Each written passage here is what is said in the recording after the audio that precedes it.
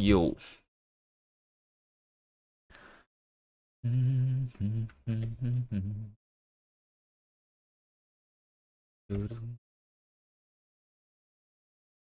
we're back. One more cast. Okay, I was trying to fix a bug yesterday and we failed. So today we're going to continue because I did not fix that bug off stream. But I think I know what the bug is about. So once again, the problem is if I try to gbg hello, right? dbg is going to be a function that takes a string and does the printing of the string, debugging together with its type. Yeah, that's it. So dbg in this case is a function that takes a string, but if I try to call this function with something which is an integer, then it's going to say that inference union failed, and this is the bug, right? So the problem, as I understand it now, I think I understand it now, is that when I'm compiling my code, I compile it into the intermediate representation. That intermediate representation contains the fact that specifically for the dbg is a for all. For all means this is a template. A template has been compiled into the instruction to create a new function, basically. So every time I call in this with a different type, it's supposed to make a new function with t being replaced with this specific argument that I passed to the template, right? But because I compile this template itself only once anyway, because of that, the intermediate representation contains the type inference variables, which are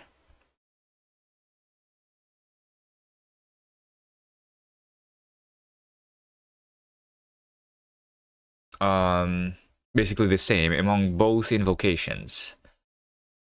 Even although I will try to construct a new function, I will still try to reuse the same inference variables, which will try then to do that stuff. Yes, so because of that, I guess I actually deleted the code that was working correctly. Let's take a look over here. If I have a function, so function is one of the intermediate representations, right? So when I have a function,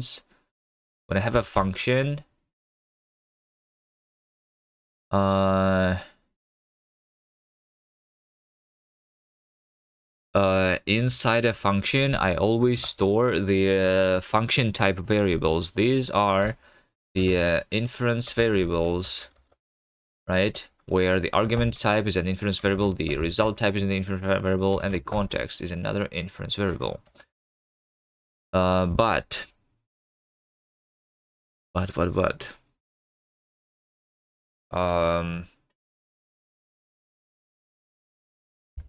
since I'm basically going to execute the same instruction multiple times, these type variables need to be different, kind of. But at the same time, I also don't want to compile multiple times. So this was the reason.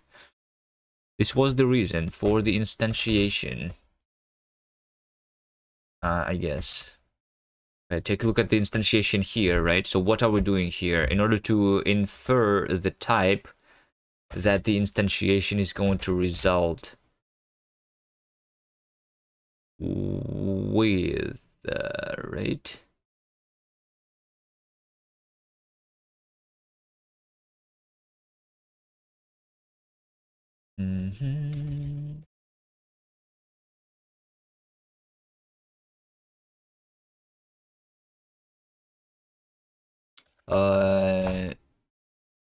Yeah, so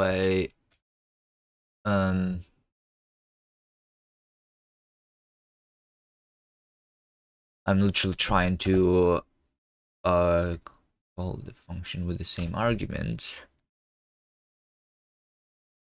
as with which I would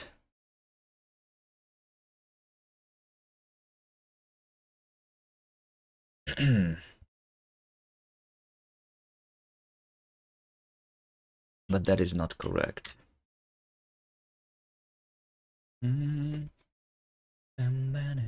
So what I had previously here,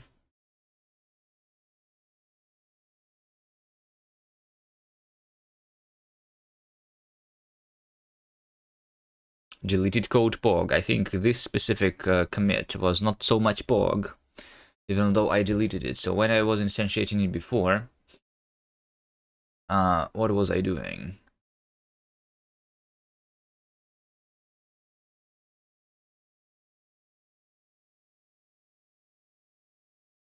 I was doing substitution of the bindings here. Yes, exactly.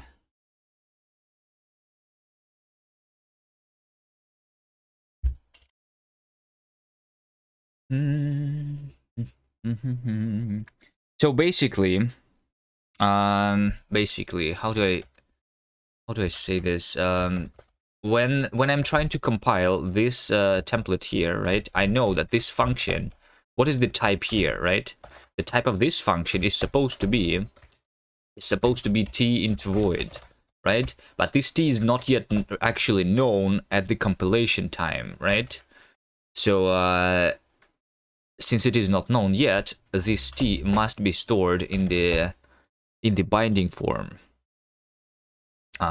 which is not yet substituted. And then I'm going to actually substitute it only when I am actually like instantiating the template. But before I instantiate it, it actually does not matter, right?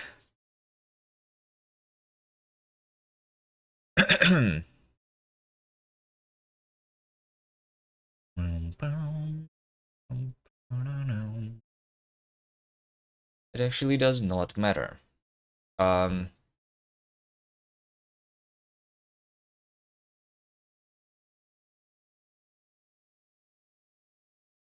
So what I was doing before,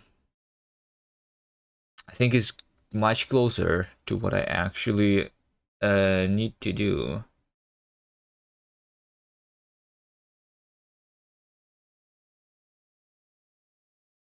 I think.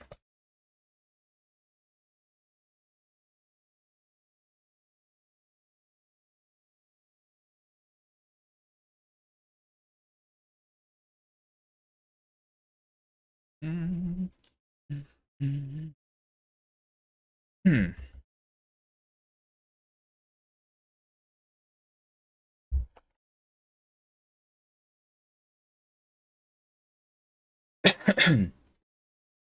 I wonder if I even need the template type, right? Maybe I don't even need that. There.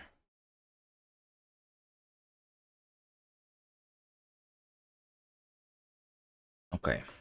Hopefully I'm going to not spend 8 hours on this today like I did yesterday. But I think I understand the problem at least.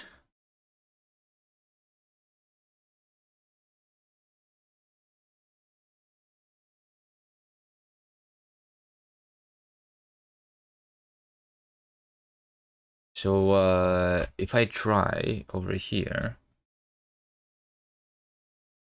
to log info, instantiate result type is show result type, right? If I do this, I compile and I try running, and I do dbg int 32, then instantiate result type was type not inferred into not inferred, right?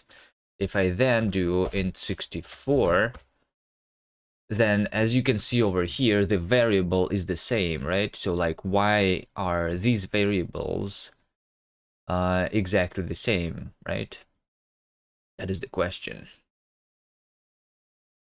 Right? So what I'm doing here is result type is me trying to compile to call the compiled template with the arguments. In the compiled template, since it contains a function, the function is still the same function.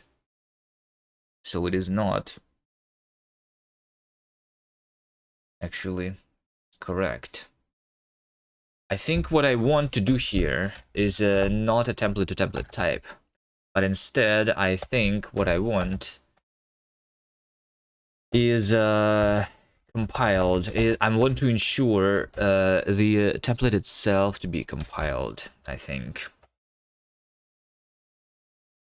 I think I want to ensure this thing itself to be compiled. Since this is a compiled function, I kind of know what is its return type is, right? So if I do log info, compiled result type is equal to, and over here I do show something like compiled dot.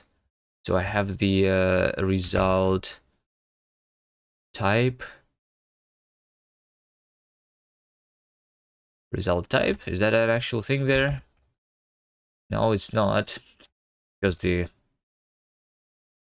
header, hello there. Compiled function, what do we have inside? No, we do have the result type. It's just the value type, yes. So I need to show type, result type, there we go. So I'm wondering what is the compiled result type here. I think the template to template type is a thing that I actually do not need. Am I already awake enough? Do the push-ups? Yeah, sure. Sure. Let me just see what I have here.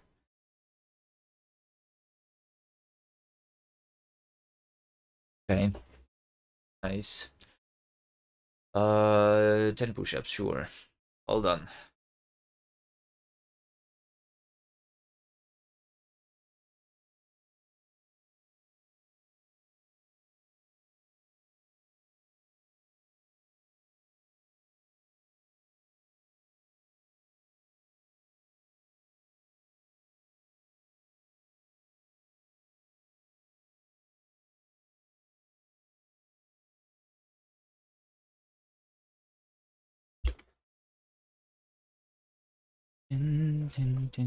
Also, it seems like even although you redeemed the push-ups, the board is not running or something.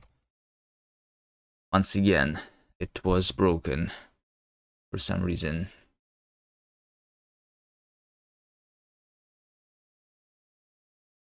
But there we go. Did 10 push-ups today. Alright, anyway.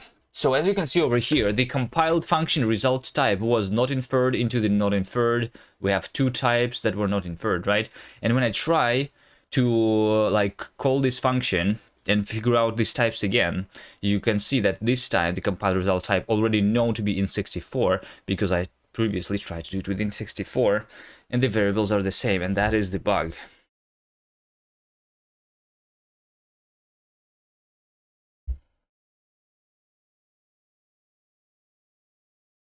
And that is the bug already.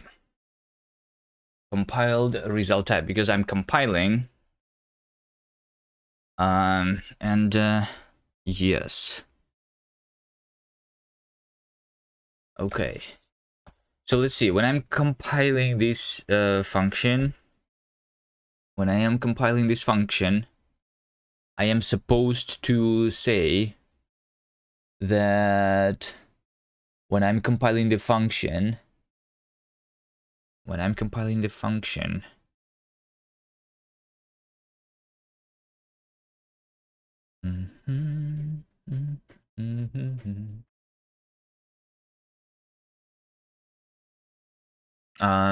I do have this result type when he is compiling the function. Lamnin, hello there. I think I do need to like remove this over here completely.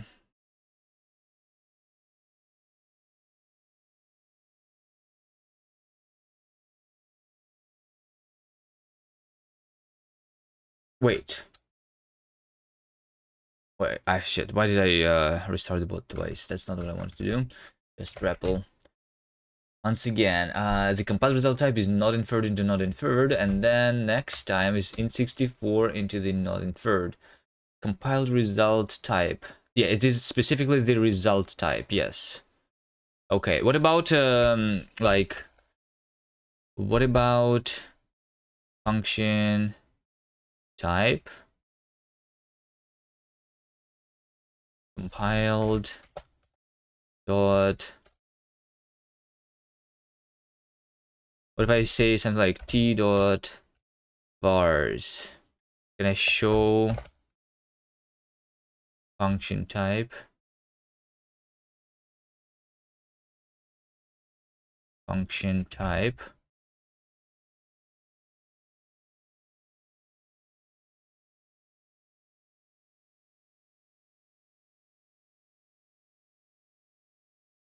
Vars to type. Function type vars to type. Function type vars to type. T vars. Log info. Template colon this.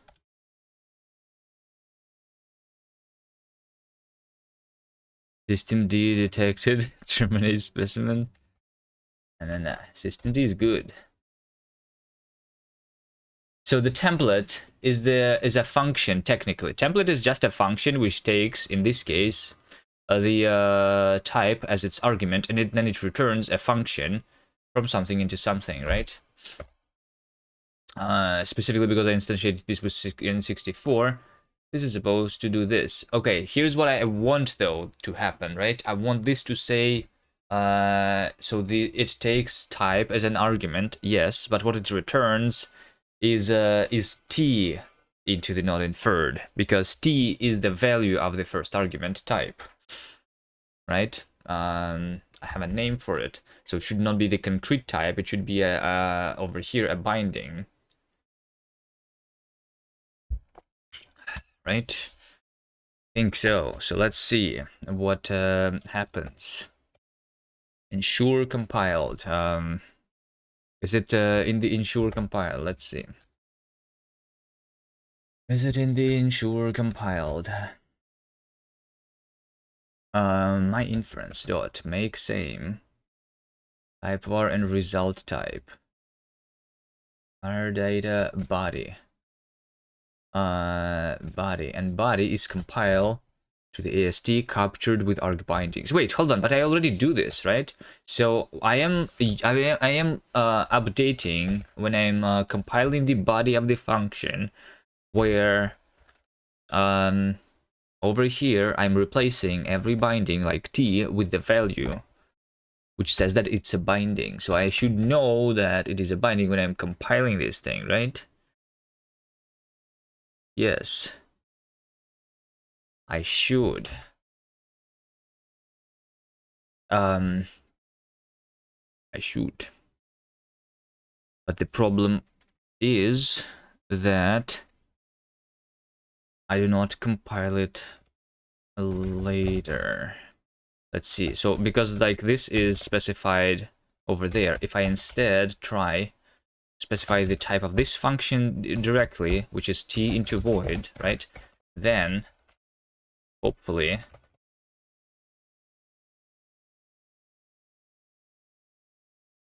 this is going to work. So like I am determining the types of the functions also only when I am like compiling the function, and maybe like it's because of the order. Let's see.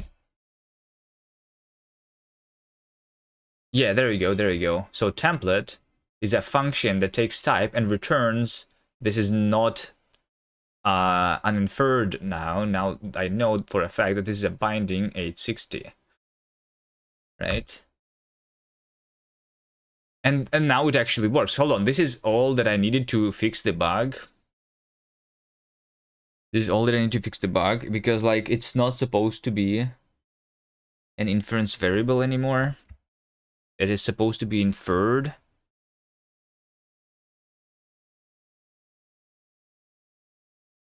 It's because of the order of inference.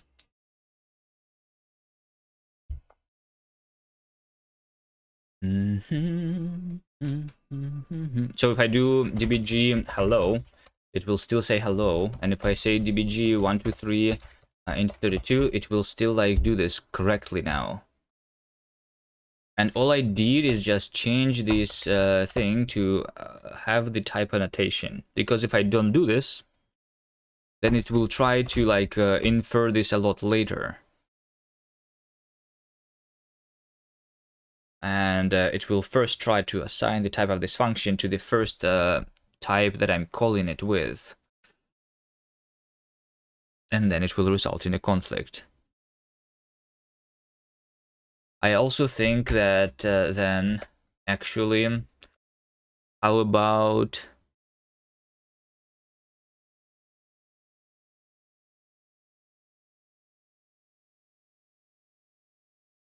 Okay.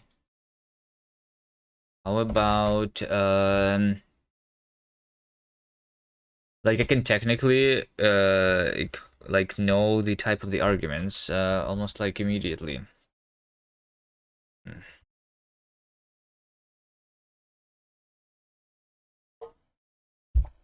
Because they like, if they are in the type, if they are shown, right? If I want them to be inferred, then for that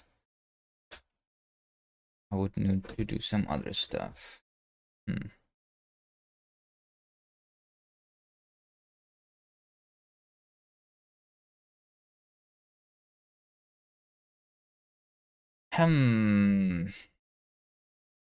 Okay.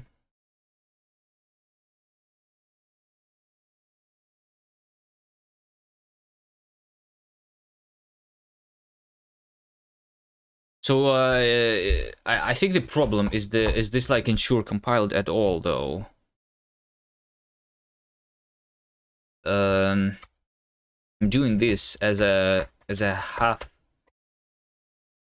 of a lazy like compilation. The reason is because I won't have mutually recursive functions, right? So in order to compile the first function, I need to know about the existence of the second function in order to like start the inference process. But then it means that I start compiling also too late sometime right now. But it should do it as soon as it knows about the existence there, I think. Something. Although in this specific case, I don't even have any mutual recursion at all. So I say something like compiled is equal to none. You know, this is this is the thing. And then I should start the compilation process immediately. But if it's been stuck on something, then it should pause and then continue as soon as I have the information about these other things. Should I try implementing that today? I mean, technically, I think this is how I fix the bug right now, at least. I can also say that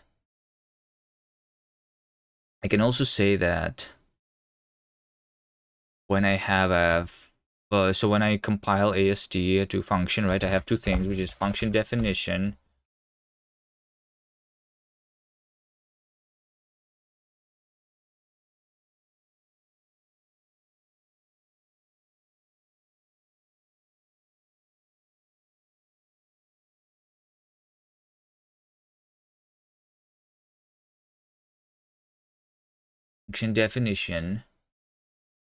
right? Now, I don't want to have a hack to, like, technically, if I would like evaluate the args and returns immediately, it would help me too. Okay, I think I'm I don't know when, right now or later, but I need to like redo my compilation process, I guess. This is good enough though for now. And then I can just do X. And then I specify the function after the fact instead of in line here. Sure.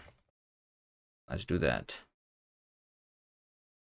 So if I test the generators, is this going to work then? Generator. If I don't specify this thing here, is this going to work? Or is this some... Oh, I also had this problem, right? Oh shit, but this is a different problem. the infinite recursion. Okay, that was the actual problem.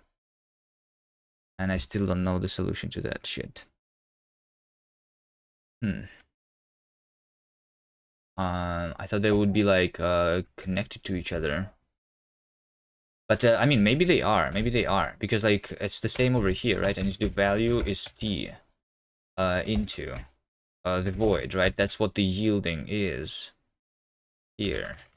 Yield into t into the resume. Actually, this is what this is about. I should just like specify the function types in like that instead.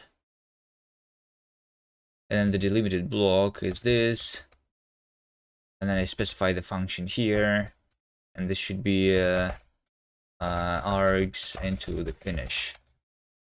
Yep, right? If I do this, is this going to work? It will. Okay. Okay, so the problem is the same then. Nice. It will. Okay. Interpreter. Log info. Okay. I also still am using the template to template type, and I maybe actually do not need to do that.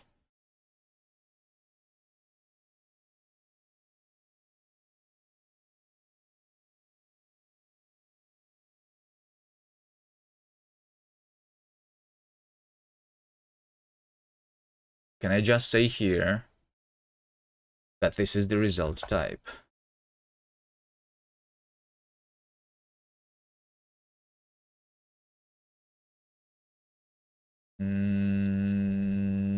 No. Not really. Not yet, at least. Okay, let's do this, that, and then something like to do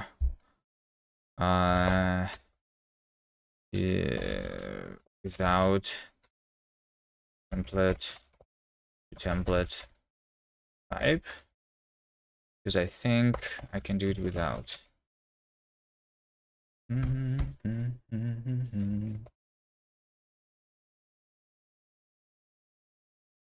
Place. Okay, there we go. Yielding 1, yielding 2, and I don't even need to specify any types there. Nice.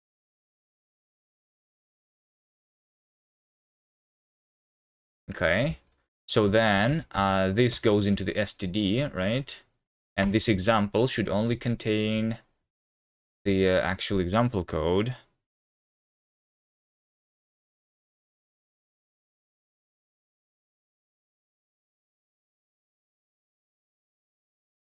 And then I want to know, hello infinite coder. And then I want to know where is the syntax for the for loop. And I guess the syntax for the for loop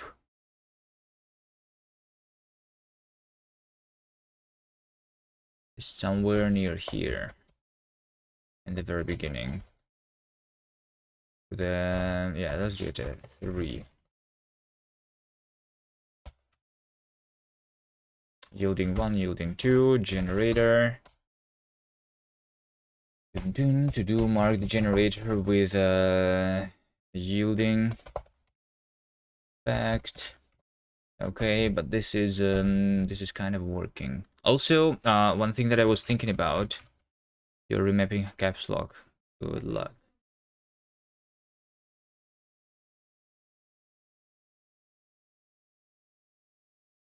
One thing that I figured is that specifically for this generator, right? Specifically for this generator, the yielding does not actually need to know anything about the continuations, because this can be compiled a lot more easily by just me calling a function, and while I'm calling this function, every yield is just going to call the body with the value that I'm providing, right? I do not need the continuations here technically, because yes, that's like an overkill for the for loop. When I create a generator, what a generator is, the yielding, though, is something that doesn't even know if we need the continuations or not, though. I think that's okay. We go to the stdlib right over here. The yield function is just calling the current generator context and then calling the function yield. There's nothing about the... What if you want to stop for a moment? For what moment?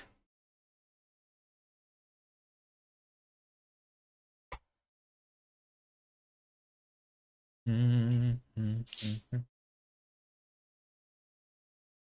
want to stop for a moment, then it's not a for loop. Then you want to construct the generator to a variable. Yes, this is a different thing.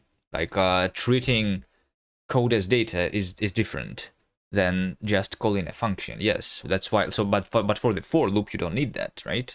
If you want to convert a generator to a value, then that's different, because that's not a value. When you call the generator function, it just starts executing immediately.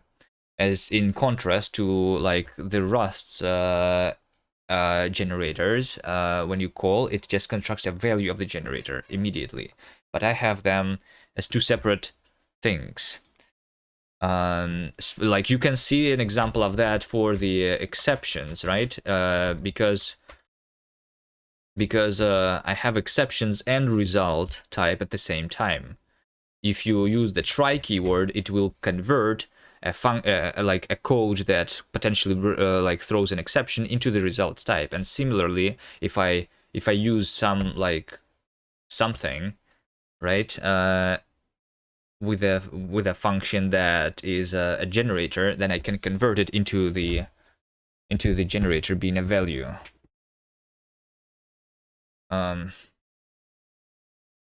So this is like a difference between like what? Like treating something as a value is like working with monads basically. But I have just effectful functions, and then I want to convert them into the monads later, right? Something like that, I think. But yes, the for loop does not need the delimited block actually, right? The for loop is something that should just call the generator function, right?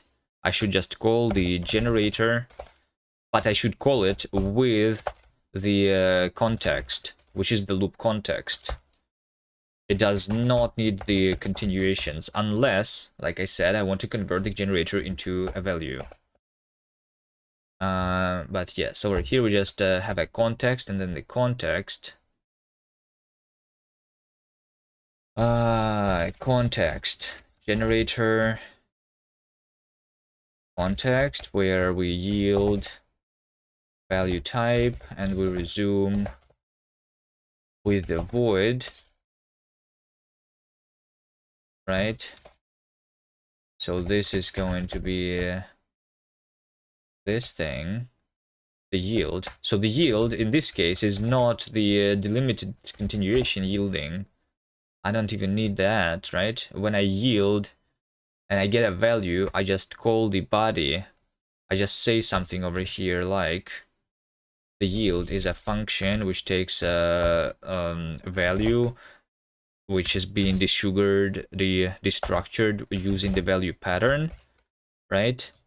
And we return the body over here. That is the entire like thing, delimited blocks. Okay, there you go. So this is the same stuff. This is the same stuff, but without the continuations. I don't need them here for the for loop. But it's a good question, how to save the generator to a variable. Because right now, I cannot do that. But maybe I can implement something that will be able to do that. Right? So I need to have something like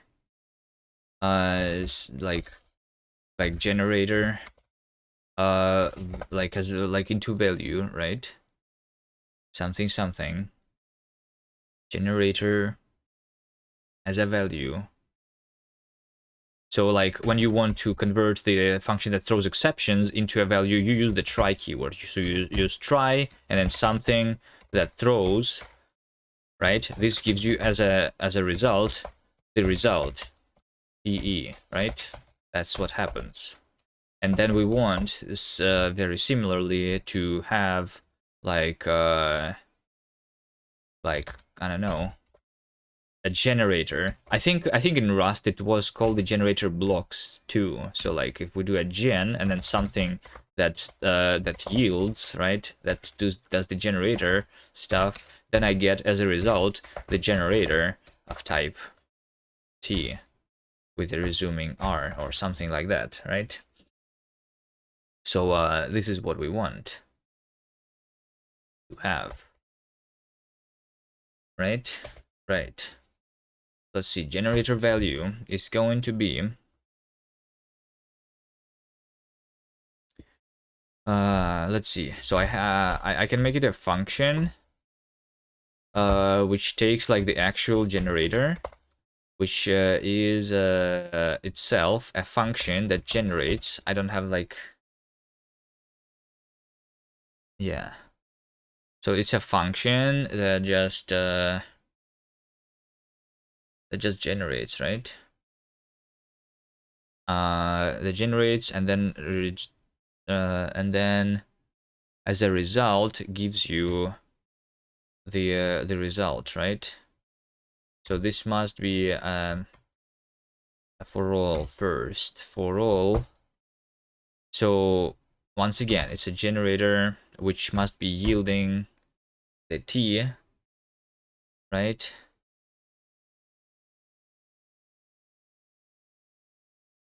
Yield is type, resume is type, and finish is type. It's very similar to the delimited block there.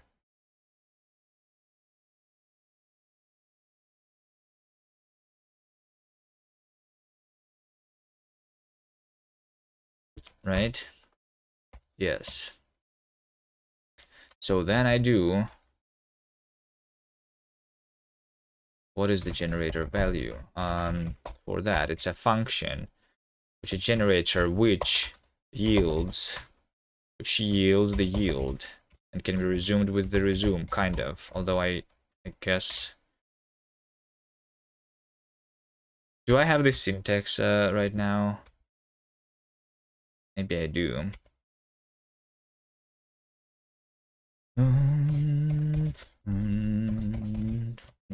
Which yield resume. For the yielding, I also only need the yield and resume, right? This is what the generator context is actually, right? The generator context is should just be called like the yields, right? Similar as throws is the exception context. Generator context. Generator context is just yields. Similar to throw versus throws. Right? So this is a function that returns the finish, but it can yield resume, and that. What a surprise. 5 stream streak from Infinite Coder, nice. So if I do this, then this is a function that also, so this is a function that is going to return the generator, which can yield, which can resume, and which can finish, right? This is what it is. It was going to give me the generator as a value, right? That's what we want to have. So what are we going to do? What are we going to do?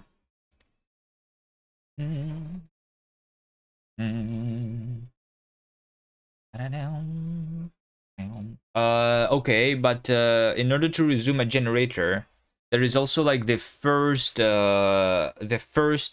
block before we go and do the first yield. In this case, it can be resumed with the first value. What do we call this first value? Is a question.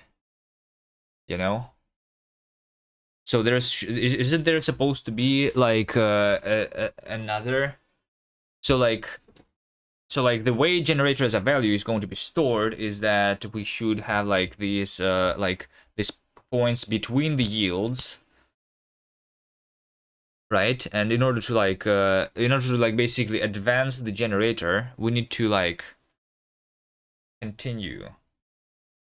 If we talk about these generators as like Rust's iterators, then the resume is always void. We just get the next value without giving the generator a value.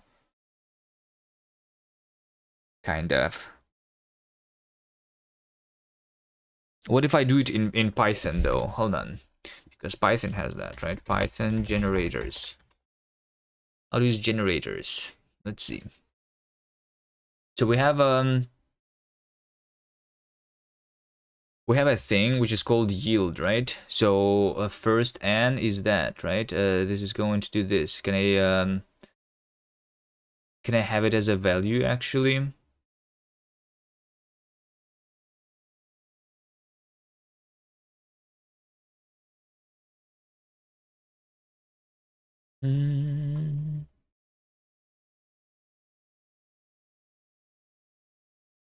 This is too short.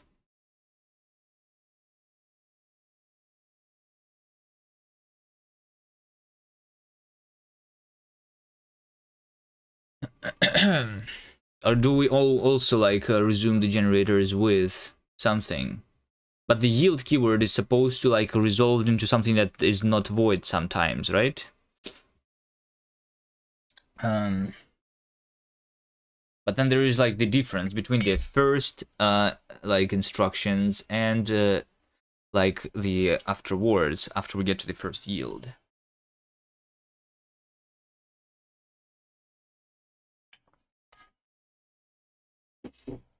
So this means that generator is one of the two states. It either is started or not started.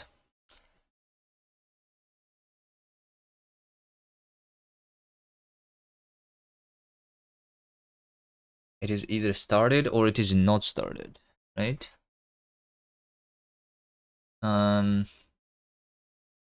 What about like C# yield?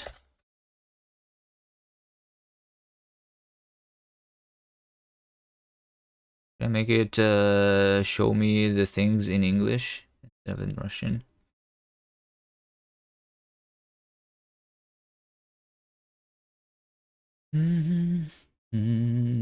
I enumerable int, like this yield also is not shown to like resolve into any value, right?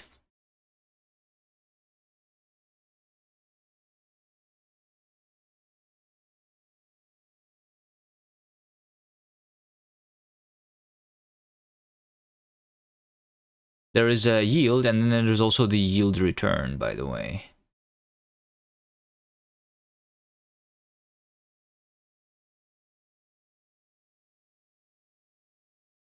Look at the TypeScript yield. TypeScript yield. Okay. You have yield index. Yes, so the return value returns the optional value passed to the generator's next to resume its execution, right? That's what I wanted, right? So like the next, this means that next is asymmetric. It always sends a value to the currently suspended yield, but returns the operand of the next yield. The argument passed through the first next cannot be retrieved because there is currently no suspended yield. Yeah, so like that's exactly what I'm talking about, right? You're here for like 10 minutes. After that, you're going to breakfast. Nice. Good morning. Good morning. I'm just like thinking, like because the first next is different than the following nexts. How do you describe it in the type system, right? That's kind of weird because you can like the argument passed to the first next cannot be retrieved, right?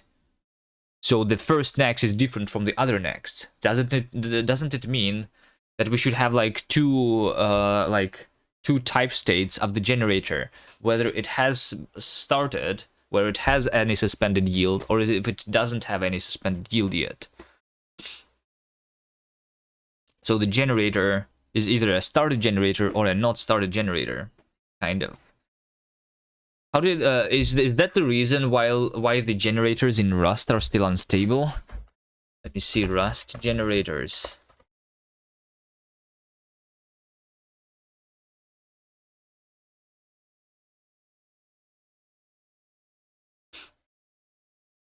You would rather go with done than started? Yes, it also has the done state. That's true. It can be there's three states then. There is three states. There is the started, or like not started, and then started, and in state of a suspended yield, and then in the finished state after the final return, you can no longer continue executing the generator, right? So it's like all of these. It's both done and started. In TypeScript, you can what? You can continue like executing after returned, but it's only returning undefined. Yes, but like we don't want undefined. It's the same as like you can do this in C++ and you will have undefined behavior. That's something that we want to like, because that's the source of bugs. This should not be there. They have the yield from ideas, function return type, something, semantic questions, return, self-references, conclusion. This doesn't have any code examples. Rust generators. Rust generators nightly. Isn't it documented? Generator. Let's see what they have this here, right? They have the generator, which has a yield, and which has the return. So like similar to what I have. And then the resume is returning the generator state. Generator state is either yielded or complete. And then what do they say? It's like, is it like a panic then? So like in TypeScript, it's undefined. In Rust, it's probably like panics. This function may panic if it's called after the complete variant has been returned previously. Yes.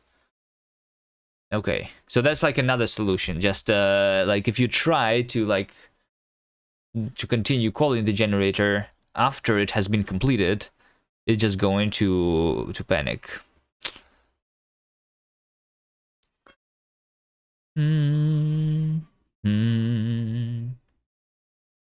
Just the first day in your life when you woke up with a headache?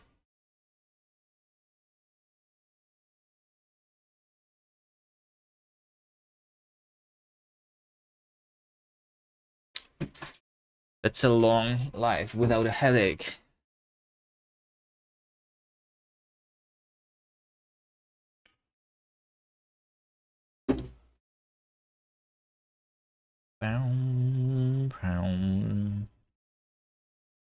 So yeah, this is another solution, just panic. And then the generator says resume with R, right? Resumes the execution of this generator. This function will resume execution of the generator or start execution if it hasn't already. This function will return back into the generator's last suspension point, resuming its execution from the latest yield. The generator will continue executing until it either yields or returns, at which point this function will return. The generator state enum. No, what is this? What is this R? Right? Like because if I don't have the yield in the beginning, then where does this R goes even in the very beginning? So like about the completed generator, it's like obvious. But what about the first yield, before the first yield? If there was some code over here before the first yield, should it execute immediately?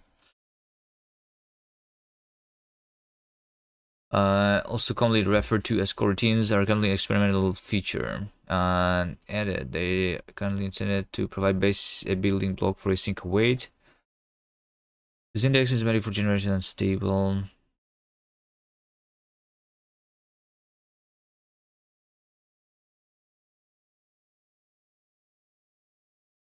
R.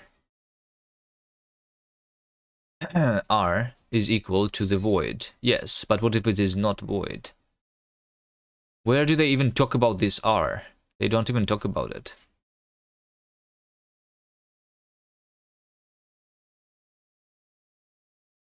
Right? They never talk about the R keyword. This is the thing that you resume with.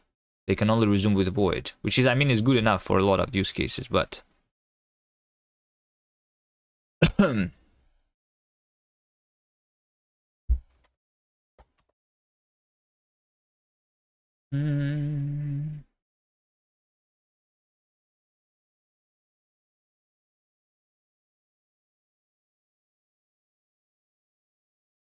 Unified coroutines, aka generator resume arguments.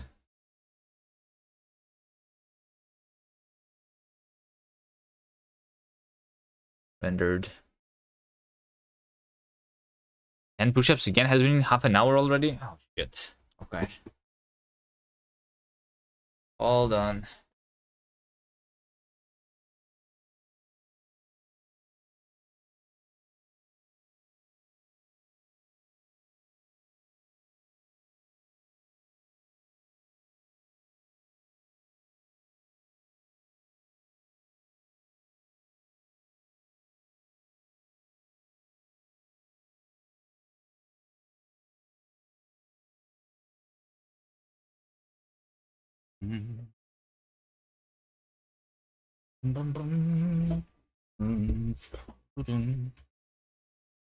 Motivation. The generator coroutines are extremely powerful concept, but their implementation is Rust is severely limited. The usage requires workarounds in order to achieve useful patterns. The current view of the generator is also extremely disconnected from similar concepts which already exist in other languages and standard library.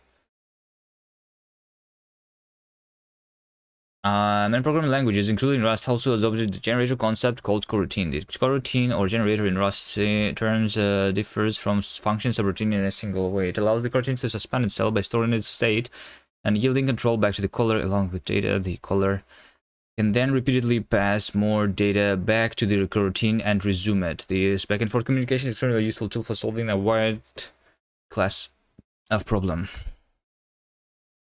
Done. Except this is not the truth for the Rust coroutines. The generator, as it was introduced in order to provide a tool for implementing a seek await, does not provide this functionality. In order to implement a seek await feature, the generators were implemented in their most basic form. And in this form, generators cannot accept arguments.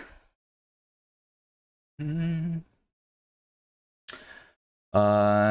they added it, right? So the resume now can take arguments, right?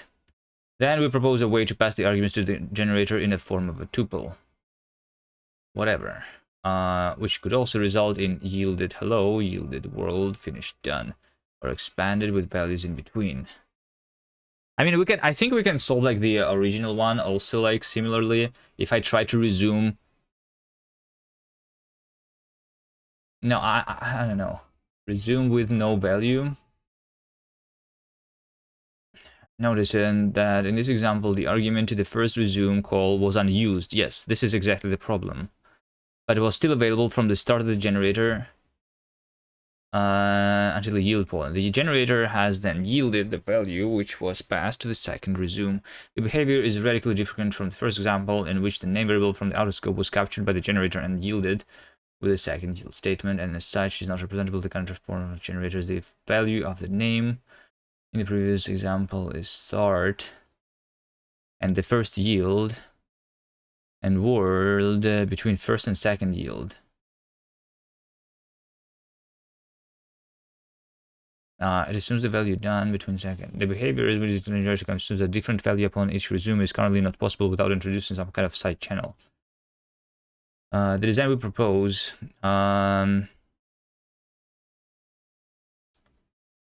most closely resembles what is happening. By default, every time an argument is passed into the generator, it is then dropped before the next yield, and it could also be stored inside the generator if the user wants. Drawback of this approach is the magic. Standard library changes. Resume with args. Yes. So they don't have the solution for that, right? The first argument that you pass into the generator is just not used. Okay. Is it the same in TypeScript? Using yield. If I construct a function that yields, right? Over here, next, right? I can call next with a value, right? And by default it's just undefined, I think. Let r is this console log r, right? And then if I do next 1 and next 2, right? Iterator is foo 0. Run. So it's going to say, wait, console log doesn't even work.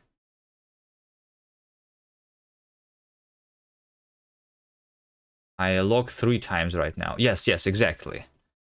Exactly. Let's do this 11 and that's 22. So here's what's happening, right? This first 11 is completely ignored. We lose the value very easily, right? So the question is this good then? The fact that we can lose a value like that.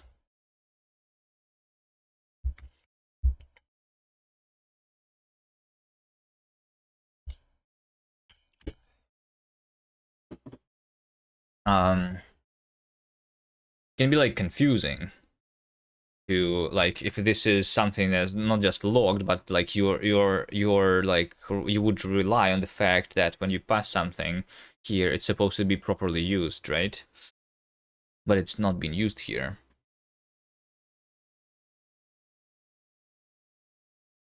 You know? I mean I can do it this same way, but I see this as a very like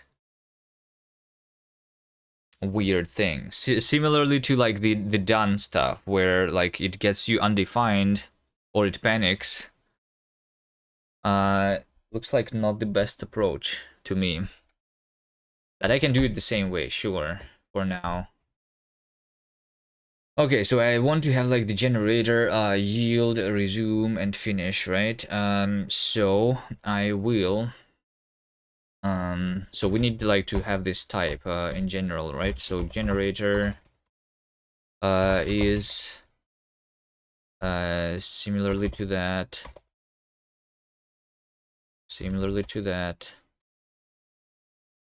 Templated thing, right? So what do we have there? In order to have the generator,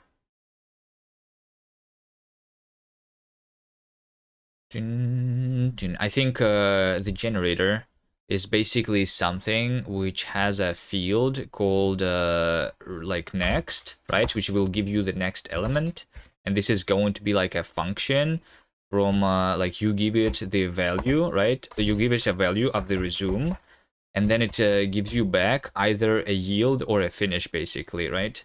So generator, like what did they call it? So over here they say dot value.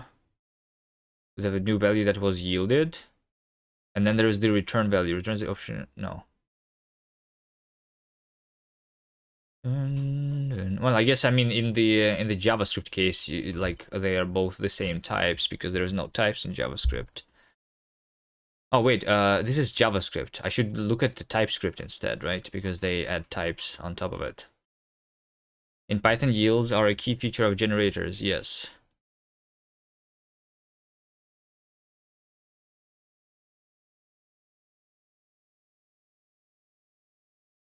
Yes.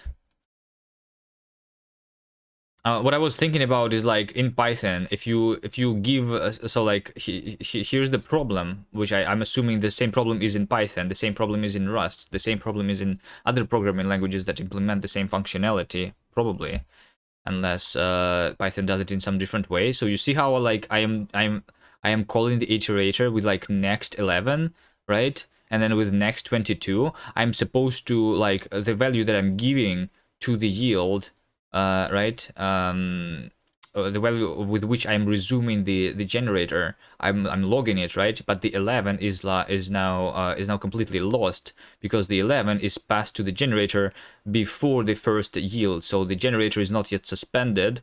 So like, how do I get this this first yielded value right now is completely unknown, I guess, right?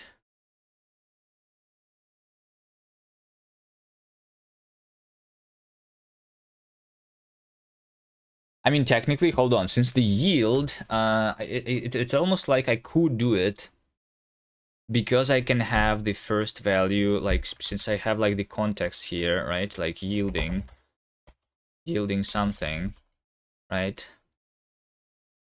Elemental magics. As far as you know, 8 years in, you cannot add parameters to the next method in Python. So Python did not do that? I thought they did do it. Python yield result. What is the result of the yield expression in Python? What is the value of the x? You can also send values to generator. There you go. There you go. You can. You can. It's literally the same stuff. It's not next, it's .send, I guess. Because next is just the one that is sending none. But there is the send method, which is basically a more powerful version of the next.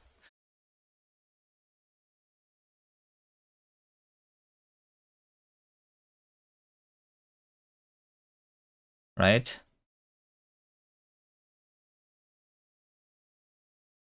So if I try to do the same thing in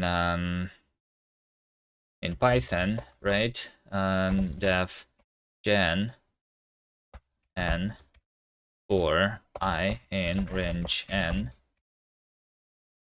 print yield I, right? Something like this. No? Is that not the correct syntax?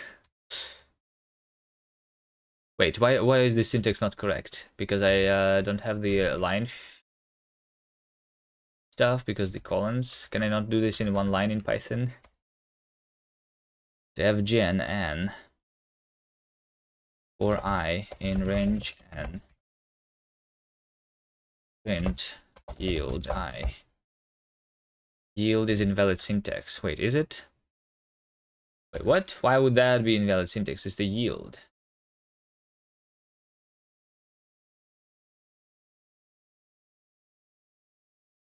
What's my Python version? I think it's the latest one, no? Python 3.11. I should have it.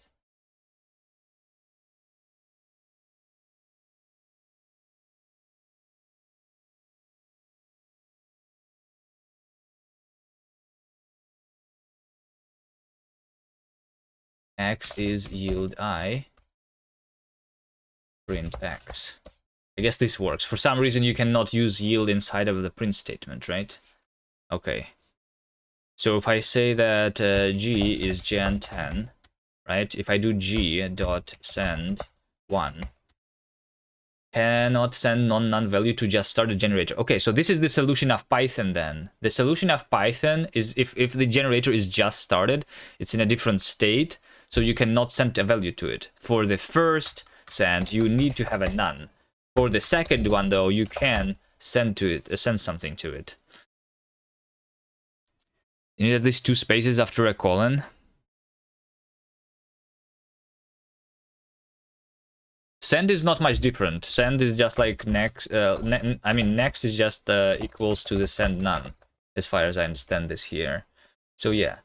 So yeah, this is the problem that I'm talking about. There is like two cases of the generators. There is the just started generator, which you cannot give the value in. So like at least Python is actually doing it better than JavaScript, because JavaScript just silently ignores the value. Python at least gives me the exception, you know? So I like this solution more, I guess, even though I guess it's better if it was like correctly like type checked somehow. But for the type checking, we need like the type state of the generator somehow too, right? And then if I try doing this multiple times, then it says stop iteration. So like when the generator has actually finished, I have the stop iteration exception instead, right? So like these are the two edge cases: the just started generator and the already stopped generator. Okay. I guess we can do it with panics too, whatever. So yeah, we have the yield value, resume, and finish. So next, or I guess send. I'm just going to call it next. I'm giving the value to the next. So it's you give it the value with which we want to resume the generator, and it gives us back the value of that the generator is supposed to yield, right? Or it will be finished. In this case, it's going to be finished, right? That is why if you look at the Rust generators, again, Rust generators, they resume generator state. It's either a yield or return, because those are potentially different types, right? So this is just like an either yielded or completed, right? So yeah, I think I'm going to do it the same way here. Generator state, yield, or I call it finish. Okay, so that's what I want here. And then the generator state is yield, not value, type. Wait, what? This is type. And finish type. This should be either yielded of this yield type, or finished of the finished type. There you go. So this is like the thing that we want to have, right? And then over here, when I have when I want to convert a function that yields into the generator, this is where, if you want to imitate the behavior in JavaScript, you would have to put the send in a try except block to catch the first error. No, I don't want to imitate the behavior of JavaScript. I think the behavior of Python is better, even although it's still like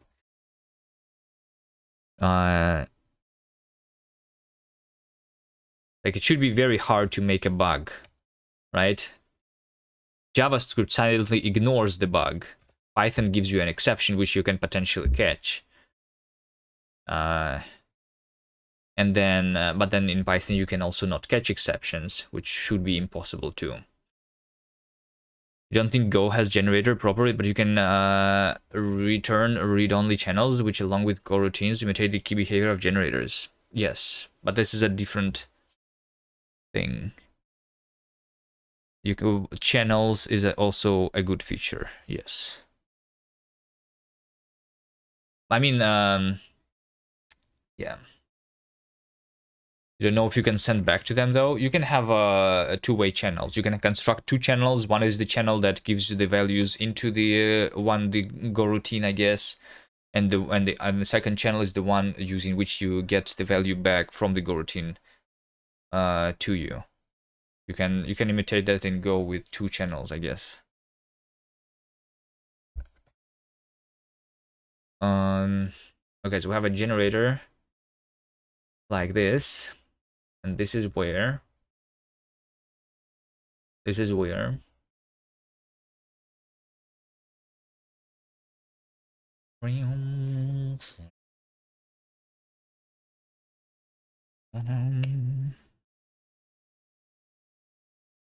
so the generator, I guess, this is going to be the next, right? Okay, sure. So all I need to do is to say that next is a function here, right?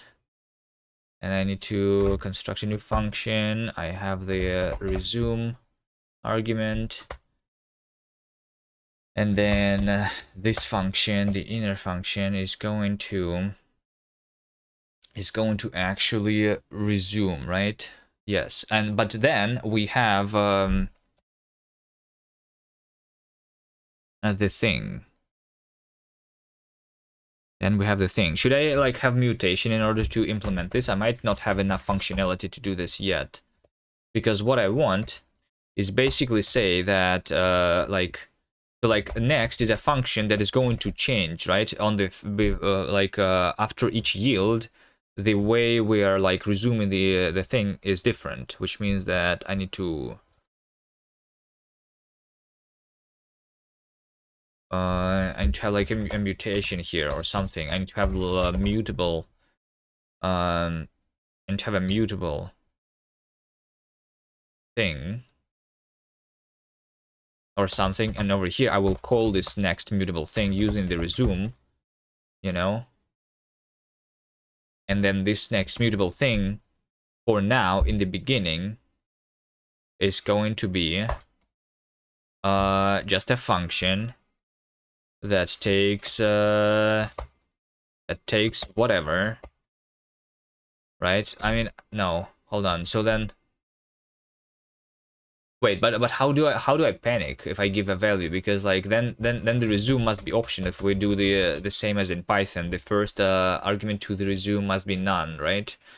And in order to be explicit about that, we need this to be like an optional then. So the generator is resuming with an optional value then, with an optional resume. So like for the first resume, you want to give it some, you want to give it none, and for the next one, you want to give it some, which is pretty bad. Anyway, if I do this, the original one, so like before the generator started executing, we are going to actually start the execution here, right? So we are going to do and to call the generator for the first time. We are going to call the generator for the first time. This generator is a function that potentially yielded, right? If it actually finishes though, then I need to do finished generator. But if this function potentially does not actually like finish, right, it potentially returns me a yield, which means that I need to know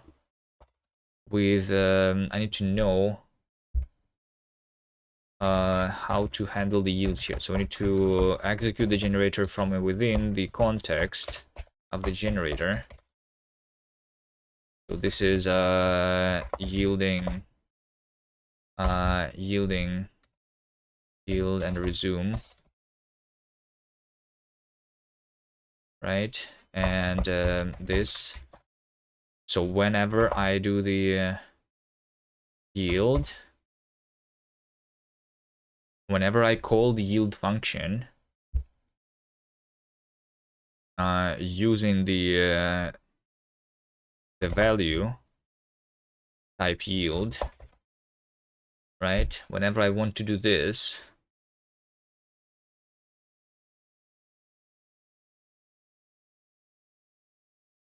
whenever I want to do this, whenever I'm yielding, this is where the continuations come into play, right? If I want to save the generator as a value, right? So we do the delimited block here. This is where I construct the delimited block on the first calling out my function, right? Delimited block. Then I have something like this. So from with that, the delimited block, I want to be able to delimited yield. Oh, delimited block needs the body, and then it needs the handler too, right? That's how it was working. Yes. Body, and we need a handler. Okay. So we are going to use the delimited yield, where we use the token and we delimit the yield with the value, right? Yes, there you go. And then handler is a function which takes a value of type yield, right? And it also has the this also is going to take the resume, which is a function that can resume the operation there, right? Wait.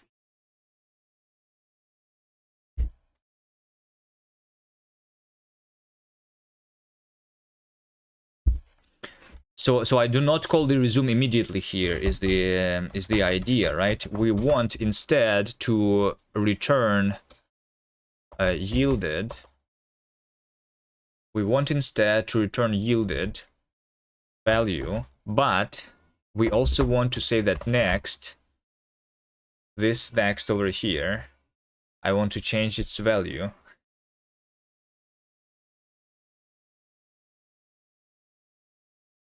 to be equal to the resume. So this is where I would need like mutations somehow, right? So in order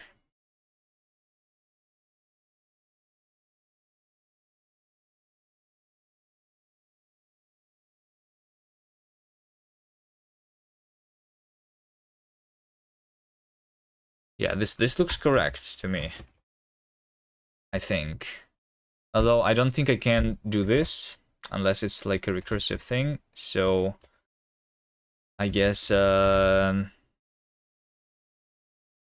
we do instead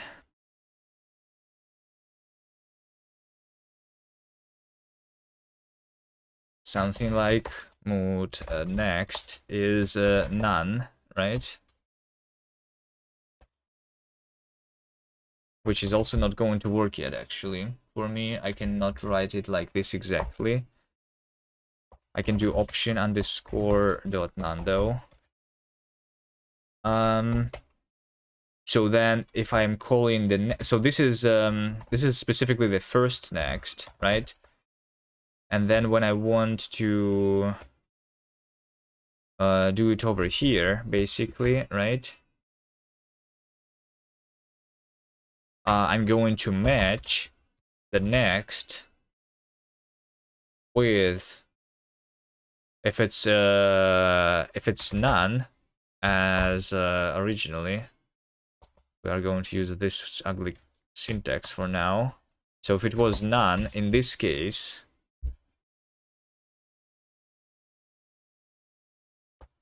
I do return this delimited block, right?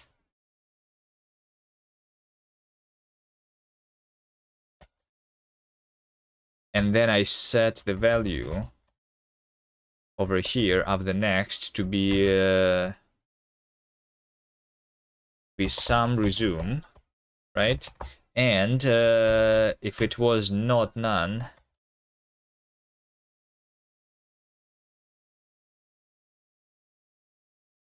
do I have a match somewhere else? I need a vertical bar. Yes, okay. So if it so this is when the generator has not started yet, right? Then I do that stuff, and if the generator has already started and I already know the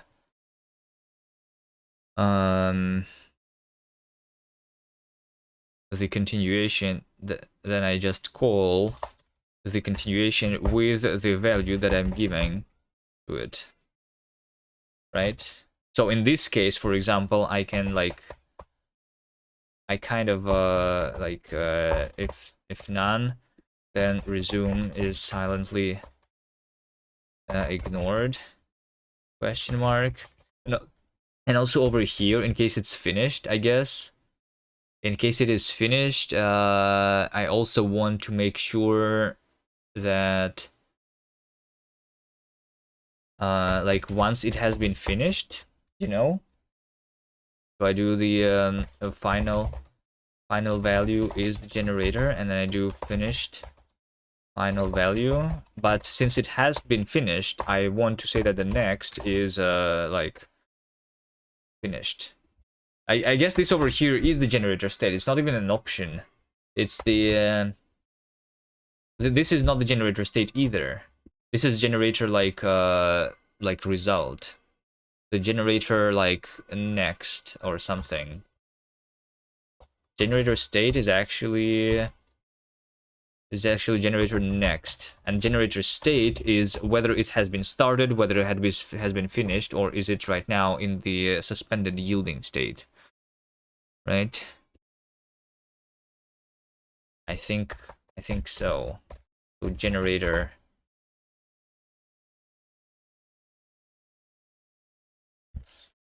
state yield type and resume type finish type.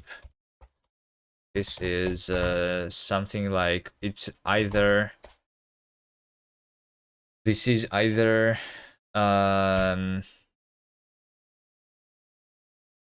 not started, and if it's not started, then it should contain inside the this function, right? The generator itself, right? So not started, and then how do we start it? We say that it's a function from nothing into the finish, but it's a function which can yield the thing and be resumed after yielding with that type, right? Or then it's either not started or it is suspended. If it is suspended, in this case it's kind of really similar. It's just like the function itself is different, right? Or should it even yield at this point? Did it continue yielding there?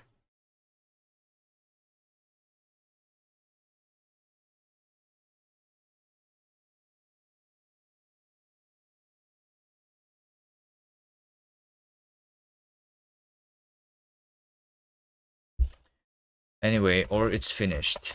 Finished does not have any data associated with it. Is this the same finish? Yes, finish with I think this is correct, with yields yield and resume. But over here the argument to the suspended thing is not nothing anymore. The argument to this is the resume, right?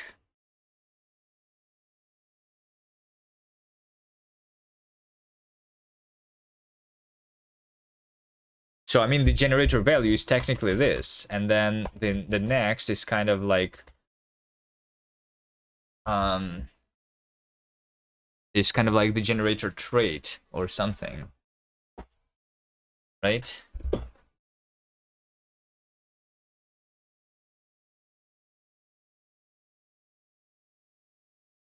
And the traits I cannot do for like generic types yet.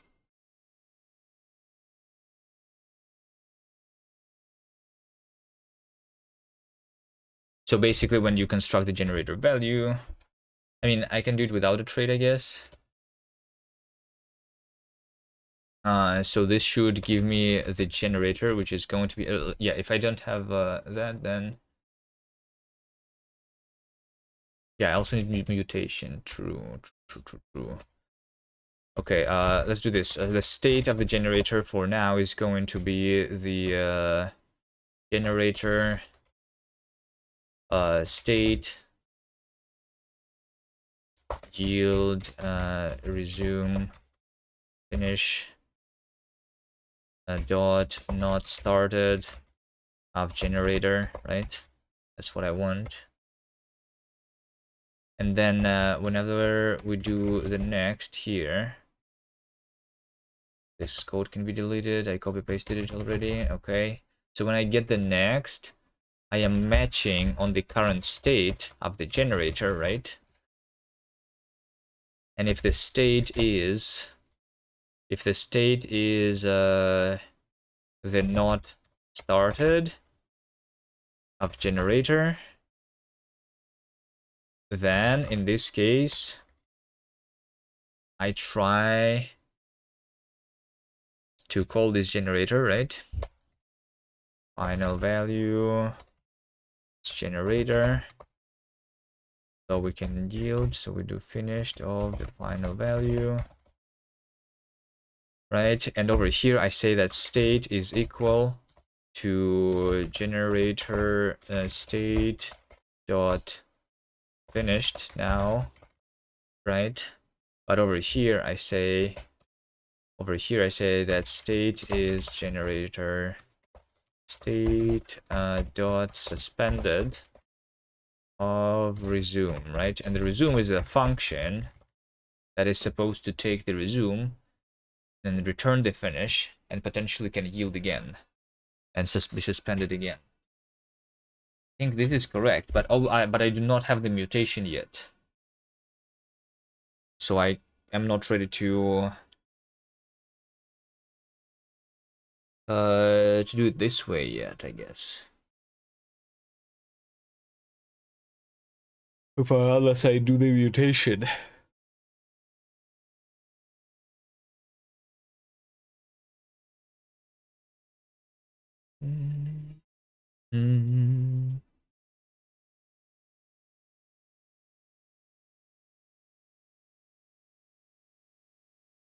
It's not even going to be parsed right now, right?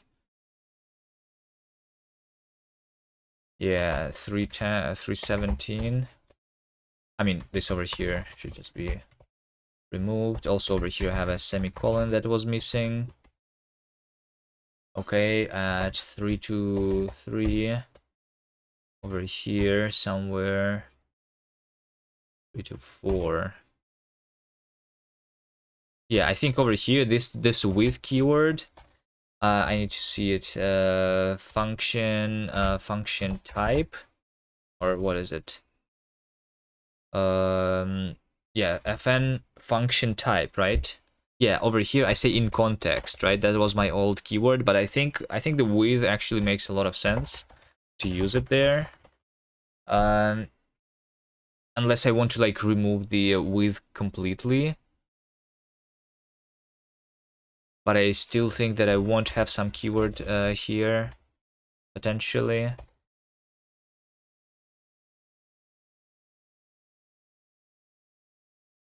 A329.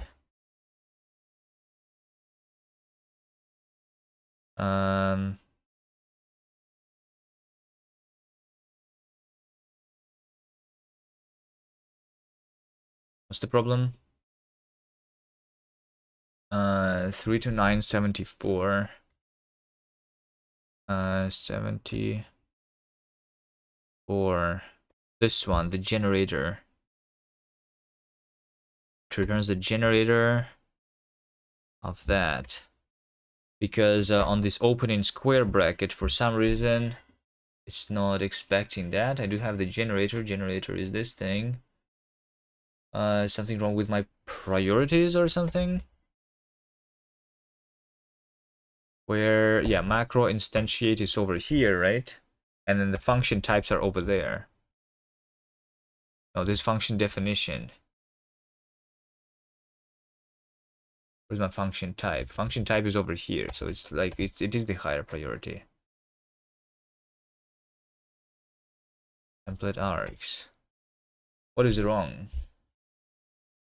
329 74 opening square bracket cannot finish.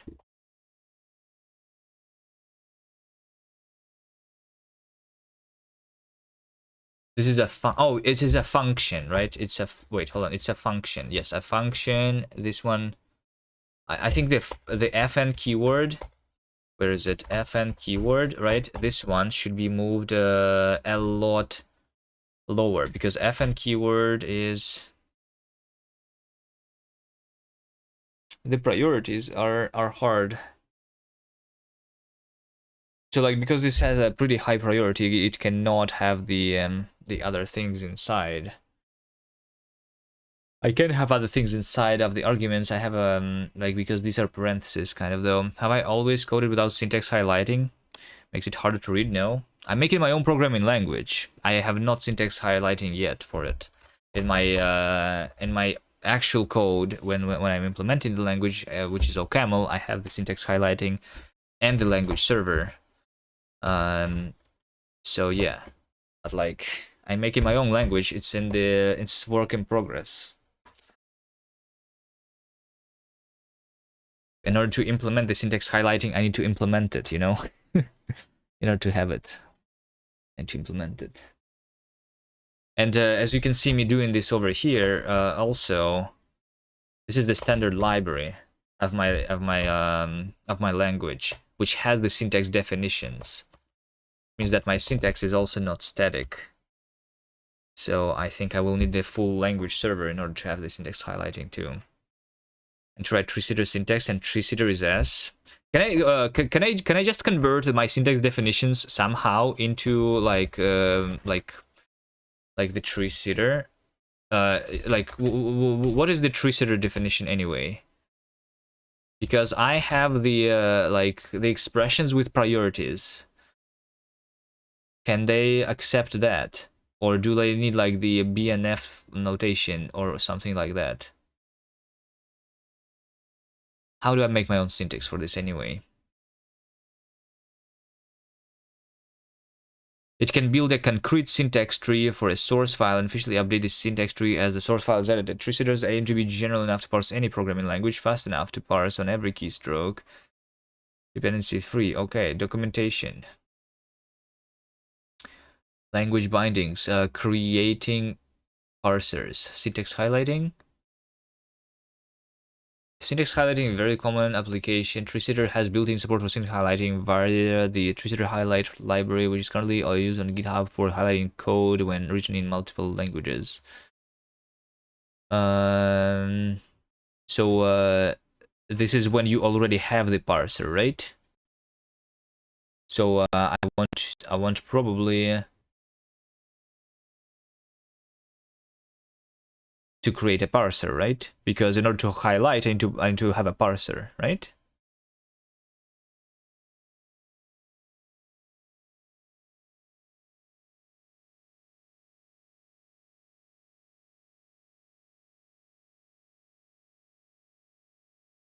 It's also a parser generator tool.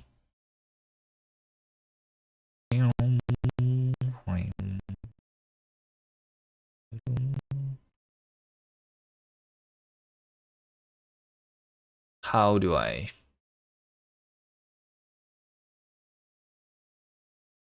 Creating parser. Developing tree-seater grammars can have a difficult learning curve, but once you get the hang of it, it can be fun. And even then, like dependencies, installation, project setup, tool overview, command generate. The most important command you will use is tree-seater generate. This command reads the grammar.js file in your current project, creates the file called source parser C, which implements the parser. They generate based on the JavaScript C code. Amazing. Command build. Rust also.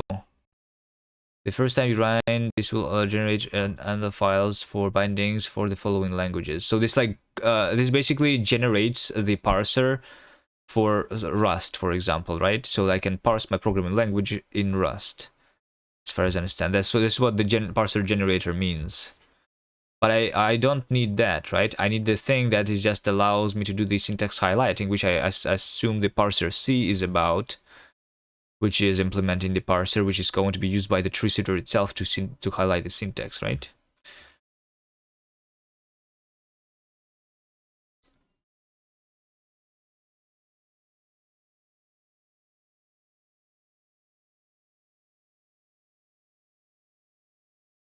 The following is a complete list of built-in functions you can use in your grammar.js to define rules. Use cases for some of these functions can be explained in more detail later in the section. Symbols for the dollar object. Every grammar rule is written in a JavaScript function that takes a parameter conventionally called a dollar. The syntax dollar identifier is how you refer to another grammar symbol within a rule.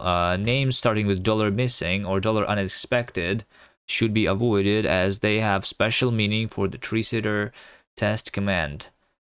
string and regex literals. The terminal symbols in a grammar are described using JavaScript strings and regular expressions. Of course, during parsing, the tree sitter does not actually use JavaScript's regex engine to evaluate these regexes. Regex limitations, sequences, repetition, option, precedence. This function marks the given rule with a numerical precedence which will be used to resolve all our conflicts at a parser generator time. When two rules overlap in a way that represents either a true ambiguity or a local ambiguity, given one token of look ahead, TreeSitter will try to resolve the conflict by a matching rule with higher precedence. The default precedence of all rules is 0. So I think if I use like precedence, because I have the precedence numbers already, right? And I have the associativity too, right? Then they also have the dynamic precedence. This function is similar to the prec, but the given numerical precedence is applied at runtime instead of a parser generator time. It's only necessary when handling a conflict dynamically using the conflicts field in the grammar. Something, tokens. I actually think that I might be able to convert my syntax annotations into these things. All I need is left or right associativity and precedence. And yeah, I don't support the repetitions and options yet, but I want in the future. But yeah, I don't have alternatives yet. Instead of alternatives, I just have multiple rules. But I guess, yeah, kind of the same thing. Do I have an BNF written out somewhere? No. That's what I'm saying. I am having my sitter, my grammar in this way, right? I have a syntax, function definition, which is left associative of priority 500. We have a keyword function, and then we have an opening bracket, then I have arguments inside, and I have a closing bracket, then I have context, and I have an opening curly bracket, and I have the body of the function. This is the definition of my syntax, and it's part of the language, so that I can extend my syntax if I need to easily. It's not in a BNF. BNF is too limiting in my opinion.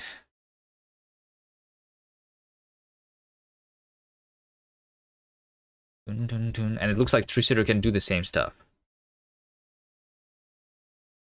You just need associativity and precedence. So yeah, if I just convert these into that, then I can generate it and have highlighting, maybe.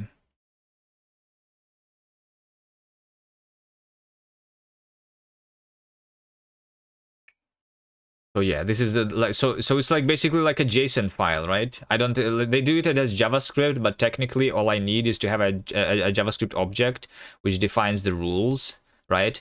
And in order to like make this function recursive, because JavaScript does not support like recursive definitions, this is why they have the dollar. So like $.definition is like referring to this definition. Dollar is basically a self here, so that we can construct recursive rules. This is easy, actually.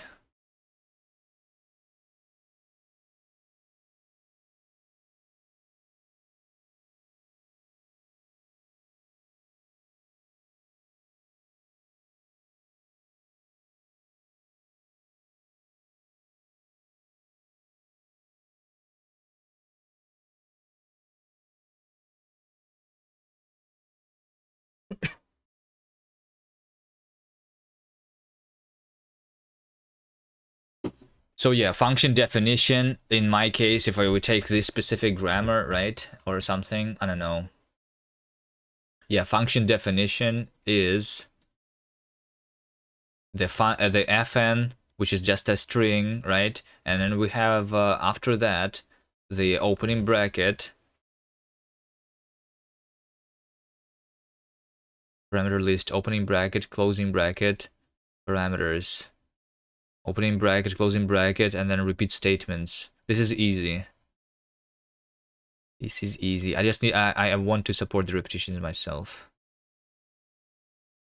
So the only thing is that like the inner syntax definitions is like for my syntax, I'm treating every single thing, which everything as an expression. So technically, all I have is only a single definition, which is an expression, and that's all that I will have.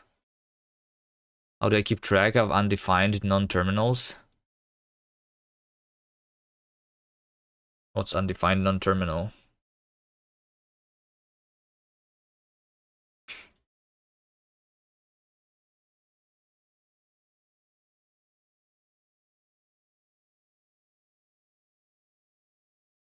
But yeah, I basically will have only one rule, which is an expression, and this is going to be one of all of my syntax rules for now.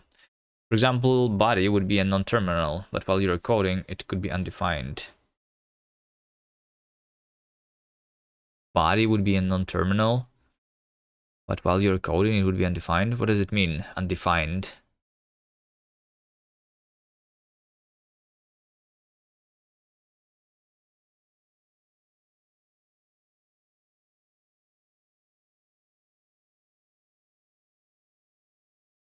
So it's in one of my rules. What did you see? What is undefined body?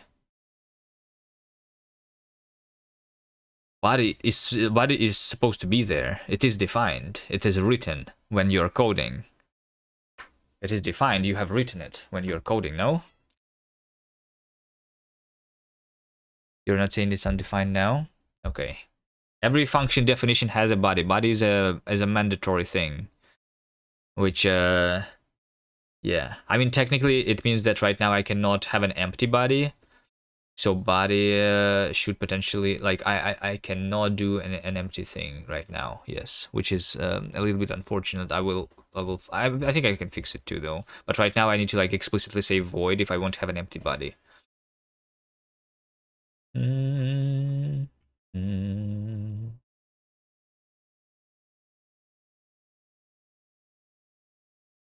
Do I want to like to do this today though? I'm not sure. You're asking about working through the grammar when the non-terminals are being decided. That's normally the motivation for an in-BNF and a grammar checker.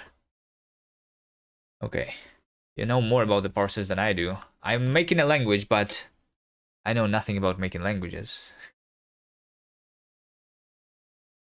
I have implemented a bunch of things, but eBNF.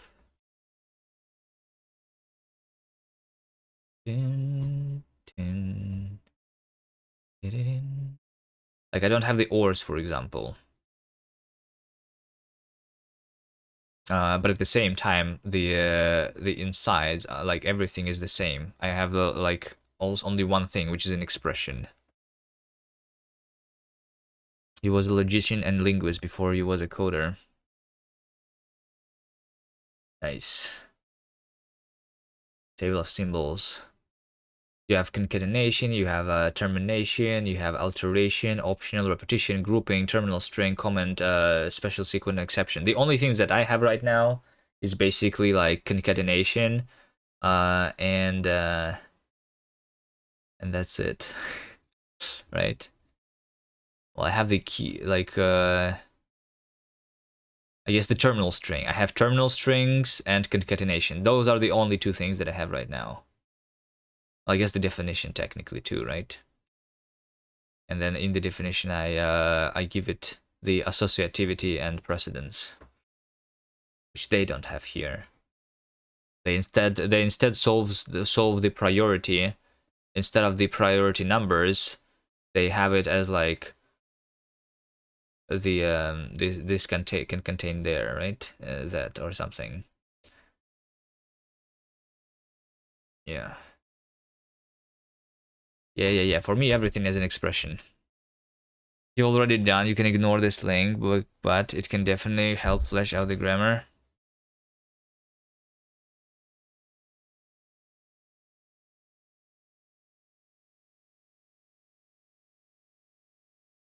They say enter my BNF. Like that's what I'm saying. I don't have the BNF. BNF does not support the priorities.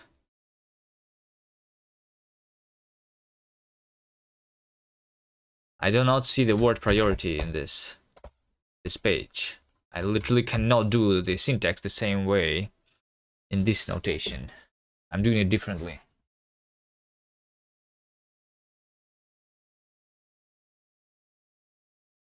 What I'm doing is, from what I heard, is similar to what like the pret parser is doing,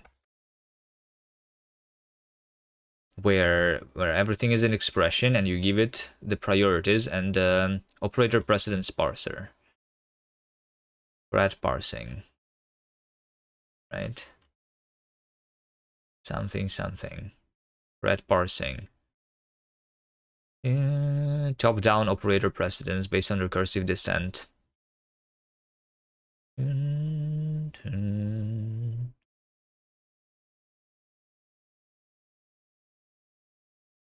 This is more like what I'm doing.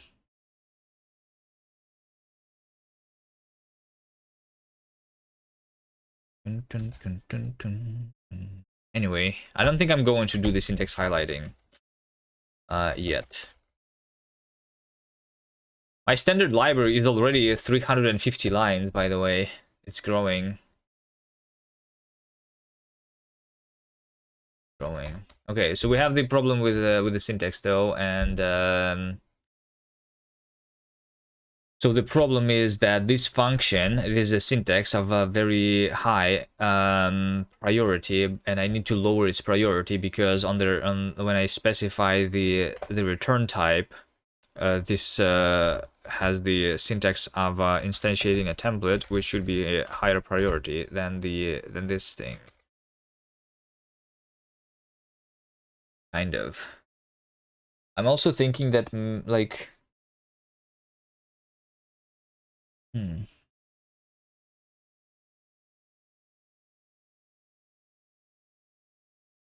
Oh, Levy, hello. It's almost like also the a specific syntax definition should have different priorities based on where I am. I'm already doing this, kind of, but I feel like I'm doing it as a hack.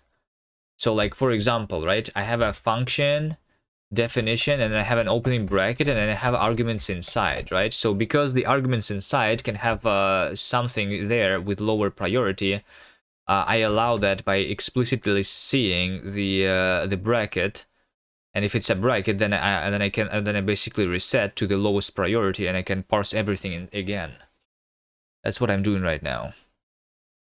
Do I expect any profit making this language? No, not yet, at least. It's too early. It's like what? It's less than 2 weeks old. I'm just making a proof of concept. Maybe something is going to completely like not work at all. Maybe I'm wrong somewhere in some fundamental way. For example, in the syntax here, right?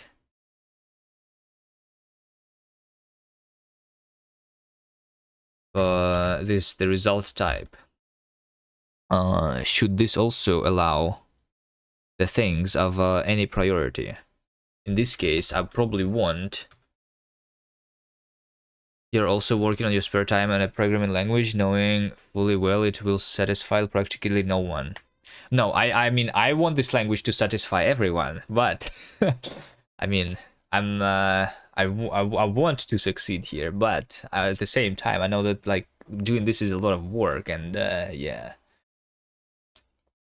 I have a lot of stuff working, you know. I have algebraic data types, I have type inference, I have like templates, which is like higher kinded types, like, right, generic functions, things. I have unwinding, I have continuations, and yeah, I already have kind of a lot. If I add more built-ins, this can almost already be used as a general purpose programming language. It's just right now not very efficient, I guess, too. I'm not focusing on performance yet. There is a lot of work to do still. What is your programming language about, anyway?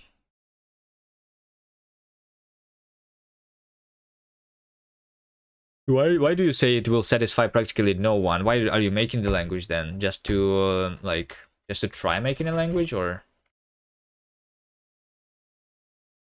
just for fun?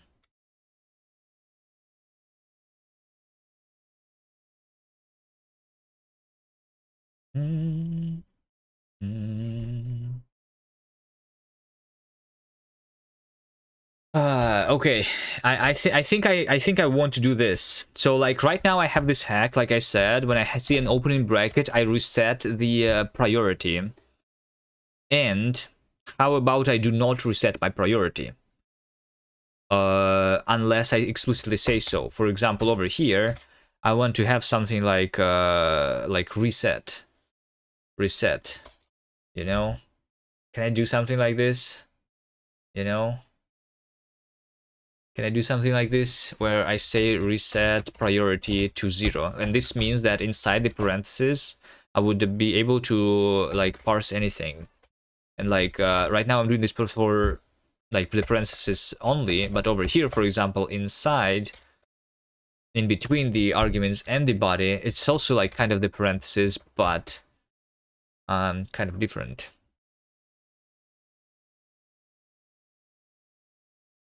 Your class is way more bare bones, but it has a non-classical semantics, true, false, unsure.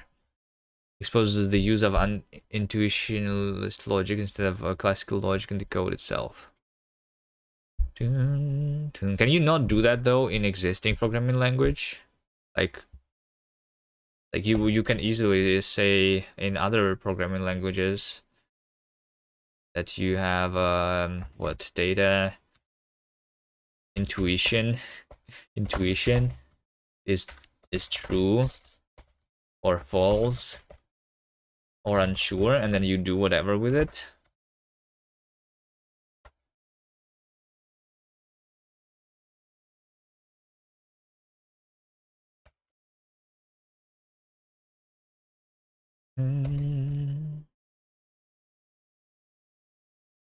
Wait, I don't even have the thing. No, I do have the thing.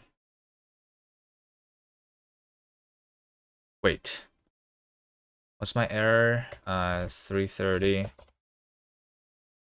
Yeah. This is the result type. This one specifically. Okay.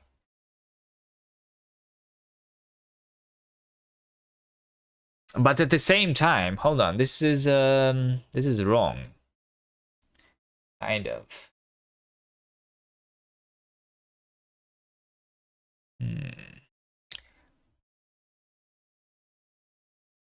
We learned clean semantics and some extra machinery so that it only counts intuitionist tautologies as true. Okay, nice. I have no idea what it means, but sounds nice. Have you looked at Idris? Does it do something similar? Or like you do the logic programming languages, right? So like is it something like a coq then? Proof assistant, whatever that is. Formal proof management system.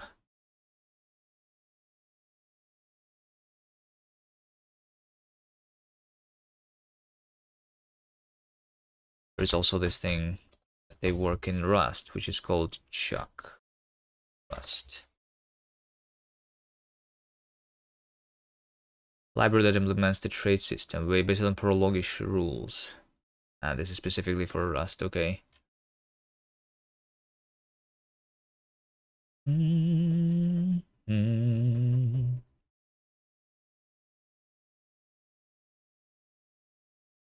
Okay, the question is, how do I allow over here something with higher priority, with lower priority, without making this lower, or or do I move this lower? Let's see. So if I have a function keyword, let's just move it somewhere. I think it. Oh wait, hold on. I think it literally actually like belongs somewhere here, maybe.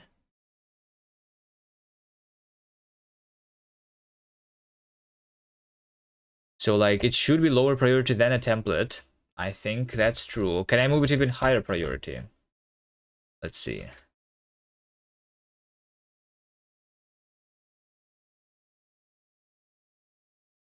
I think I can.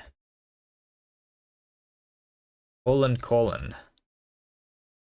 It should be higher priority than a colon though, I think. It probably should be higher priority than the argument. Than the function type definition. But it's almost like it can be somewhere around here, or somewhere around the ifs. Like, should I have be able to have a function inside the if, then, and then I return a function here, right? When I say something implement straight, I think it's somewhere around here actually. Maybe. So instead of 500, I say 13.5 or something. 337. So 337 now is this equal. This equal is not being parsed because I don't have assignments yet. This let mute state actually is only being parsed because it is being parsed as parsing an algebraic data type with the type constructor mute and the value state. So like this also is different. So I need to have assignments too in order for this to work.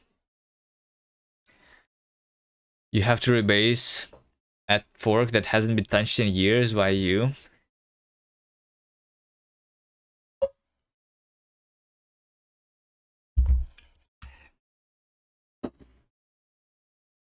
Well, better you than me.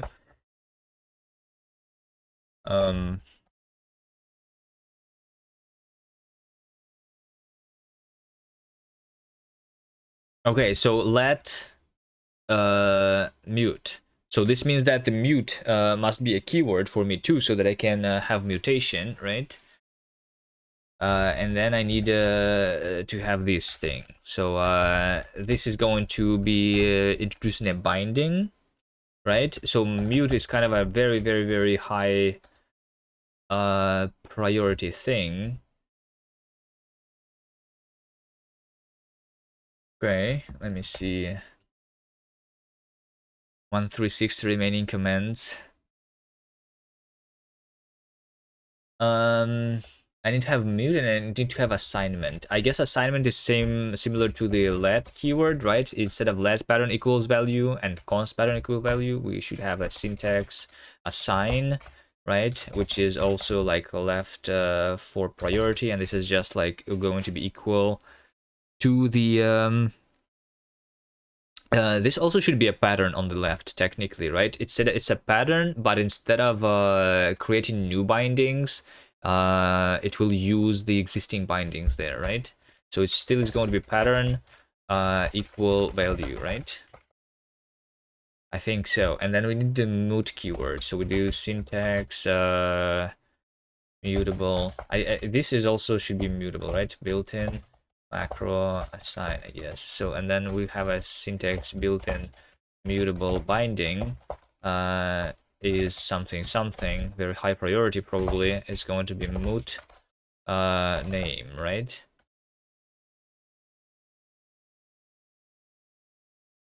Or I can have it a low priority, and if it's like inside a pattern, then everything inside of it would be mutable.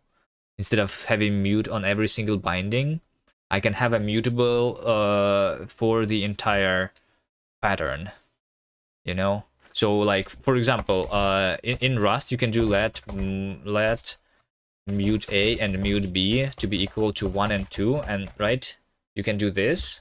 But what if we just said let mute A and B equal 1 and 2? This will introduce the new two bindings, but both of these bindings are mutable automatically because it's on the outside of this pattern.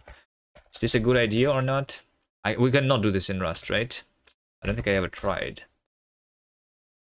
Let mute A, mute B is 1 and 2. We can do this. After we do this, we can easily say something like A and B is equal to 3 and 4.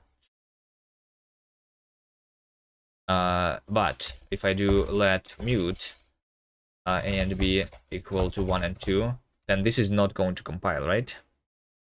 Yes, mute might be attached to each individual binding.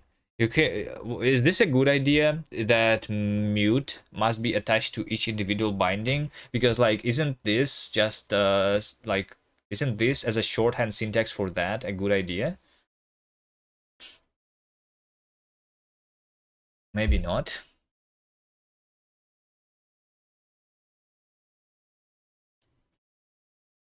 And then mut may be followed by variable and variable at pattern.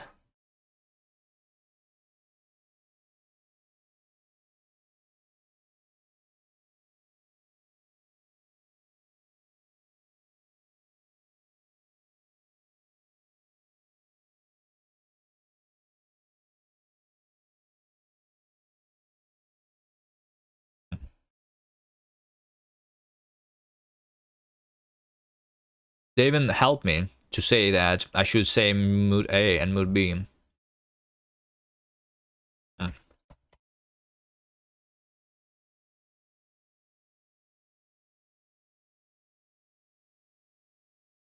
Okay, anyway, what the priority should be of this?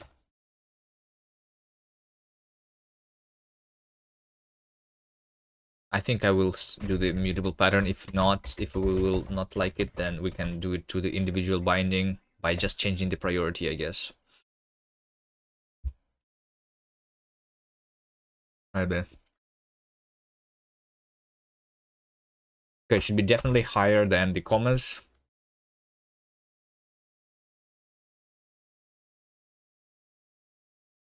Should be higher than the type description.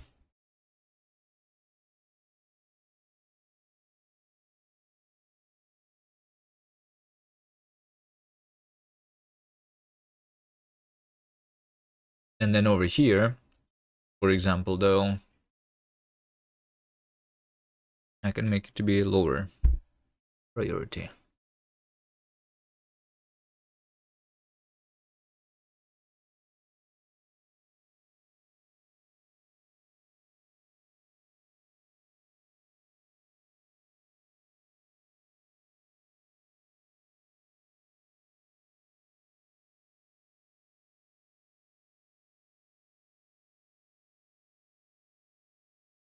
Hmm.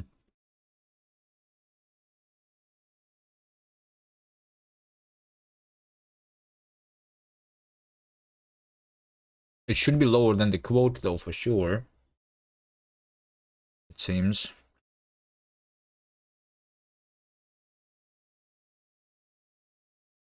Mm -hmm.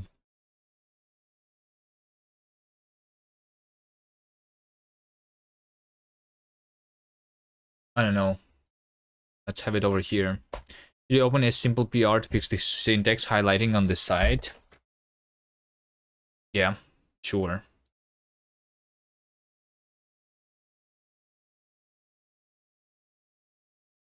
Did you make the thing already? Where this is not a should not be a screenshot. And this is the syntax highlighting issue where like every line is highlighted for some reason. It's another issue.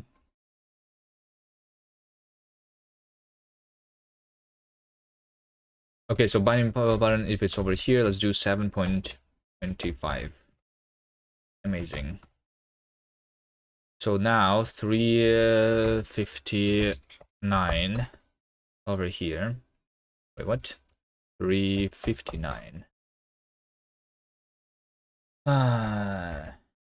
We have a match.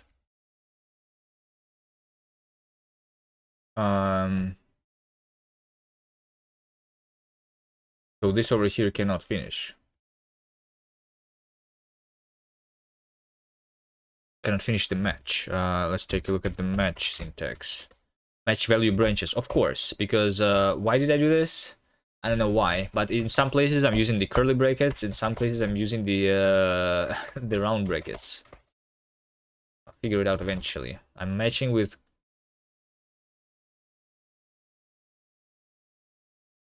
I'm going to match the curly brackets because I'm used to that. How about that? Let's just fix it right now. Make it a curly bracket here.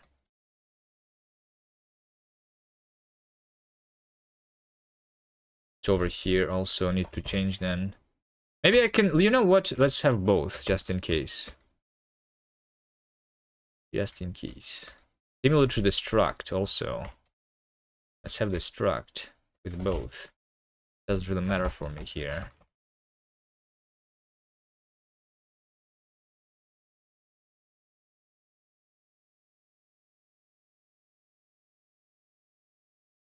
Devin India is back. Welcome back. So because Zola adds highlighting when parsing the MD, and because juice here is configured in HTML after that step, there is no way to have syntax highlighting for the code showcase in that place other than literally moving DOM elements from content to hero. After the page was loaded, at that point a template becomes hindrance, not a help.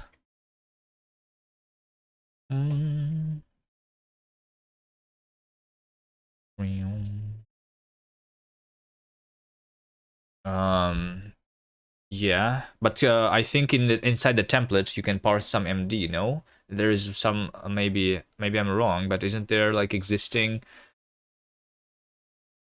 like so from inside the template you can parse an MD which would do syntax highlighting or something?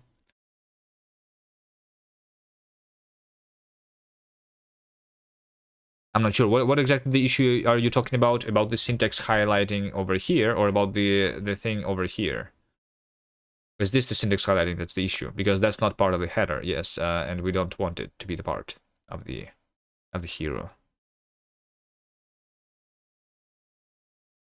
This should be just an MD.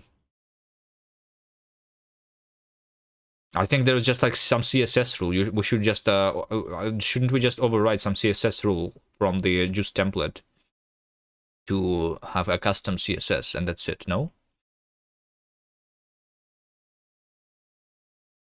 You're trying to do it, the top one. This one is fixed already. Do you have a pull request for it, or do you want to have one big pull request with both changes? Okay.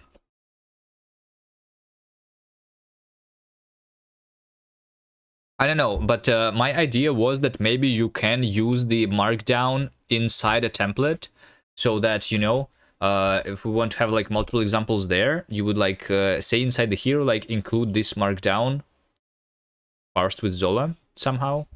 Can you not do that? Zola include markdown in template.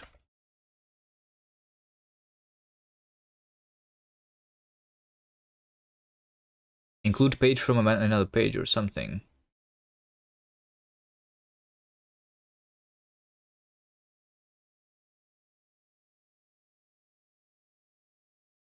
Like there should be a short code for including a markdown, I think. And then both parts, like this part and that part, would work literally the same way, I think.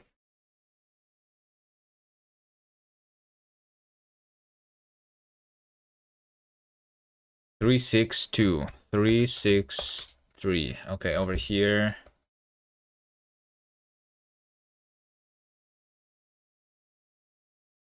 We have a closing bracket and I cannot finish here. Okay. Why not? Now I have a different issue.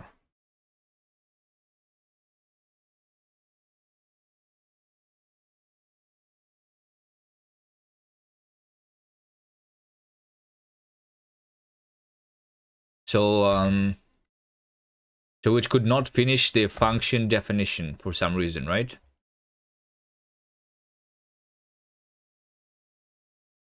Why would it not be able to finish the function definition here?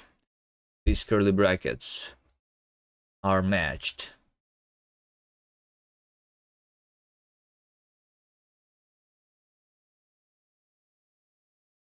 The curly brackets are only being used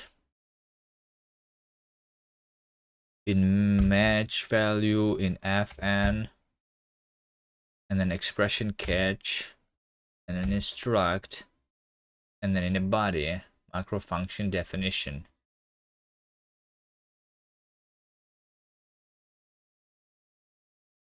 I think I need to remove this syntax. Might be the case.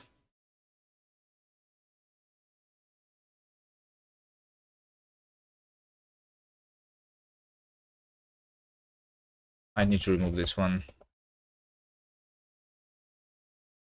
Because I think it's trying to like call that thing with that thing. Yeah, okay. Okay, there we go. So the syntax has been parsed successfully. Now if I say generator, no, just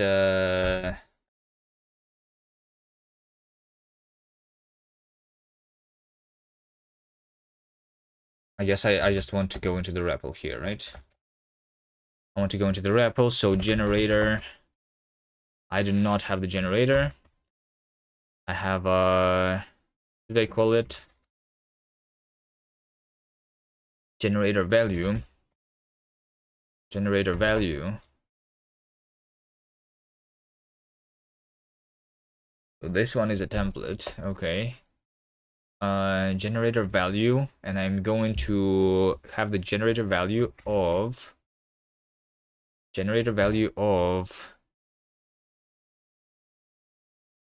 so over here, should I function this into yield 1, 2, 3, right? Like I want this, I think.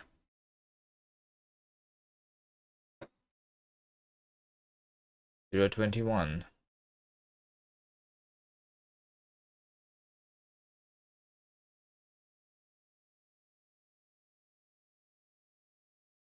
A value not found in current scope. Do I have value somewhere here?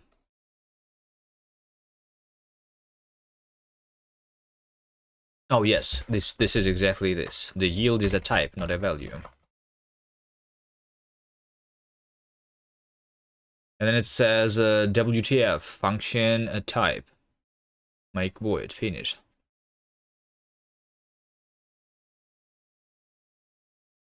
So something which is a pattern is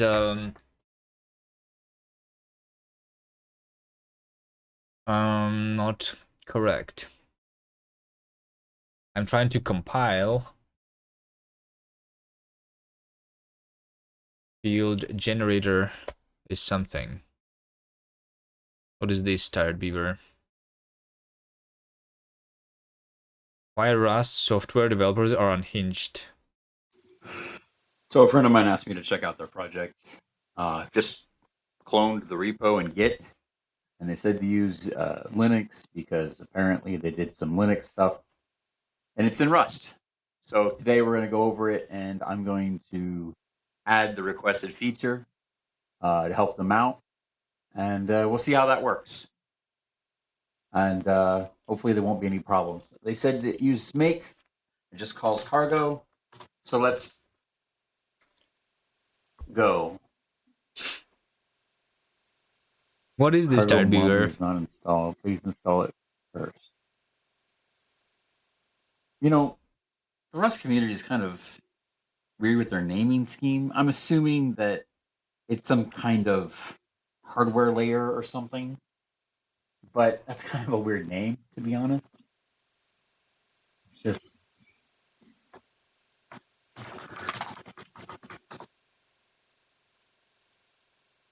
Okay, so this might be it. Mommy's here to support you when running car.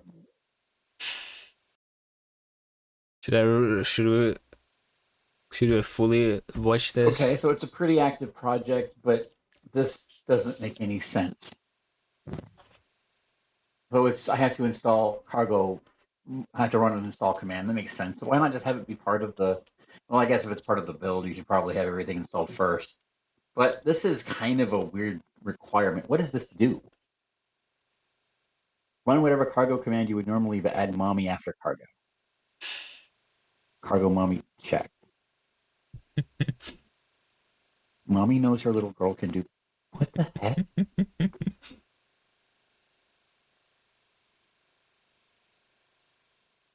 So I'm getting the sense that maybe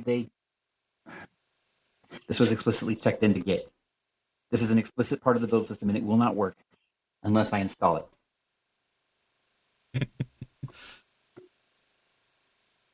This, bruh. I mean, that's what I would say if. Nice. Who made this?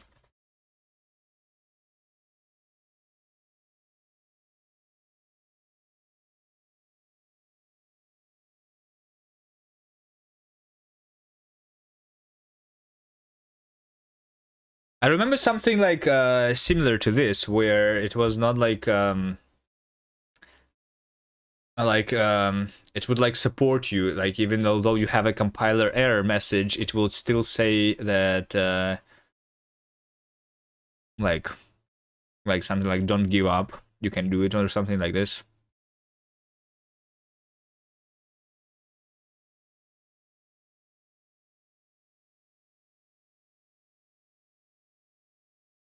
Nothing weird about this. You use shell mummy inspired by cargo mummy. This is a shell script that provides mummy function which emulates the nurturing and supportive figure.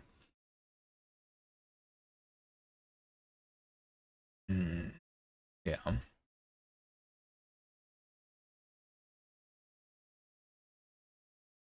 Nice.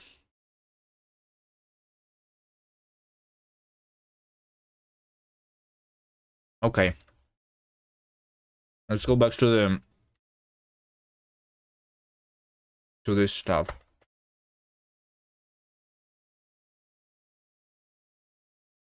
So basically everything has successfully compiled, right? Right. But no, not everything. When I'm trying to do this, function type something void into finish, yields, right?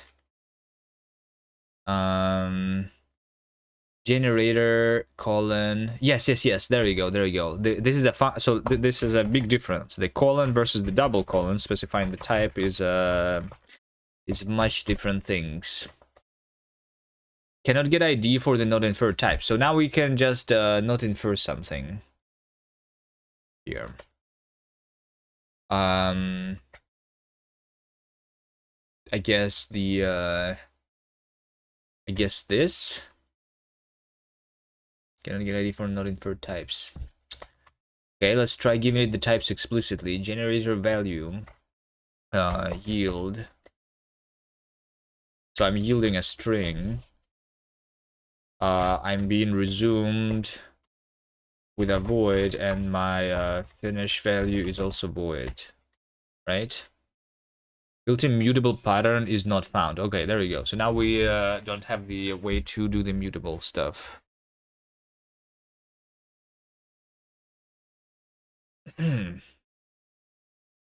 Kast should have something similar. Kast mummy.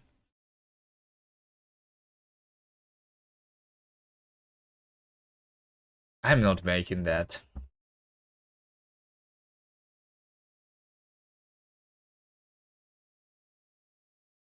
Can't really stop anyone else from making something like that.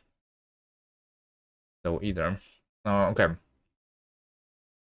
Going to mute keyword, right? Interpreter. So we should have built-in macros. Should be also a mutable pattern, right?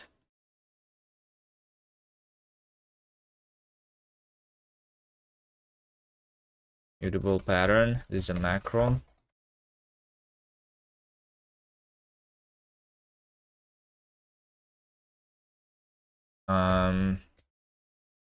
So mutable pattern. It's built-in macro. Name. Mutable pattern. Implementation.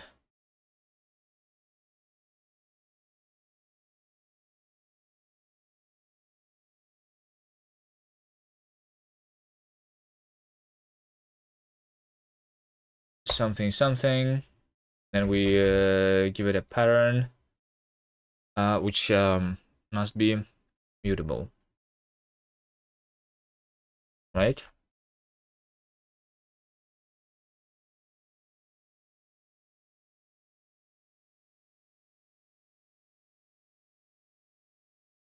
I'm finding the pattern in args because I have named it a pattern, and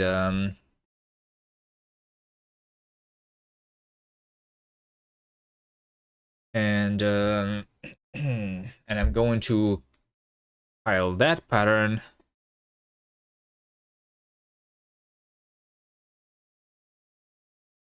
But then I change all the bindings inside to be mutable, right? So I'm going to say that pattern is compile ast to compile pattern, I guess, right? I'm compiling to the pattern the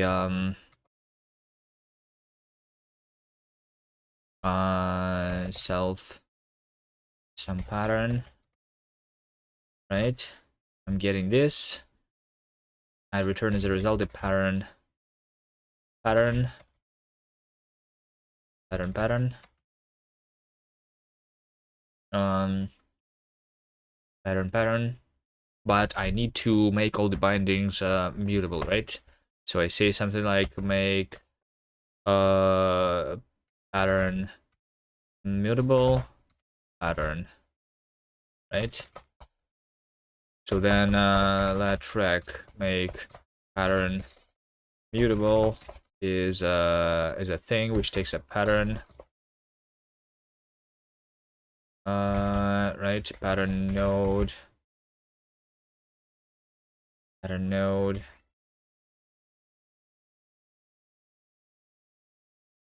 Is this how I do it?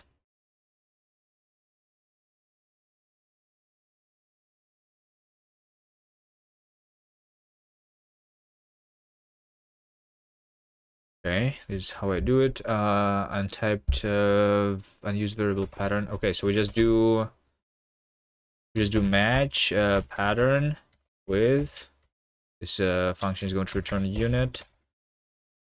So I'm matching the pattern with, if it's void, then we just do nothing. If it is a binding, it's a binding of a binding, then I should say binding dot mutable is true. So mutability is the property of a binding. Void underscore binding underscore.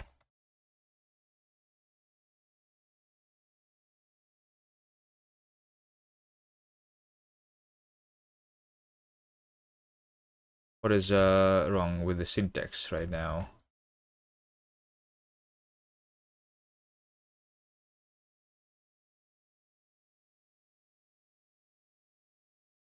A binding, but it's expected to be that.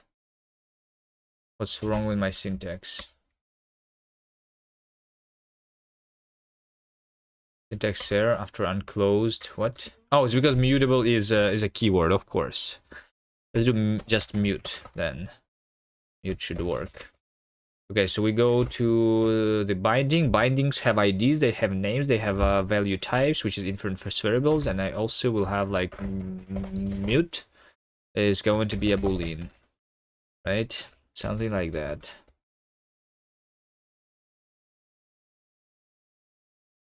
Right? Instead of making it mutable, I can like construct a new binding instead. I guess. Should I just do that maybe? Maybe. So like make pattern mutable is the one that is going to return the pattern node back, but it's going to replace void data, you know? And then binding and data is going to be just going to replace binding. Binding is binding with mute true, right? And data. And then I just do all the other things.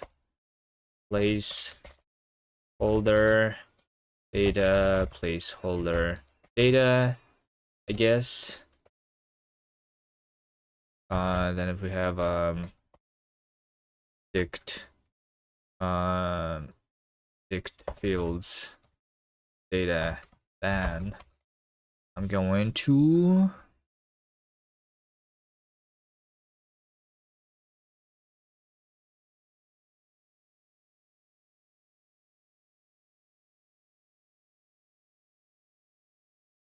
say dict fields is fields into string map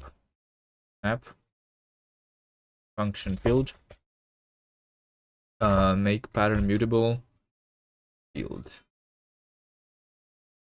I mean, we just make the pattern mutable there, right? That's it. And I also have the data, and this should just work, right? Yes. Then we have the variant. Variant is a thing which has name, value, and data. Name, value, and data is going to return variant name. Value is value into option map make pattern mutable into data like this. And then we also have the union union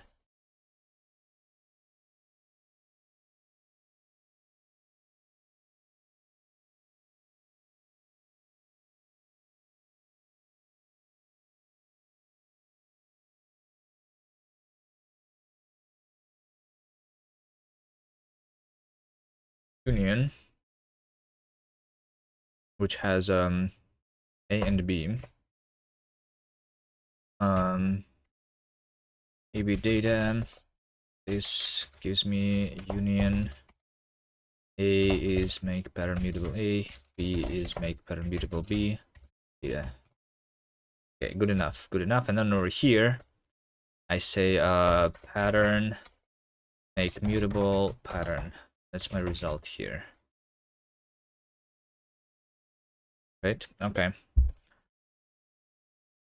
And then when I'm compiling the pattern, the binding, with the binding originally over here is just going to be the mutable false, because originally we don't do the mutable binding unless we specifically say so.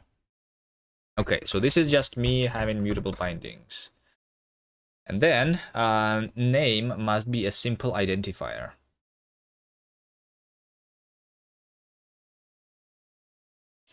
Name must be a simple ident. Name must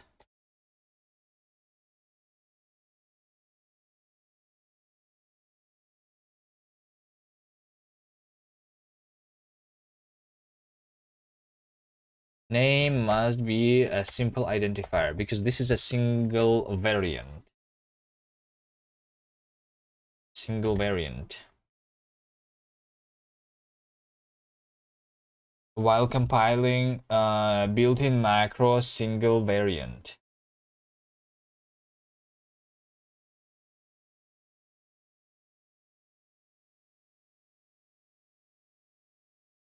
Single variant is when we have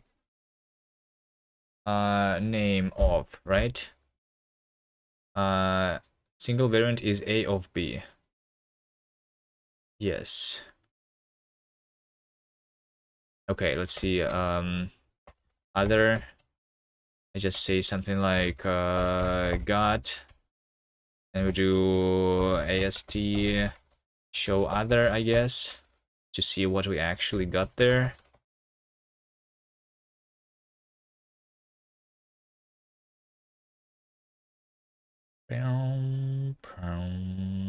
Got field access instantiate template. Yes.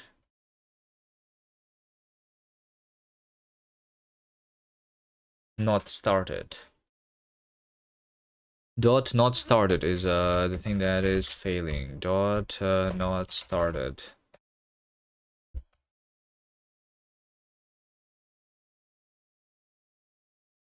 But the dot not started is only like over here, right? And this is so they can I cannot do this as an explicit thing yet. I thought I can because the of okay because the of okay I think I wait because this is supposed to be like used like a function. That's what I did before, right? Not started generator. The of does not support that.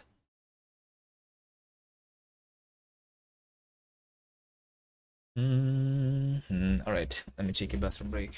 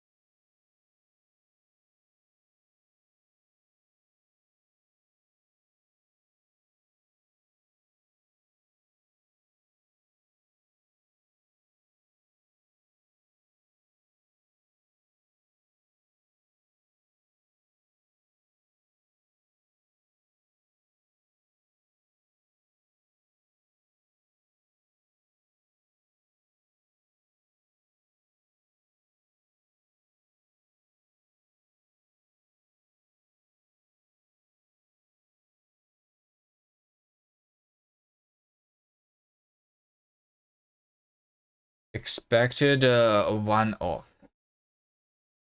Combine variance.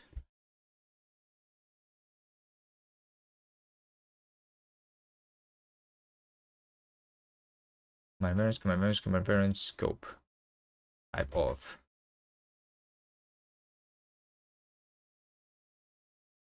I think this over here. Shouldn't it be or yielded or finished? Maybe? No. I don't think it matters.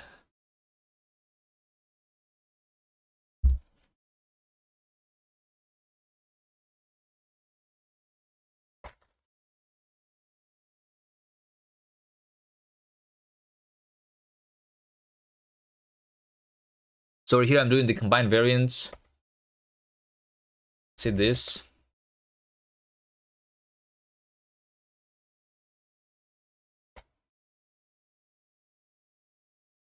Expected one of. Got.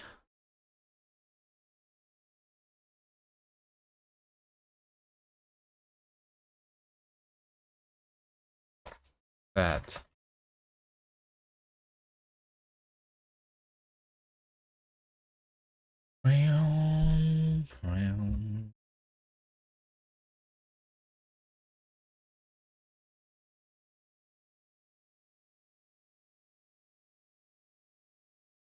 Expected one of. Got. Call to the const built-in function type.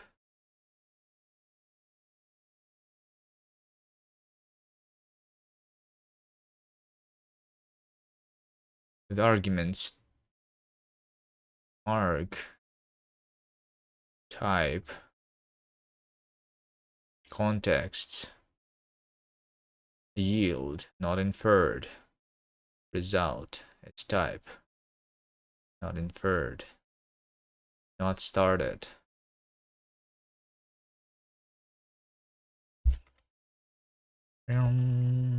std lib and to find the vertical bars, right?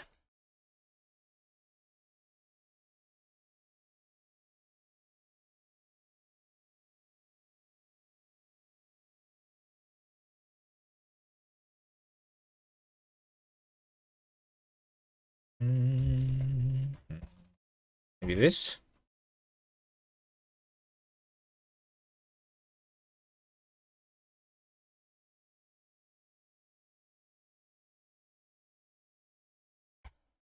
I think the most important feature is not the one that I'm currently editing, but the better telling what the error is.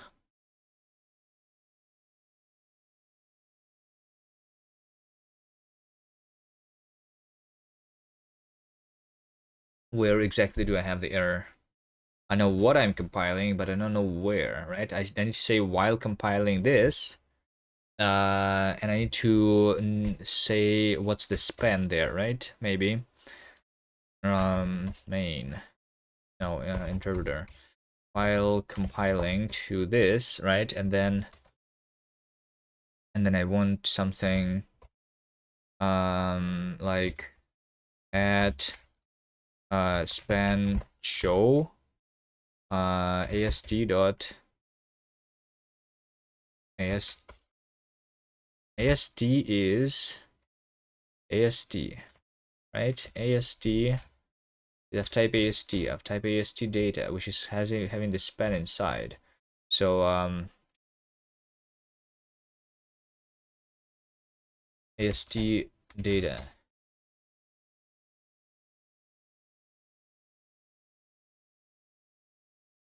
Do I not just do something like ast.data? Ast, right? And this dot span, because that's the only data that I have right now. Okay, so this should tell me what am I compiling, right? So while compiling this at stdlib 3271 3271.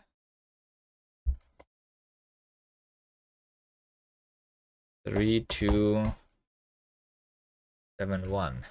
So it looks to me that the fn is tried to be combined with something. Wait, what? Why would that be combined with something else?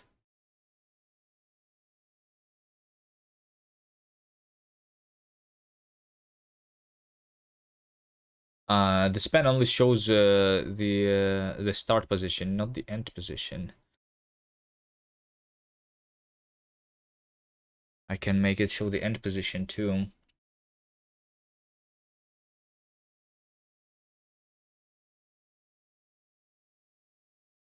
But I have a function and then I have a comma. Function should be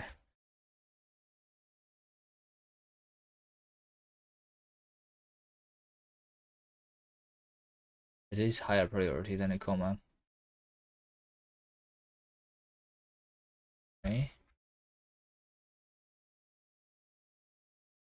Okay.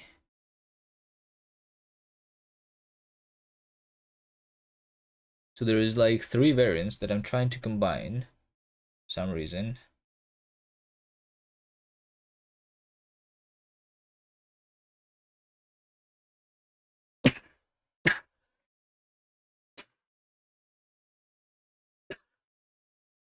Sorry. Instantiate template at 333 though.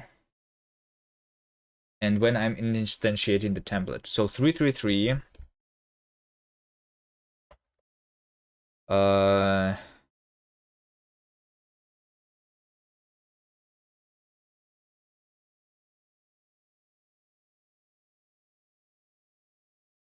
don't even have any instantiation here. Wait, what? What are my ASD show? No, span show. Span show just shows the span start. So how about I also show dot show position span dot n stand on finish, right? If I do this, then it's going to say that what I'm trying to parse is 327 into 330. Also, you know, the lines are 0 based, and I guess we are going to do position line +1 finally, and position column +1, because that's how the editor works. I'm going to do this instead to have the actual line numbers. So there you go. std libcast 328 into 331.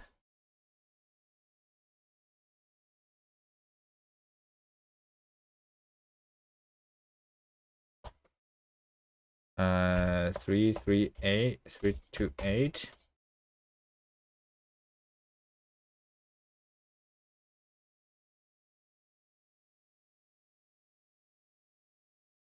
Three two eight two, which is this semicolon. Wait, what? This makes 0 sense.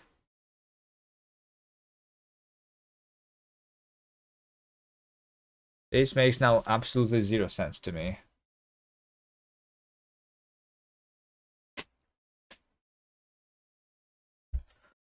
Okay, so I'm trying to instantiate some stuff. I'm trying to compile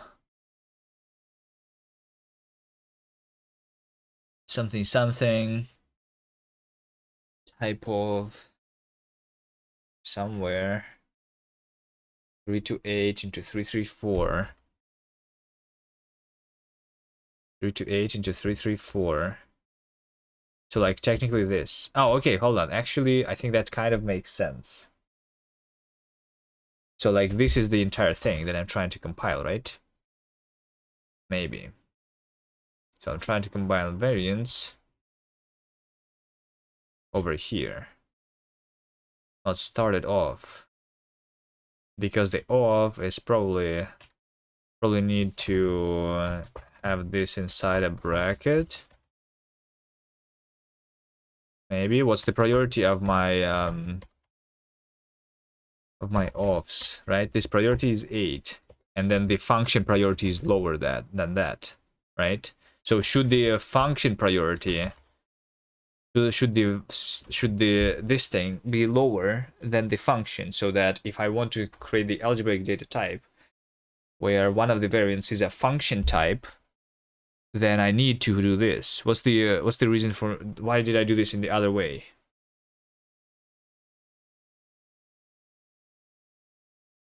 Is there a reason to say that this is going to like return this of that? Something? I don't know. Let's skip the parentheses for now. Okay, now they say B not found in map. B not found in map while I was compiling the built-in macro compile variant, the combine variants. Interpreter. Combine variants. When I'm doing the combine variants, technically A and B, the B is not always there. The B is not always there, right?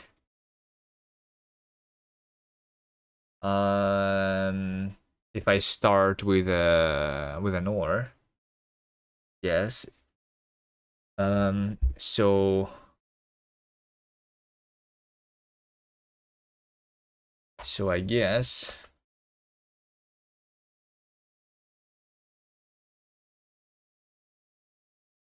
I guess in this case I'm just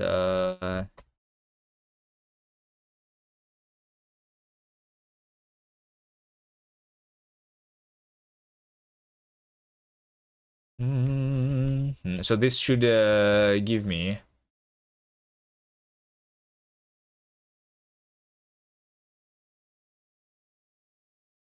I'm going to match string map find opt name args and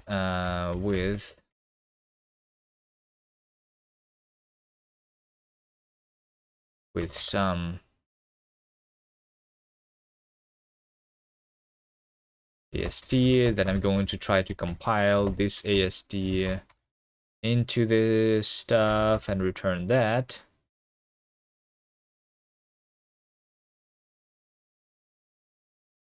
Otherwise, if it's none,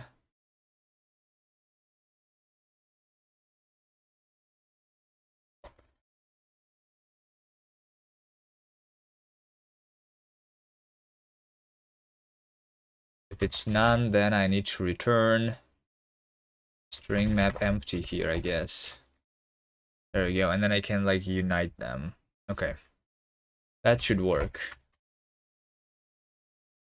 Next, cannot get the field not started of type. Okay. So this is now because I want to initialize the thing. Does it mean that I broke everything, right? I think I did not try the options either. So if I do option int32 one, right, it is going to be the same thing because I did it before the type inference and now it is broken.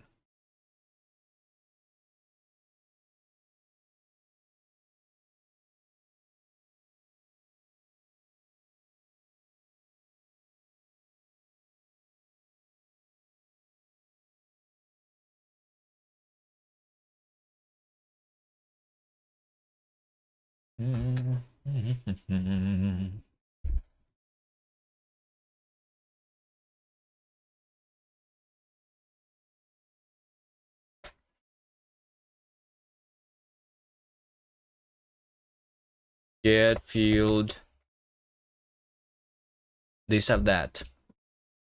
This is get field opt. So the value is going to be a type, right? This is supposed to give me an option.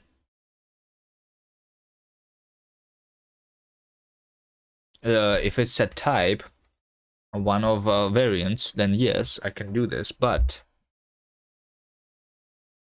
since for the type checking, I'm trying to see the type of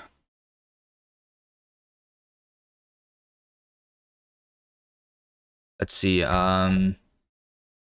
field access.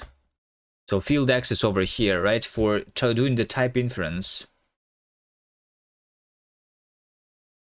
of this, I'm checking the field name of the value.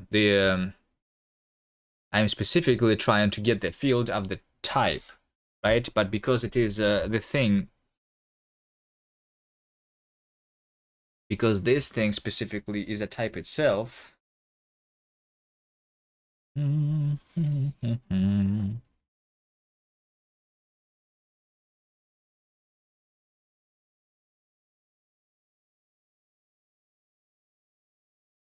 The type of this thing here should be a type constructor in this case, always, right? Is there any way it's not a type constructor? Not until I have like methods, I guess, properly. For now, I guess I can see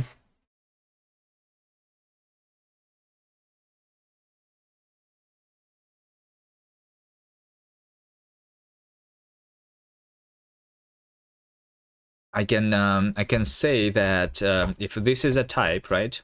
I'm going to match value with uh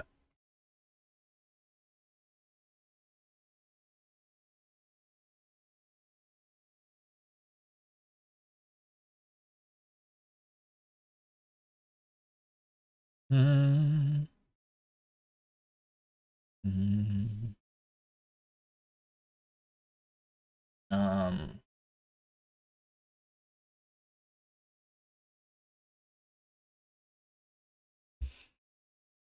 with underscore, then I do this, right? But if it's a type specifically, then I need to like do the other thing, right? In this case, I am going to say that the type of like option int.sum is a type constructor, which is a function from the thing.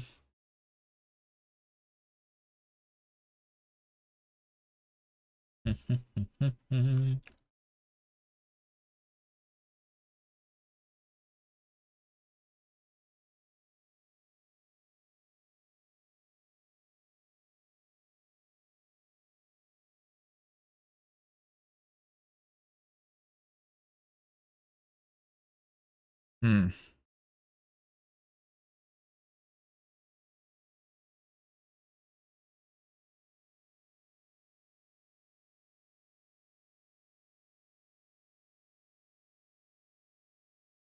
Hold on. Maybe not that yet. Fail with to do. If I say option int 32, right? This is none or some int 32. This itself is a type, right? So if I try to say type of option int 32, this is just going to give me a type. That's the problem for like when I'm trying to infer the field accessing of dot sum, right? Maybe there should be specifically a field access, like if I see something like sum of 1 to 3, like I have right now, in order to not have the problem, this will not even try to do the field access, but it will say that I want to construct a variant sum of this type, option in 32, and the value of 1 to 3. This makes a little bit more sense because I don't.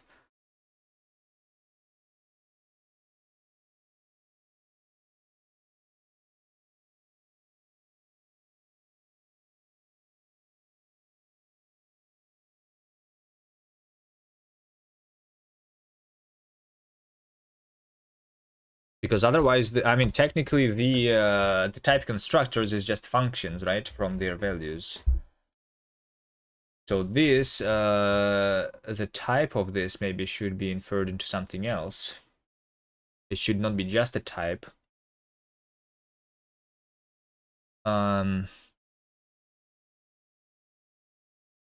Maybe.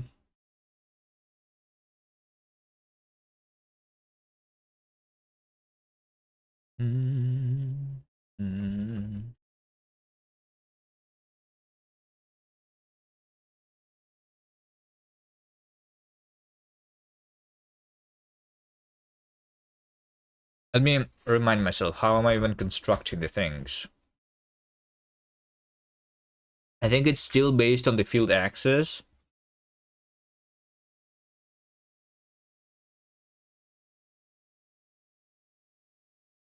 I'm doing the get field opt, and if this is a type, then I'm constructing a function over here. There you go.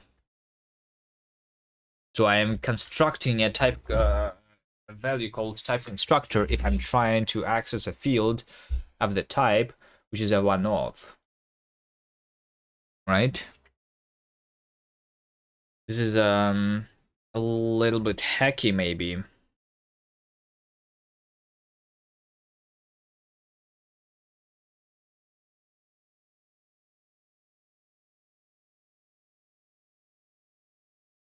But I mean, that's what type constructors are, right? They're functions from the value.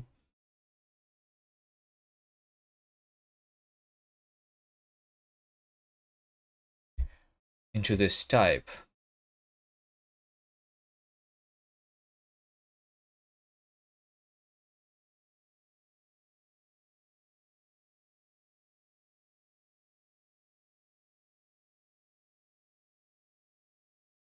I do have here, over here, I have type constructor type specifically. And a to do. I wanted to do something else here, maybe.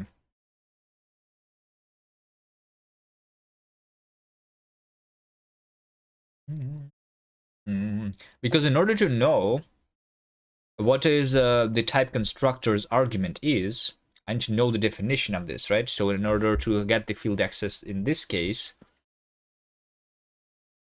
I need to evaluate the object itself, right?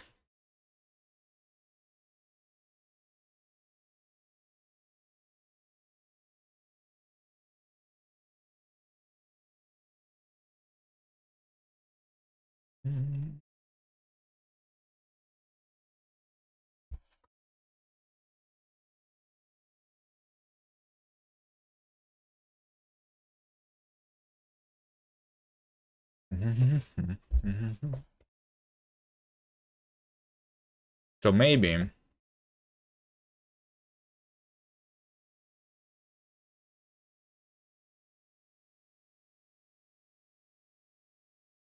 this to do I don't know.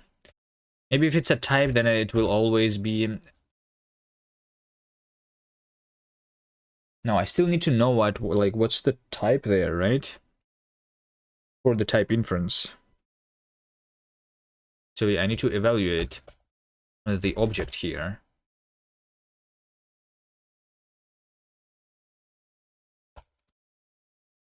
Right? Okay. Let object type is evaluate. In this case, object with cell state object. Right?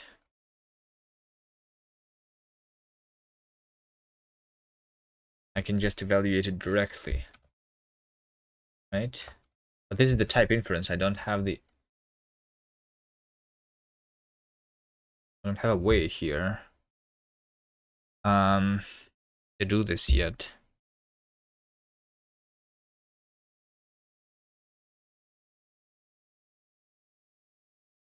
Check in field of value.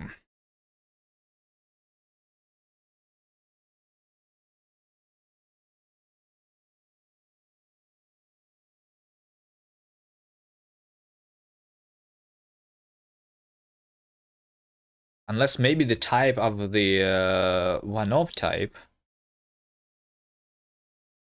Oh, I still want it to be just the type, right? Let's see, what do we have here? One-of.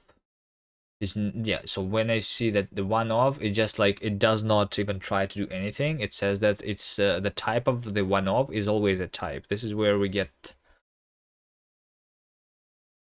But I need to know more information than the fact that it's just a type, right?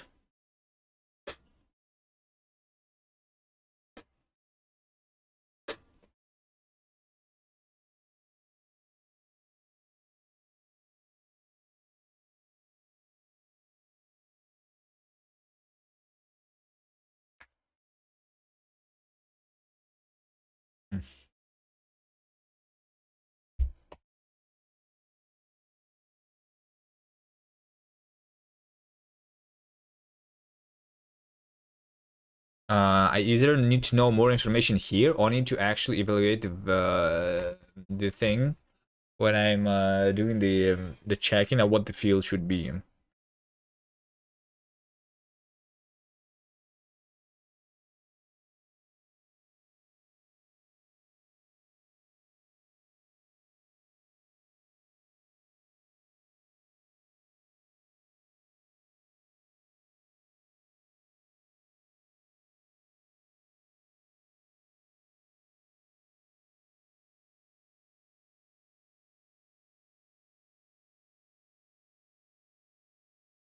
Or another alternative, like I said, maybe is what I'm going to settle with for now, since I already have like the of stuff, right?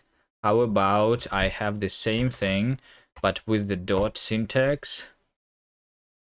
This is a single variant. This of that, right? What if I just use the same thing, but right now I can do this only for patterns, right? So if I do interpreter single variant right now. No, hold on, single variant can work already, right? If it's not the new bindings, then... Oh, wait, hold on. If it's not the new bindings, then I'm constructing a variant, right? So there is the... So right now, my entire representation is one of the two things. It's either an expression or it's a pattern. But when I'm defining a type, it's not me... it's almost like...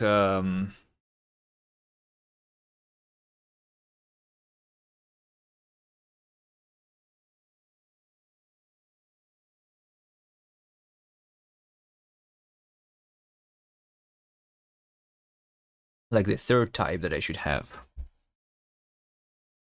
Okay, let me try, though, doing this. I'm going to have a different syntax then. similar to the dot, so the field access, I'm going to have something like this. I'm going to have like construct variant, you know, construct variant. Is going to be object dot variant of value, basically. So we are going to say that like, for example, option a dot sum of 1 to 3, right? Object dot variant. We still have the of none here for now till I figure it out.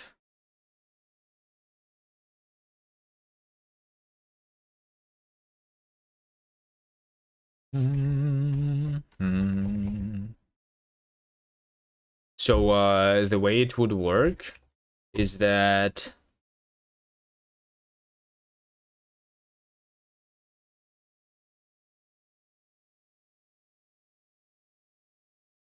this should be left associative to yes.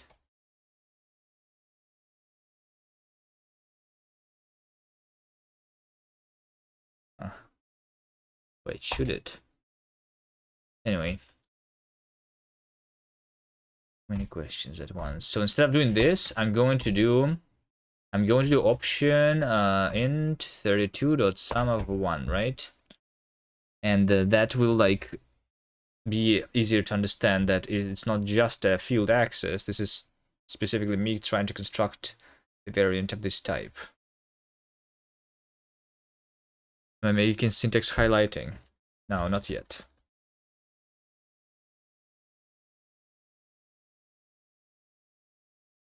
And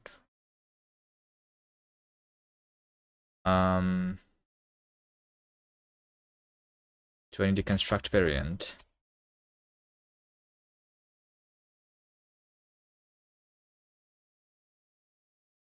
Construct variant built-in macro is name construct variant addition fun cell args new bindings, then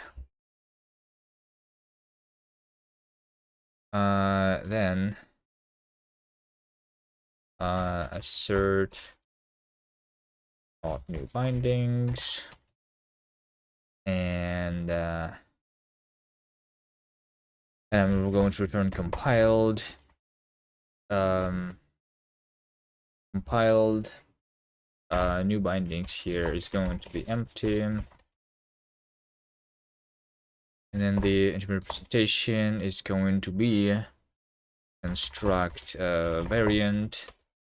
So in order to construct the variant, we need to have the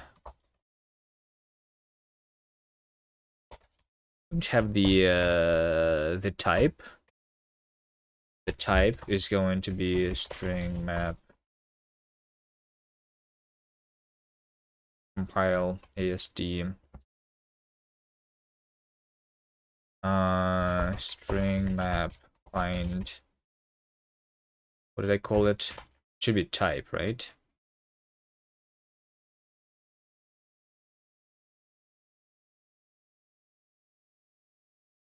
The object, yeah, let's call this type dot variant, basically a value, and value is optional. Find type in args, right?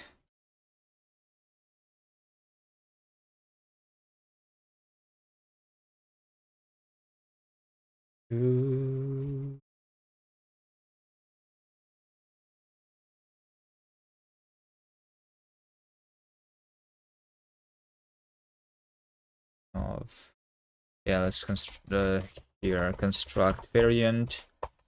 Construct variant type is that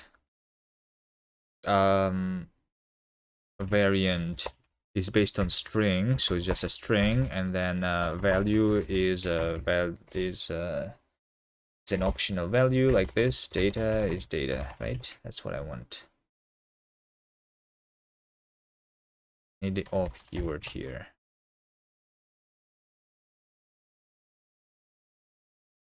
Field access. We do. And this is me initializing. Hold on, let me finish the construct variant here. And have a type, which is that. I need to have a value, which is a string map find opt value in args into option map function ast file ast to ourself ast, right? That's the value, and then the name, the variant is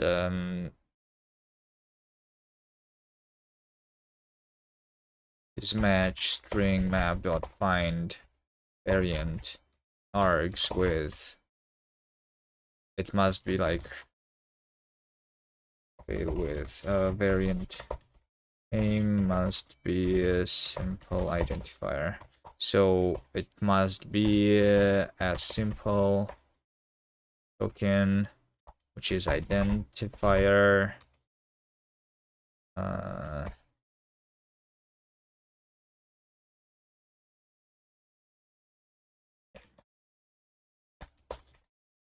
something like this, right?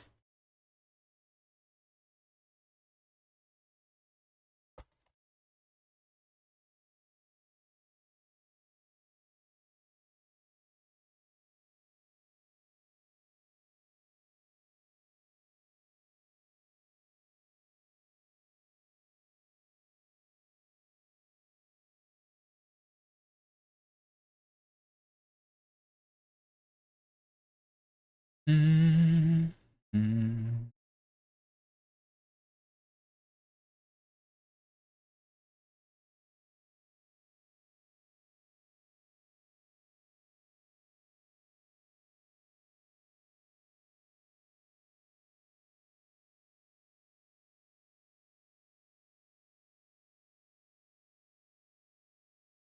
Construct variant. Okay, now we have 1,000 errors again. So over here, when I'm initializing the construct variant, data is no data, and type and value, type and variant and value, right? This over here, this initialization is for me doing the type inference. I'm going to give as a result type, variant, and value, but the data is going to be of known type. So because this is a type constructor of type tie, right? It means that we should have a known type, and the type is like, am I just like evaluating it here actually?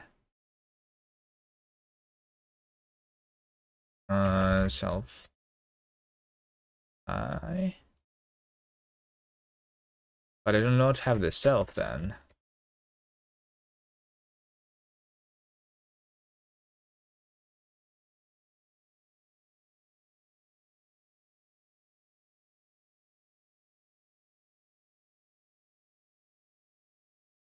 Screen has type well, yes. But the self is also not found, right? Which means that in order to know this, I still need to like capture the environment or something. Value to type. And this must be evaluated to the type, so I still need to like capture the stuff. And when I'm constructing a variant, I need to know what it is. Which means that this type should be almost like evaluated then. So should I just do then the type here? The this should be It should be not this. There should be value construct variant. It should be just value type here then. Maybe like I'm doing in other places. Name construct variant. Construct variant. Over here. So I'm not compiling it. I need to evaluate, right? Type is evaluate. I'm going to evaluate AST self string find type in args dot value, and then this should be converted to a type value to type. Right, this is what I want here. Okay, and then show this thing. I want to have a construct variant type variant value, and have something like I want to show type t, and I want to say dot, and then I want to say variant, and I want to say match value with some value, then show rack value, then of show rack value. Otherwise, if it's none, then nothing. And this should be parentheses like this. Okay, the data construct variant data underscore. It's easy. So this is what I'm evaluating, and then there is one more, right? Wait, no, this is the only error now then. So then, when I'm evaluating the construct variant of type variant and value, right? When I'm evaluating this, what I get as a result, I get a variant. I get a just value, which is a variant. I get just value variant. Variant is a type, which is a value. Hello? You constructor expects us in line. Variant, we have type, we have name, and we have value. Yeah, this one is easy. So we have a variant of type equals t. For some reason I have a different thing.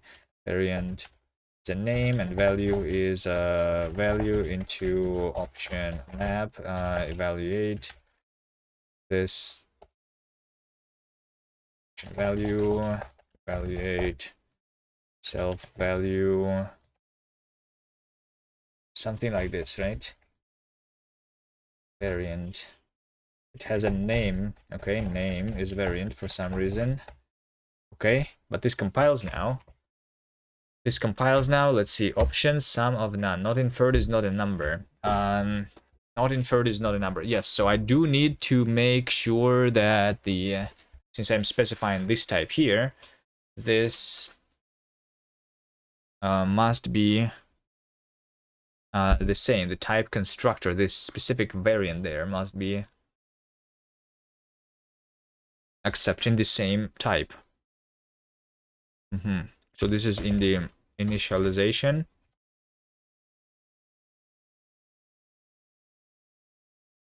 I'm constructing a variant, and just knowing the type that I get as a result is not enough, and to specify the name of the value, right? So I'm going to basically match the type with, before doing all of that, right? I'm going to say that if it is underscore, then fail with show type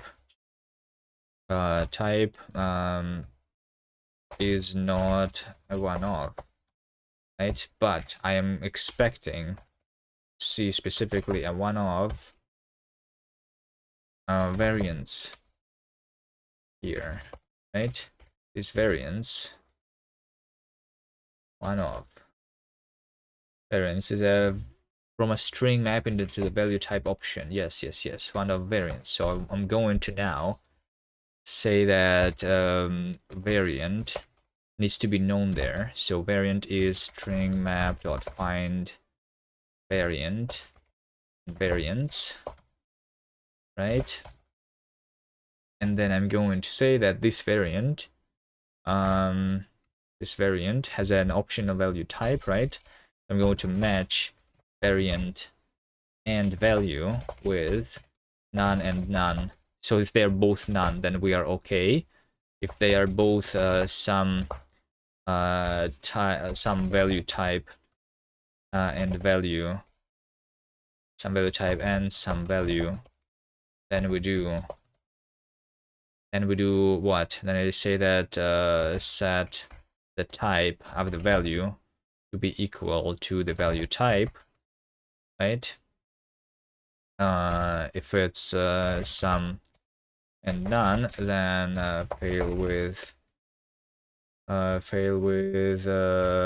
of variant expected value, that value not provided. And if I do none and some underscore, then I say fail with variant didn't expect a value. Okay, and then this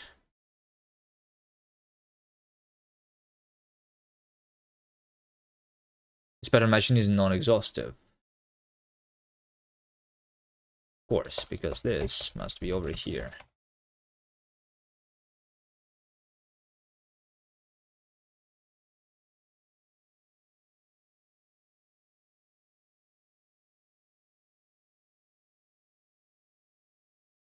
Okay, build is finished. So I go now this. This is going to be some one, which is none or sum of int 32. So if I do similarly, option underscore dot sum of 1 int 32, this is going to also infer this thing. Okay, good. Good. So this is just like a little bit more explicit syntax of just me saying that this is just a function.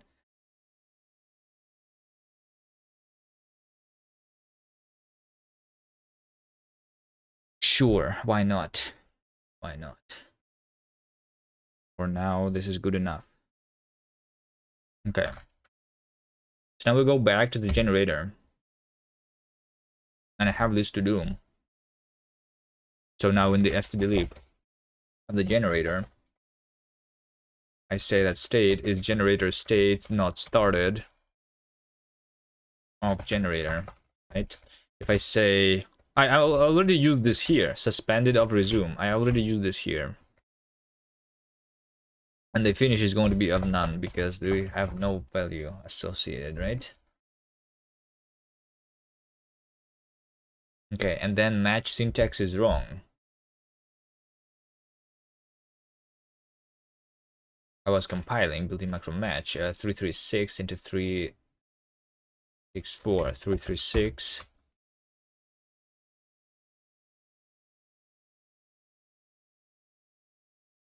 to the 363. This is the match. For some reason the beginning of this match looks completely wrong. This is not 336. 336 is over there. Okay, maybe my span information is wrong actually, then is what it means. Right. Let's see.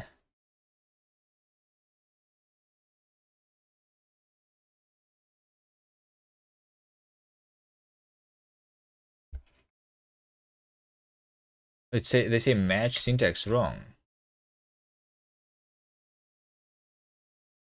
Because of what?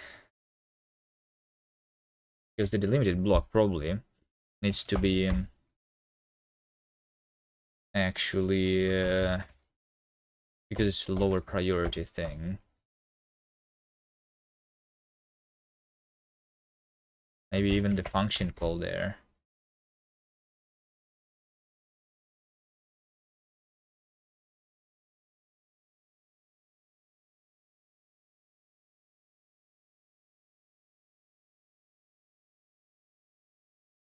Match syntax wrong.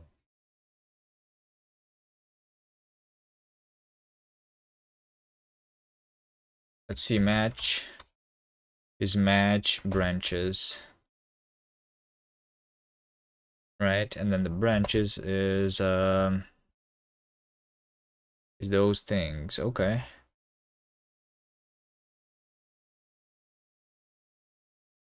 That's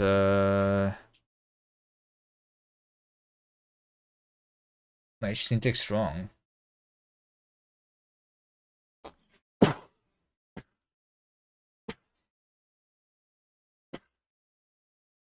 Whoops. I should only have the combined variants. Match syntax wrong. Colon AST show, or is it not AST? It is AST.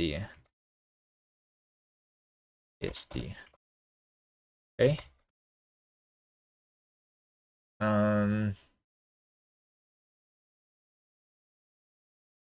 My syntax was wrong. I have the macro combined variants, but this is exactly what I'm expecting, no? I'm literally expecting combined variants. Oh wait, hold on. I want built-in macro combined variants because this is a hard-coded thing here, of course. And the built-in macro combined variants. When I want to have like once I will actually have namespacing, I will have this as a problem again.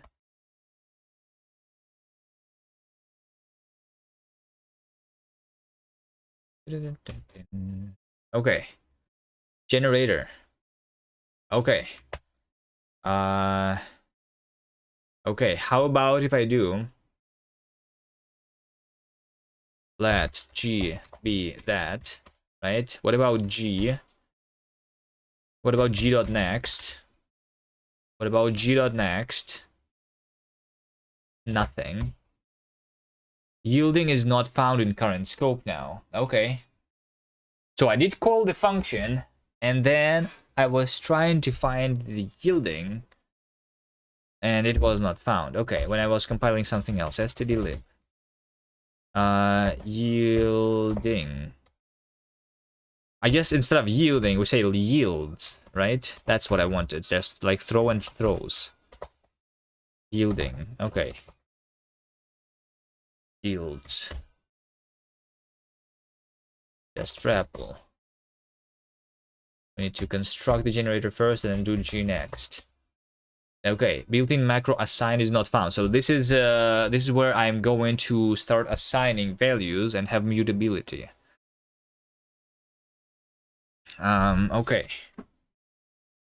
All right. So since this binding is mutable, when I do the mutability, I need to like change this thing to be something else.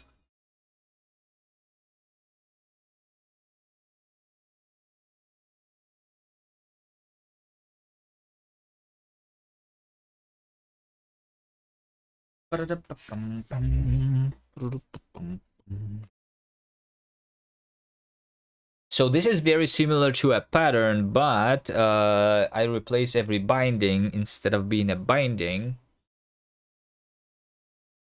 into something else. Right? Right. Okay. How about... Okay, let's implement this. Sure.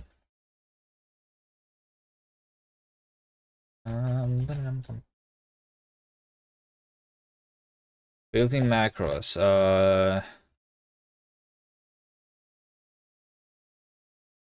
Assign. Okay. Assign is a built-in macro. Name is assign. Implementation is function self args. Bindings.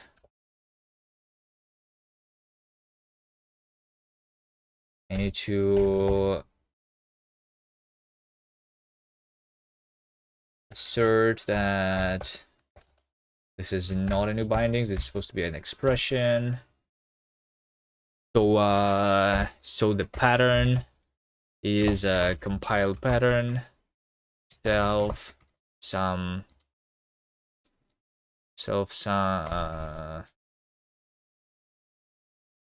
some string map find pattern args, right? So I'm going to get a pattern, and then I'm going to get a value. Value is compile to the intermediate representation. The find value, the args, right? This is it. I'm not going to introduce any new bindings, so this is all I want.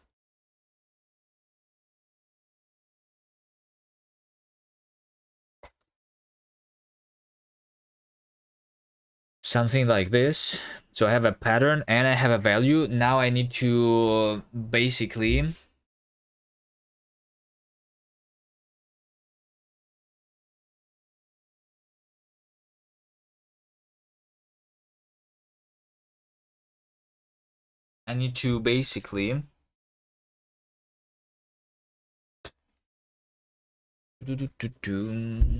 what is my function pattern match even doing? We have a pattern, we have a value, and we give for every name a value, right? If I have a binding, then I know that this name is now bound to this value. Yes. So this is technically what I want. So okay, I guess I just need to, when compiling a pattern here, to not construct new bindings but to reuse existing bindings. This is the only difference, right? The bindings are still the same, right?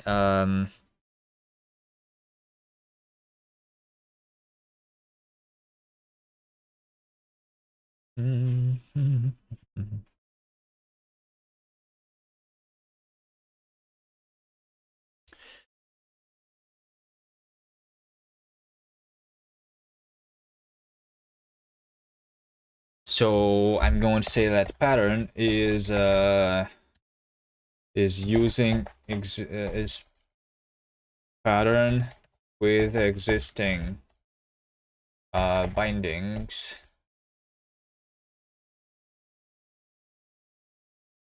self pattern, right? So what is pattern with existing bindings? It has a pattern and it returns a pattern, and we also have the self, which is a state. So I am going to match pattern with void, then we give the void. It's kind of very similar to the mutable, make pattern mutable. Can I do this? Copy, paste.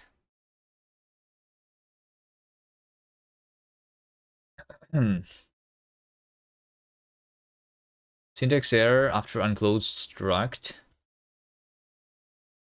Where is it unclosed though? Equal. So I'm going to match this. Instead of doing the make pattern mutable, I need to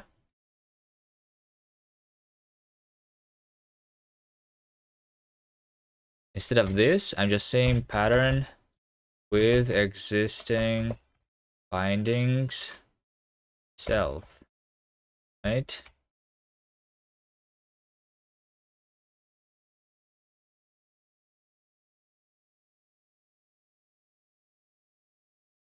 And then if I see the binding, instead of replacing the binding into the being mutable, instead of doing this, I'm just going to say that binding,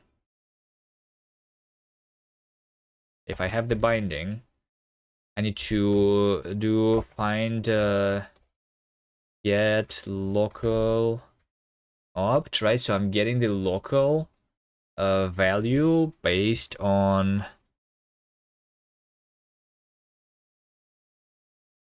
I'm getting the local value in self by using binding name, right? And I'm going to match this with some binding existing. Then I just return just say this let existing is this existing.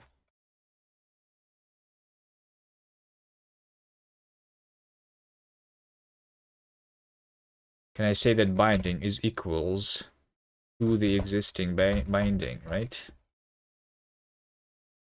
And then this is non-exhaustive, so I just need to say something like some underscore then fail with expected binding, and then if it's none, then fail with binding.name not found current scope, right? I think this is what I want here.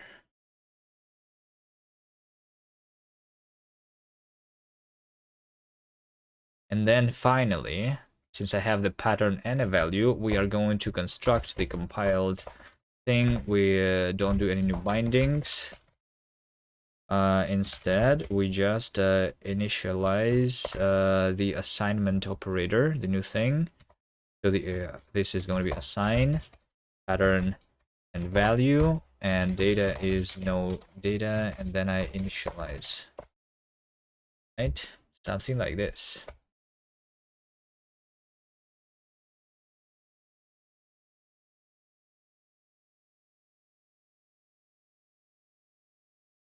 So I just need a new thing, which is going to be called sign. Sign of pattern being pattern being a pattern, value being that, and data being data. Now I need to figure this out everywhere. So if I am doing the assignment of pattern and value and data being no data,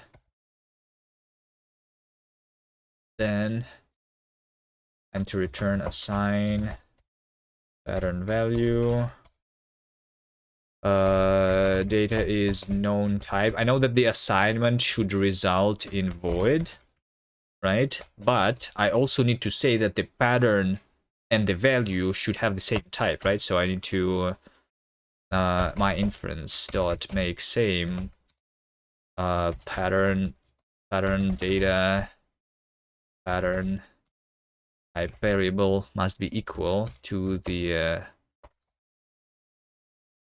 value type variable, right?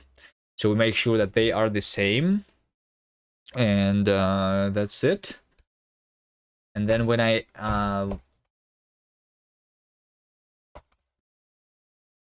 sign here, this is just the name of the expression. If I do over here the show assign pattern value underscore, this should be something like show pattern and then equal, and then show the value, right? And then over here assign data. Then over here, this is where I'm actually evaluating the assignment. Assign value data value, and I guess pattern value underscore. This is where we need to evaluate the value first, right? So let value is evaluate evaluate the value, and now we need to do the pattern matching, right? So we do pattern match, pattern and value, and this gives me the new bindings that I need to override, right? Yes. Yes.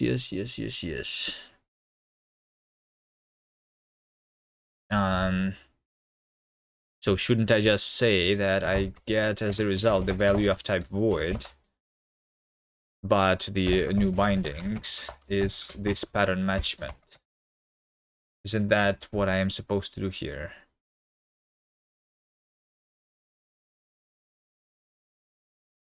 What?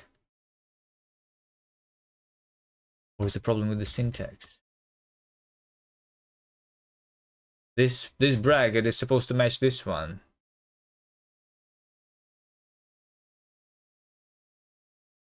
Is it stupid? Is it stupid? Wait, what? Okay, let me remove both then. No, this does not work.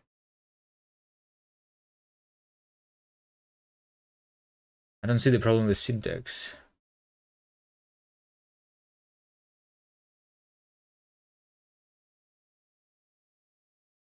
This expression has to have value, but expression was expected of type unit because if that's hand side of the oh, because of the in, of course. Of course. Like always. Okay, let's see if it works. Let's see if it works.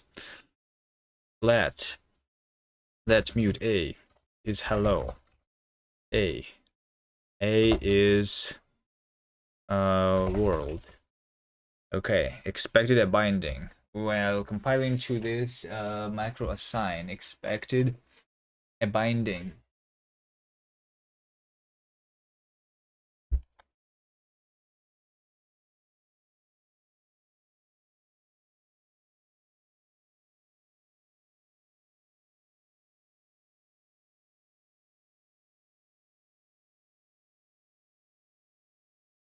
So I'm trying to get this thing. Oh yeah. I'm not trying to get like these things, right?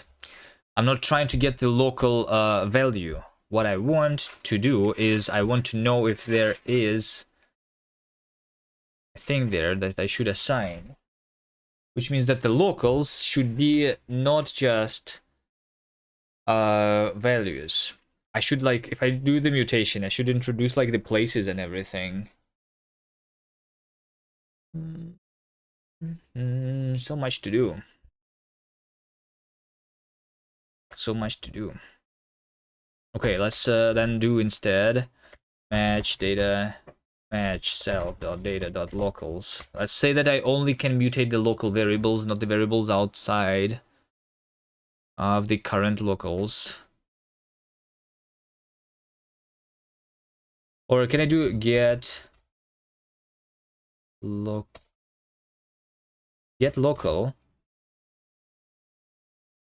It's just doing this. Yes, okay. I'm not ready for mutation. Match string map find binding name in self data locals. To do not only locals with if I have some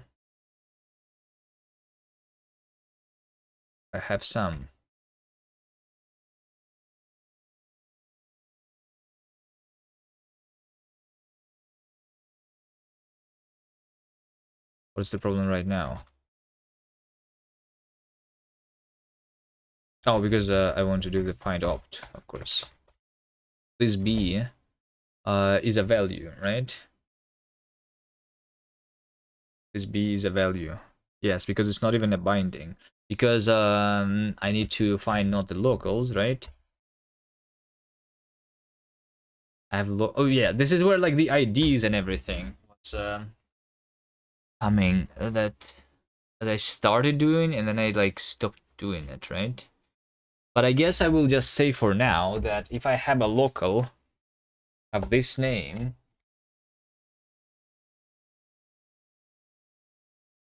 no, hold on, this is during the compilation, no? This is supposed to be during the compilation.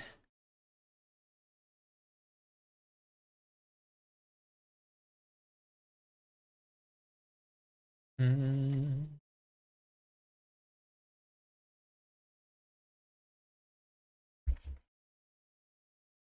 Bum, bum, bum.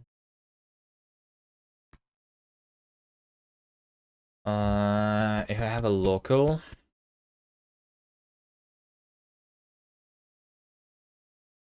like I lose the information about something is a binding because I only store a string map based on a name, and that is not enough.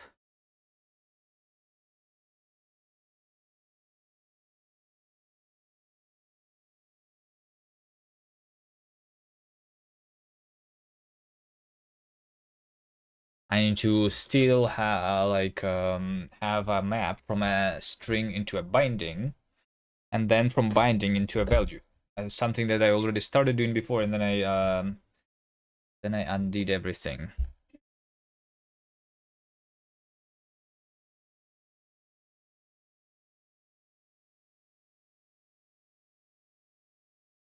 So what if I do it the same as before, but if it is some underscore instead of failing over here for now, but it's going to be a to-do fix.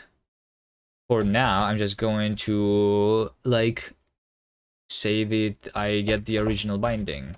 So I'm not going to do a previous binding because I lose the information about the previous binding anyway. And I'm going to replace it because it's based on strings anyway. And it's going to work kind of right now, even though it's a hack. To do a fix, this is a hack. But I'm going to fix it automatically when I go and store the locals in a different way. Right, so if I do this, A is world, A not found in current scope, obviously. But if I say let A mute A is hello, and then I say A is world, then A is now world, right? Although this introduces the problem is that like introduces a new binding, and if I construct a function, right, let mute A is hello, and if I do let f is a function which does the printing of A, right? So if I call f, it will say hello, but then I say that A is world, then I call the f again, it still going to say hello because this introduces technically a new binding. 10 push-ups. All right, better. Hold on.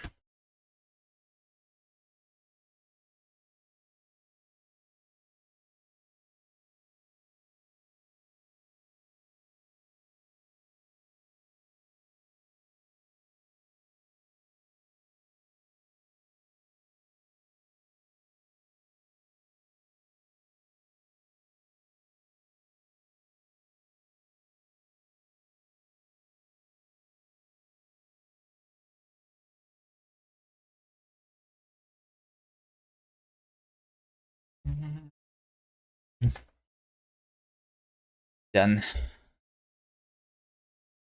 Okay, I have mutation, but it's kind of wrong. It is kind of wrong. It's kind of really wrong. But at the same time, I think if I try to do this in the generator, maybe it will work. But we obviously don't have something inferred, like always. So I have I'm trying to call with finish being not inferred, resume is not inferred, and yield is not inferred also. When I'm trying to construct a variant, and stdlib 34521.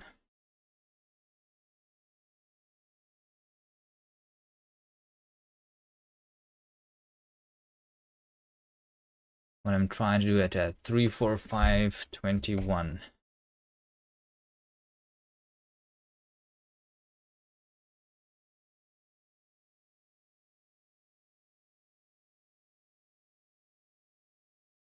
I think it's over here, generator state. So it cannot infer this thing. Which probably means that, yeah, I know why it cannot infer this thing. Why do I need to get ID though? Why am I even supposed to have the get ID here?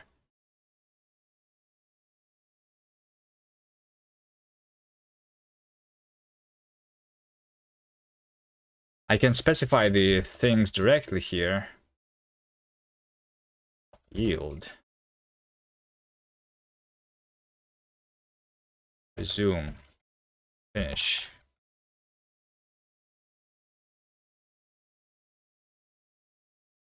Maybe this is also not going to be enough, actually. I don't know. It is a complex code already.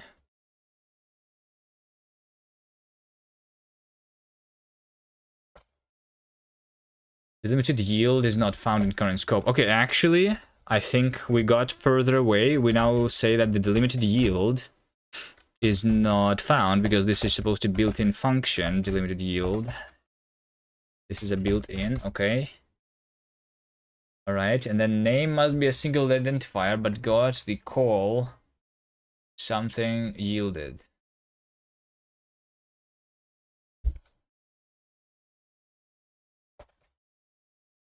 Yielded. Yes, of course, because I forgot a semicolon. There you go.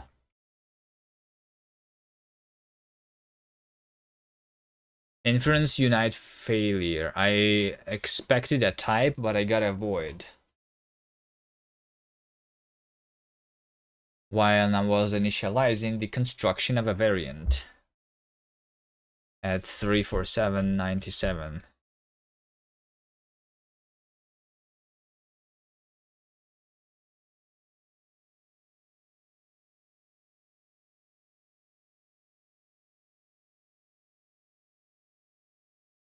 So I'm trying to do this, the suspended of resume, right?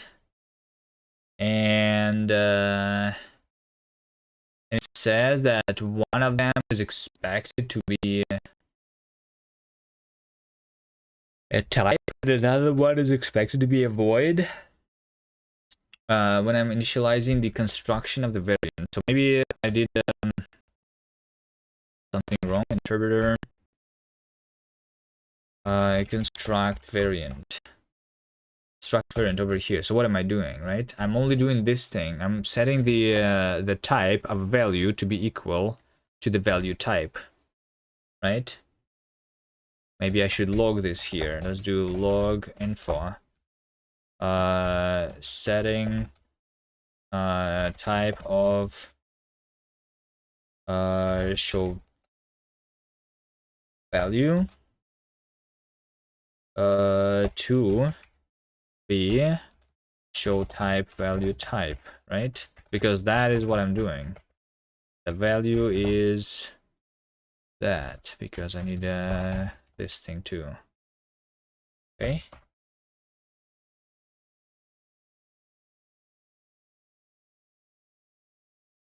So I'm setting the type of binding generator. Generator, I already know that the generator is a void into void. Right, right. Yes, this is when I'm constructing the initial one. Right.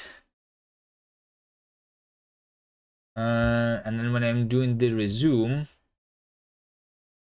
resume itself is of not inferred into the type. This is wrong. Okay, this is wrong over here. Resume is not returning a type. I expect to have void into the void. This is the correct thing, indeed.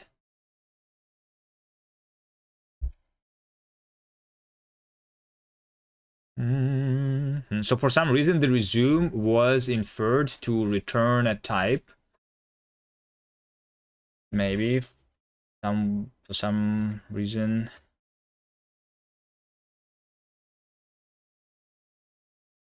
Shouldn't it say that it was supposed to like unite the function first while uniting values type and type void? Okay. Maybe not.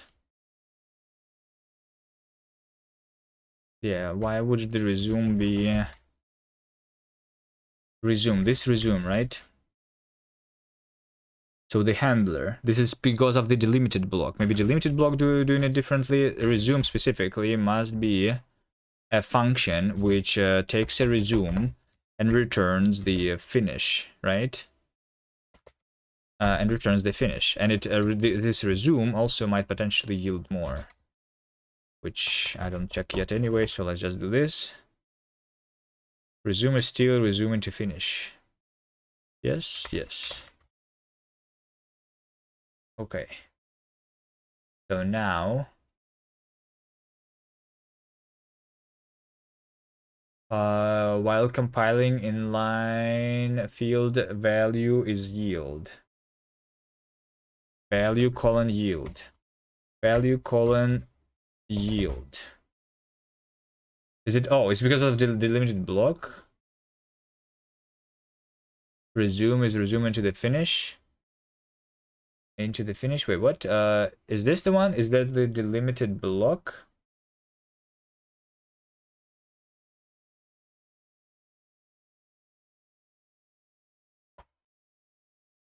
Delimited block. Is this the one?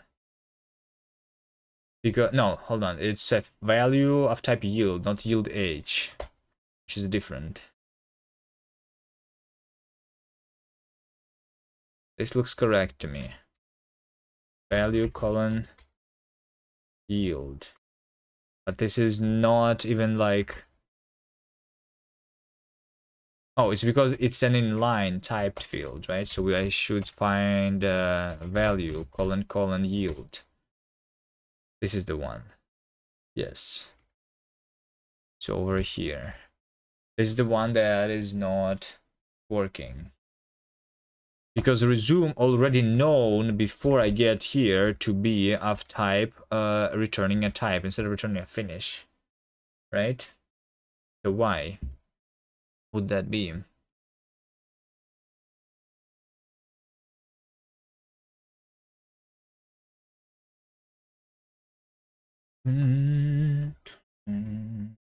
Final value generate.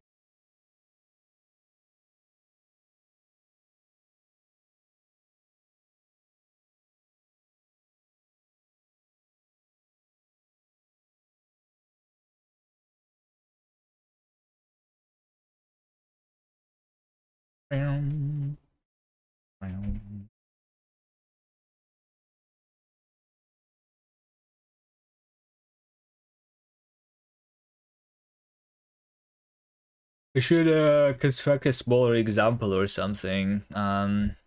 Unless I figure it out here. Maybe over here resume is not like figured out for some reason. So I have a function. Maybe let's tell it what the resume is.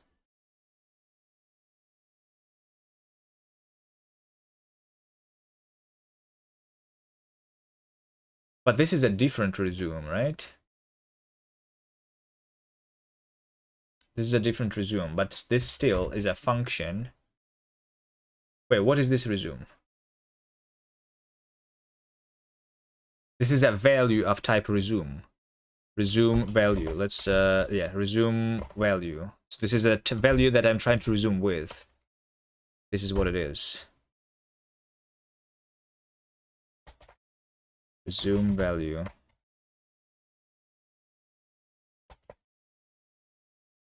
Yarzinth, hello there.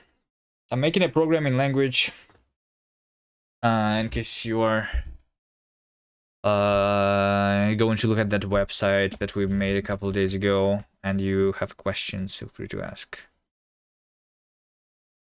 Dun, dun, dun,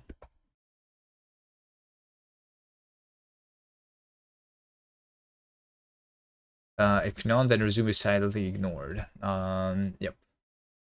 And resume value is silently ignored.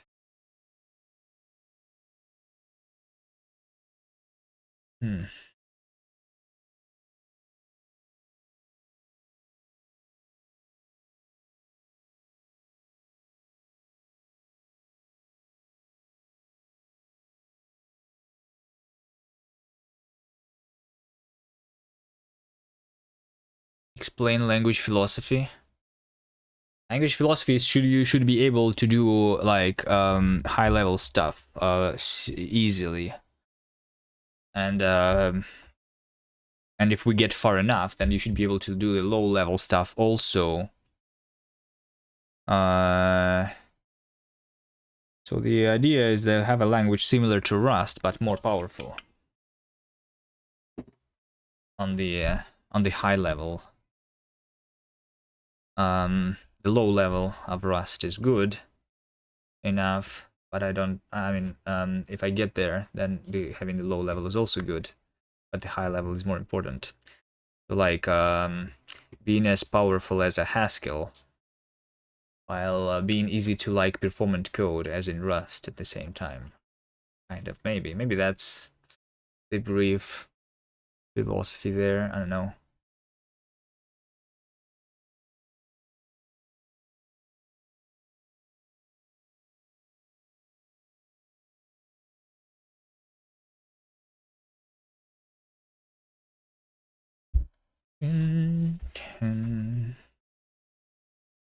Powerful language where you have where it is like hard to make bugs, I guess, right? So which requires a good type system, everything.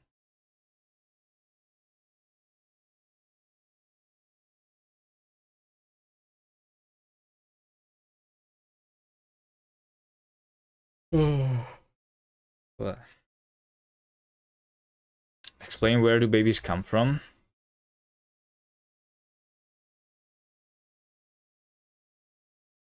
Yeah. Thought it's your parents were supposed to explain that to you.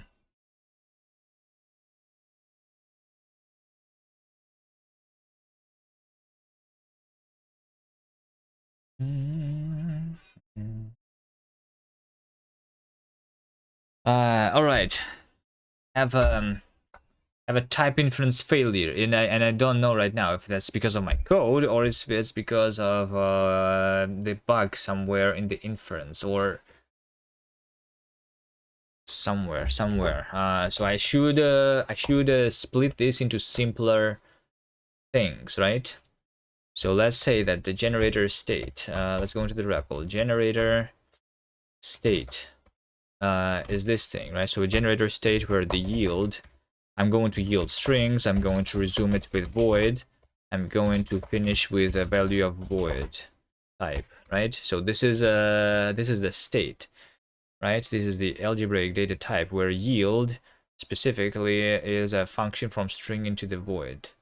I don't think it. No, I don't see the problem in this one. Maybe. So it's specifically about this function, right? They say yielded of value. I think this one, yielded of value, is not good. Actually. Yes. I see it. So here's the problem. Because they say yielded of value and I don't specify the specific type here. I cannot do this right now. The name of a value is constructing a new type, which means that this value must be of type. I should like before I implement this further, I should explicitly say that the yielded is a part of the generator next, right? So it's like generator next dot yielded. I think this is supposed to be like properly inferred here, and similarly over here, the finished. This should be generator next finished, right? This is the actual result of me resuming the generator.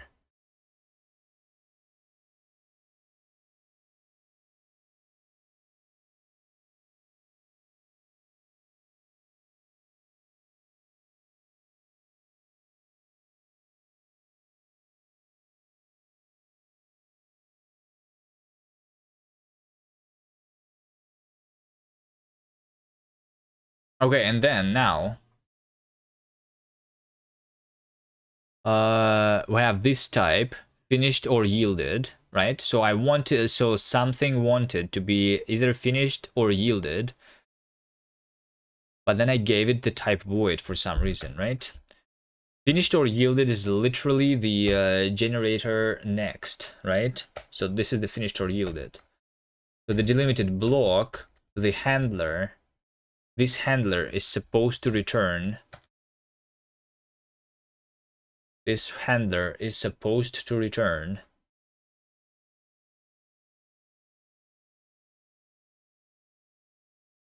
the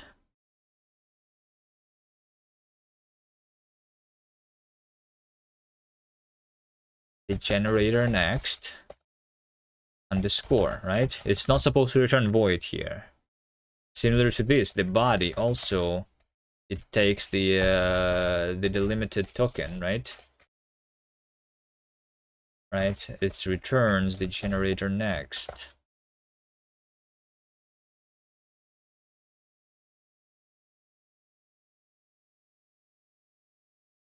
So this happens when I'm doing the tuple where value is yield.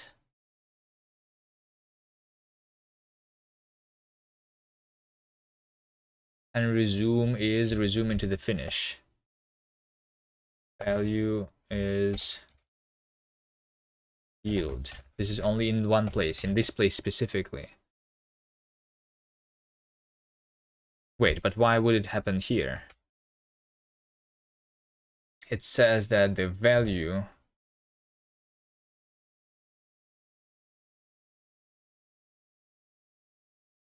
while uniting void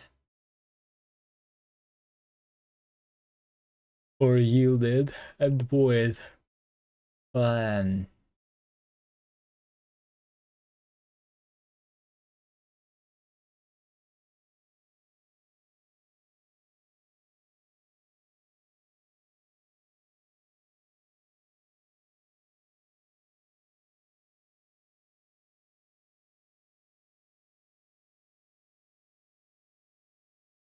delimited block. Let's see, maybe it's because of the delimited block for some reason.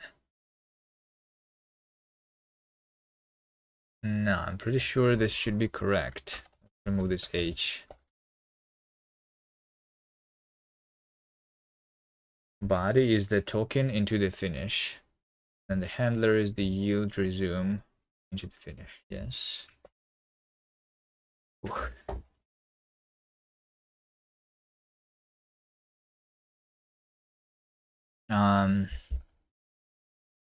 It says the yielded of not inferred. So what if I say specifically that this is supposed to be generator next, yield and resume? No, generator next is only yield and finish.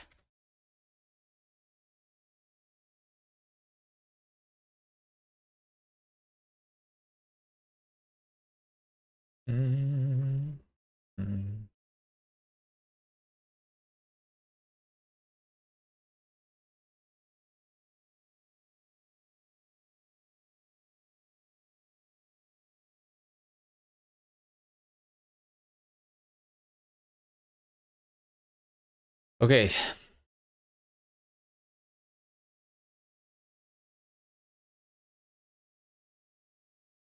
I'm kind of close somewhere.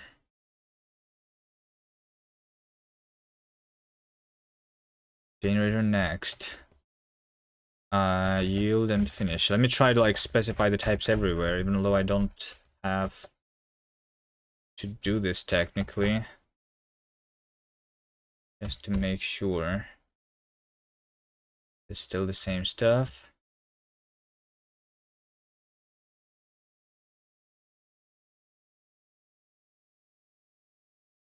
It specifically is doing... The problem is...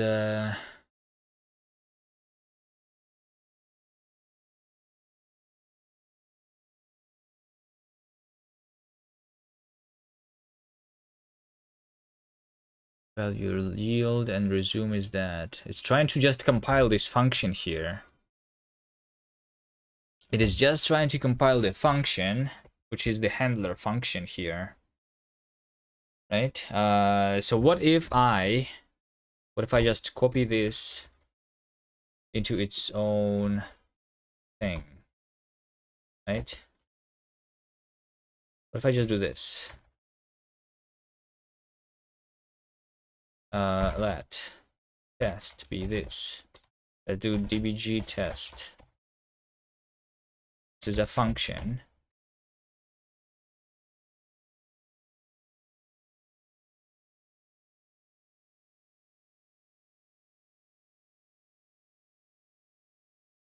Says dbg not found because dbg is this.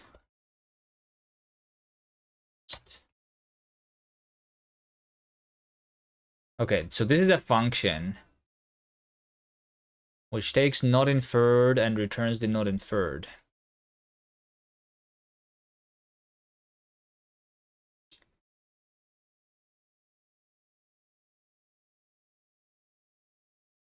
Test.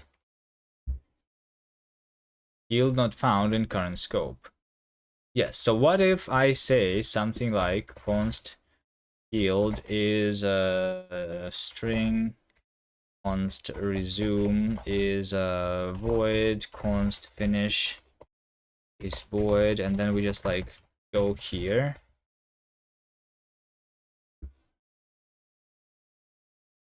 dbg test. dbg.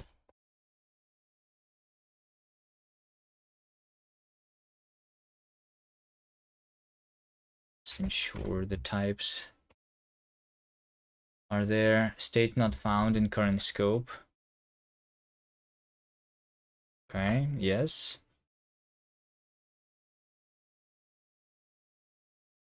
So they say that over here the state is not found. That makes sense indeed. So there you go. This is a finished of void or yielded of string. So this compiled successfully now. So the problem is that something previously was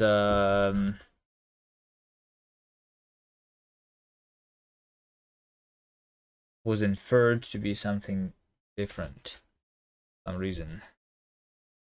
For some reason somewhere. This works. This function itself is not a problem.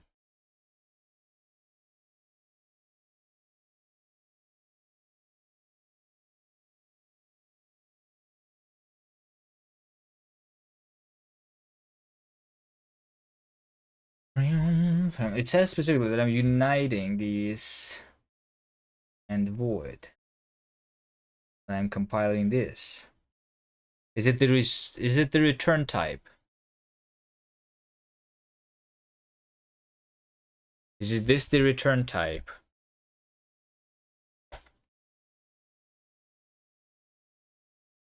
Because in this function, the only thing that is finished or returned is this. So it's trying to, this is the inference that fails. The handler was expected to be of type void, right? Is that it? What if I say that this returns void then? Void. Is this going to work?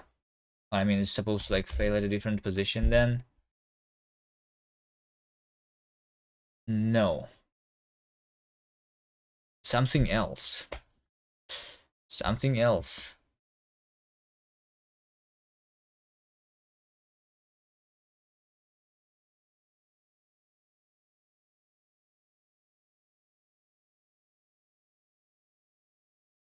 Generator next.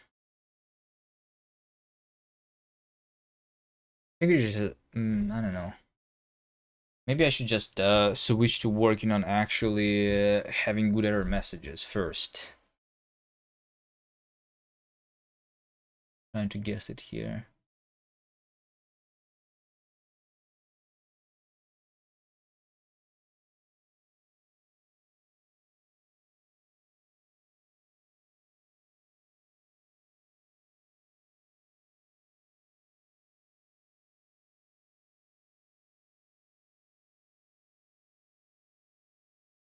How about I do this? This is my handler, right? There is this. This is my body. Is it going to fail right now? It's going to fail in the same position, right?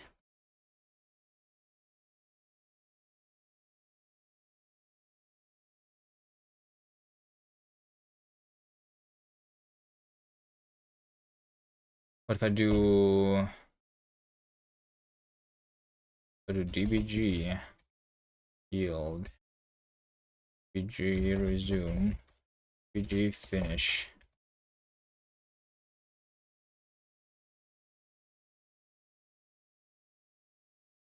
String void, yes. Thing is correct.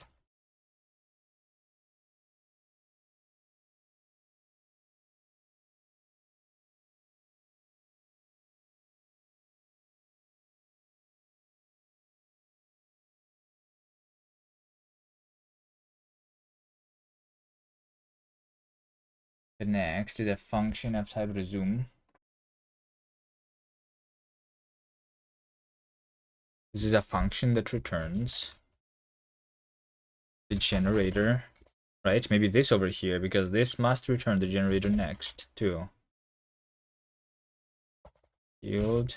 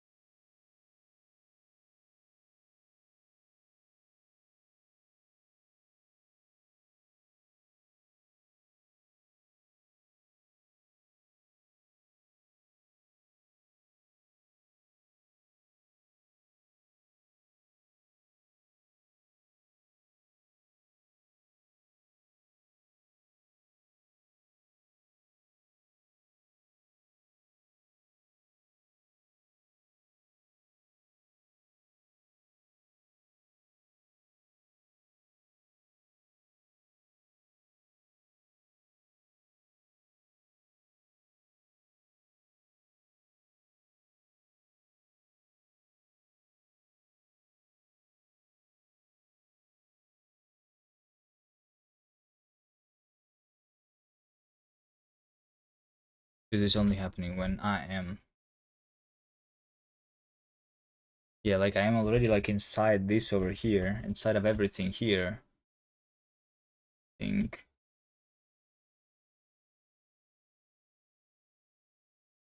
Let final value be generator.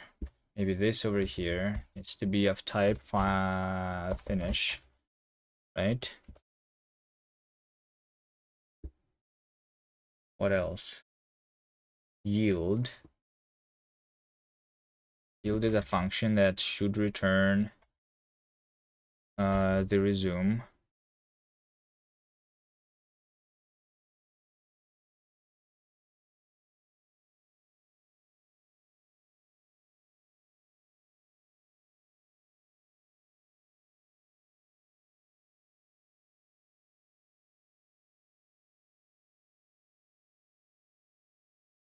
The generator.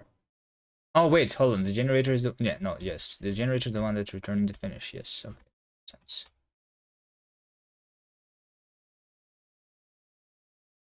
Still the same.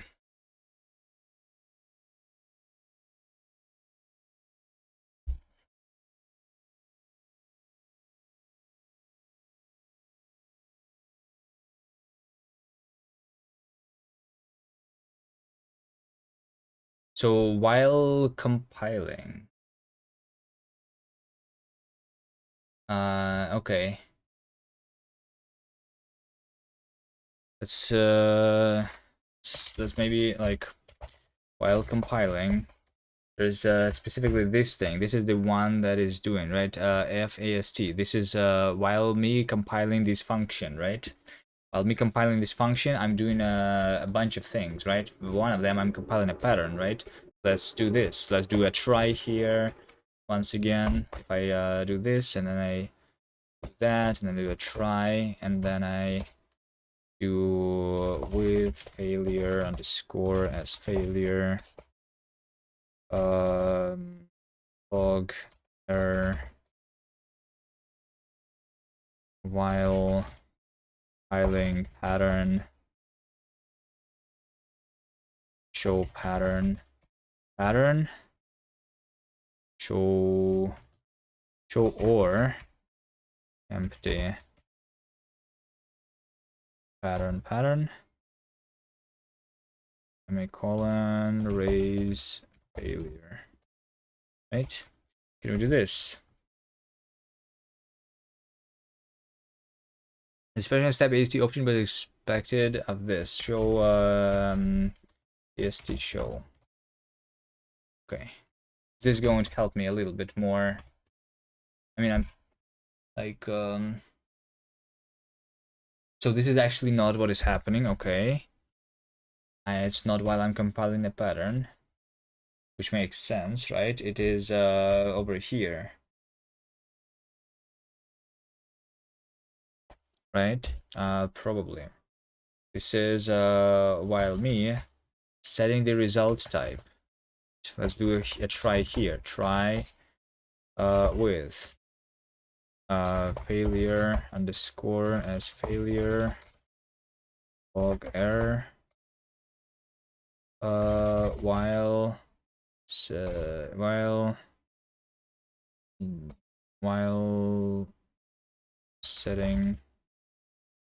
while result type inference, I guess. Maybe that's what I say.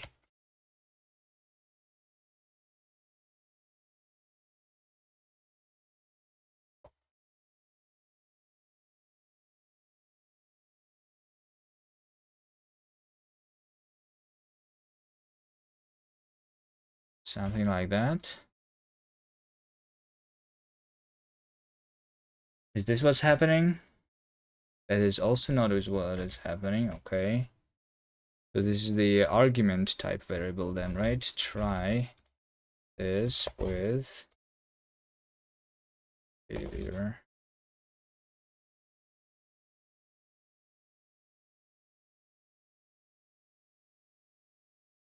File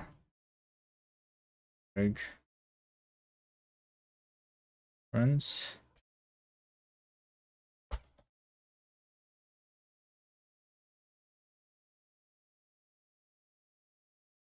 This is what is happening, right? Yes, this is what is happening. Okay. So my arguments of my function, which is yield and resume. So I guess the resume is a function that's supposed to return this, but for some reason it says that the resume is returning void already, right? Okay.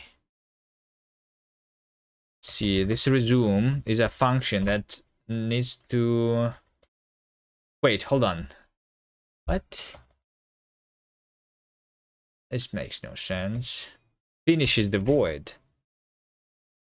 Resume. Oh, wait, hold on. It actually is me specifying the type incorrectly. It is me being stupid here.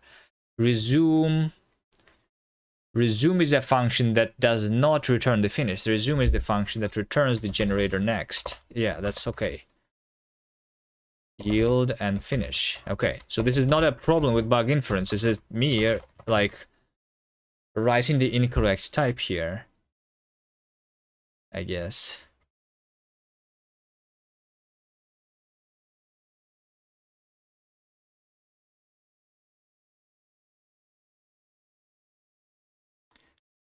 When I'm initializing construct variant, they say that I'm uniting values of void into finish. void or yield of string and type void into void. So like it's the same thing. The something something somewhere, right? So I guess the generator state over here, this generator state, if I have not started, then the generator itself is something that returns the finish. But the suspended,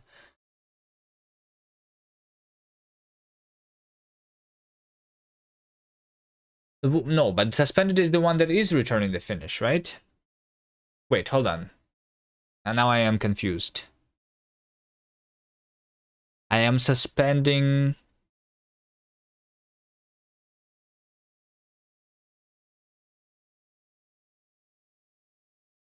Because this is the block that is delimited. I am running the function inside. And that is my final value. Like if I move this into the outside, then yes. But otherwise, this is my final value, right?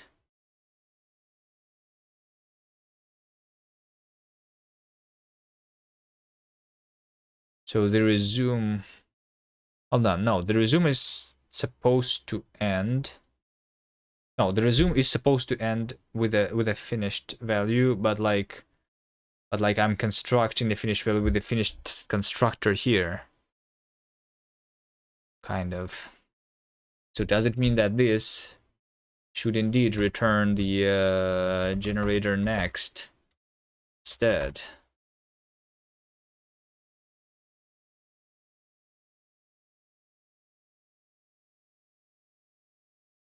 If the resume is a function that actually returns the finish like I originally wanted, then I need to do what? Then I have the suspended of resume, but then over here the suspended operation in the final over here I'm returning. I should return the final value directly then, right? If I do this,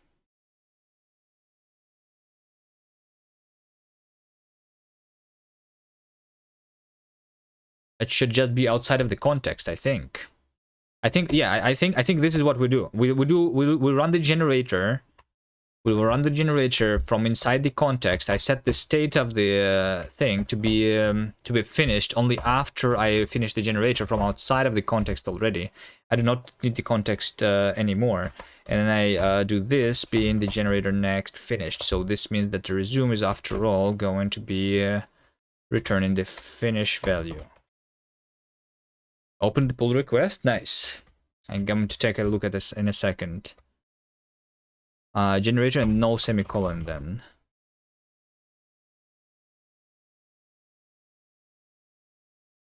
Am I missing anything else? Variant must be a simple ident. When I do it in the assign,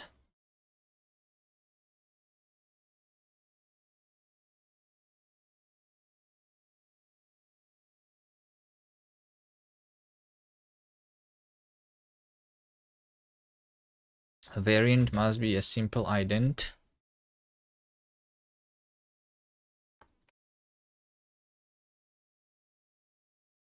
Uh, 360 93. This is the one. Wait, what is wrong here?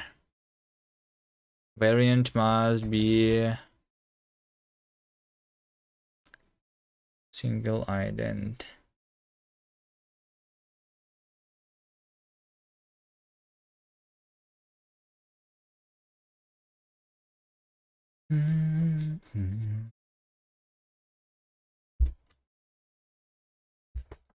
Generator next.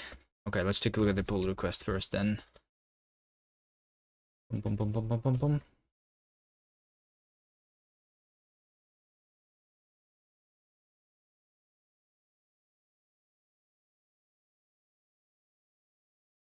Highlight theme is one dark. And you just copy pasted the examples.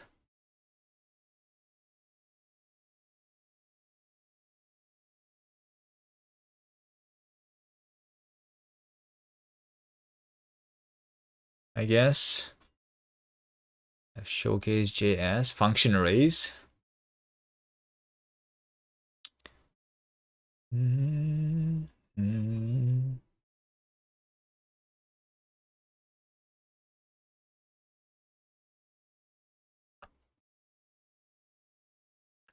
Important, of course. This is how you do this the CSS. From when I did CSS, yes, important is important.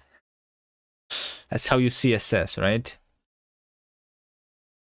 Wait, exceptions is repeated 3 times. Yeah, looks like it. Okay, you're going to update it in a second, I guess.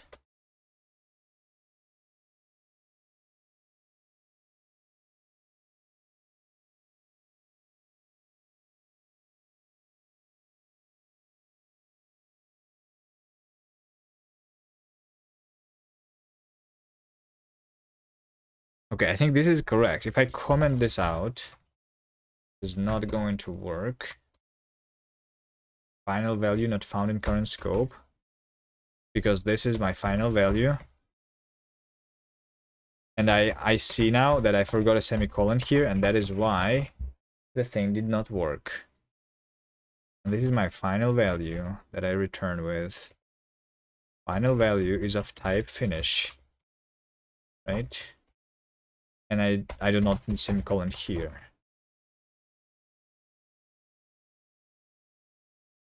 Okay, something again wanted to be a void. In exactly the same place now. Wait, what? Wait a second. Finish. Generator. Generator is the one that is returns finish. Right? Right. Generator is the one that is returning finish. So the resumption, when I'm doing the yielding from inside the generator, is also supposed to return the finish. Right? So body is the one. Oh, wait, hold on. This is the delimited block. Hold on. Wait, can I not do this? The resumption must be returning this thing. Because this is the delimited block, right? The body is returning the this thing.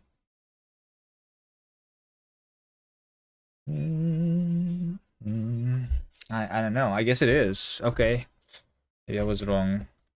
Generator, next, yield, and finish. Okay. Yeah, this does not do anything. This just makes sure that I don't use the context outside here. So this means that the suspended is a thing that returns not the finish, but returns the generator next. If the yield finish.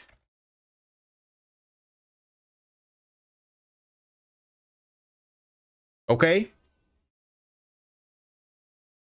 Okay, hold on, guys. Look at this.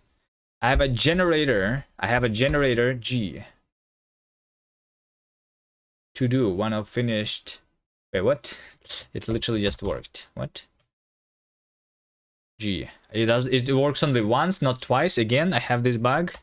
Generator next.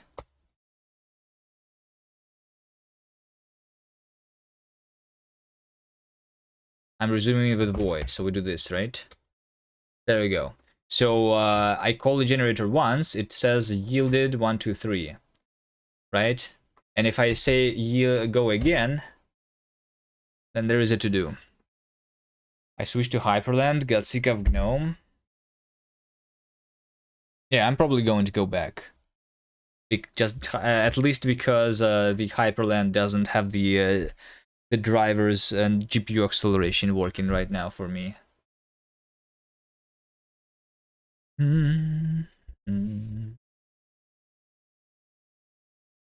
It does not NVIDIA? No, AMD. But for some reason it does not work. But works in GNOME on Wayland. If I do glx info, its info, right? Then it's going to say that, wait, what? It says core profile, this, that, shading language. It does not really detect my GPU or something here, is it? It says LLVM pipe. That's not the correct thing, right?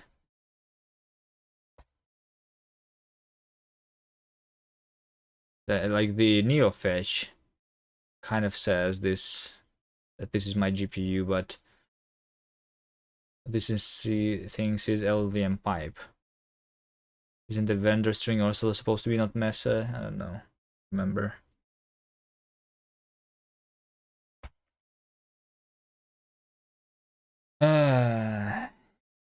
Okay, it yields once and then it does not work the second time. Amazing.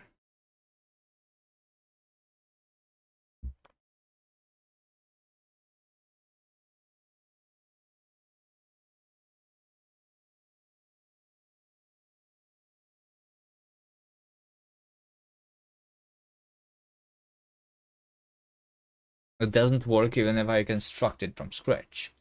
Anyway, to do one of in substitute type bindings. Substitute type bindings. Did I check the text in GPUs? It says multi GPU. I only have one GPU.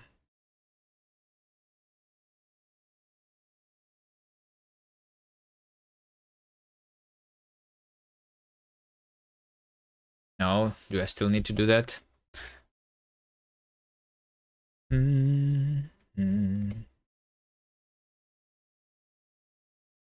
Okay, what is this to do? To do one of. Or something. Substitute type bindings. Interpreter. Substitute type bindings. Over here, I have a to do one of, right? So if I have a one of is having variance, I guess. Right? Variance, yes. So I'm going to say over here one of variance, one of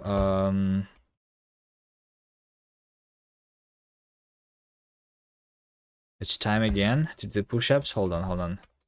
Almost done here. Variance into string map dot map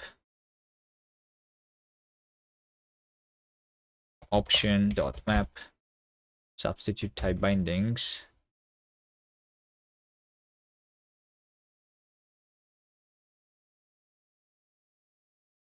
sub.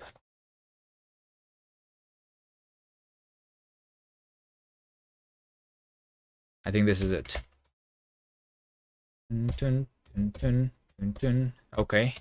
I have a generator. I do G next. Do G next. I do G next. And it's always yielded 1, 2, 3. Because like, okay, so I guess my my mutability does not work. It's supposed to yield once and then be finished. Okay. Let's do the push-ups.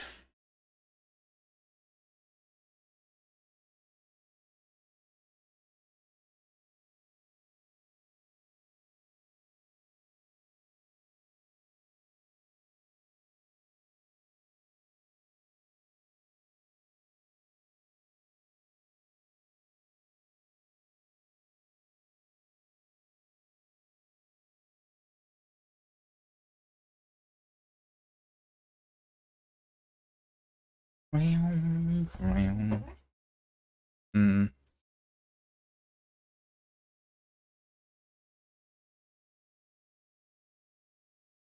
All right. Almost there. Almost there. And this is just finished. Okay, nice. Nice. Let's approve fog.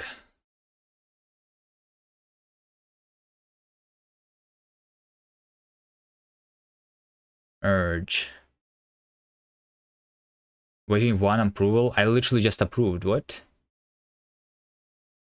Oh wait, workflow. Wait, why is there a workflow that's supposed to run? There's no workflows, no? Merge.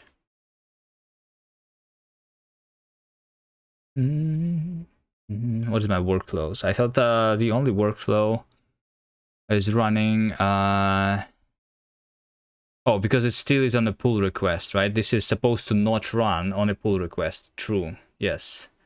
Because this is actually deploying the pages. Right? On the pull request, I'm only supposed to like check that the website can be built or something. F5. I think we need to wait a little bit. I need to wait for it to be deployed.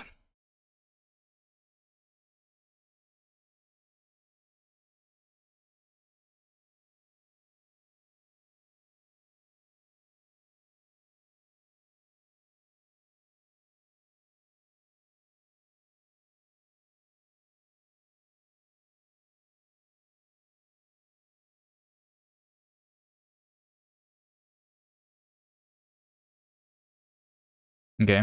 I think this styling can be like improved still. This code looks better than before though. Okay.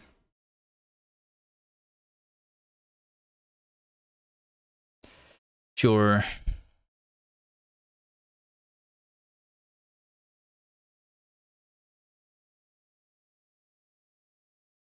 This is the tab with 8 spaces because I'm actually using the tabs apparently.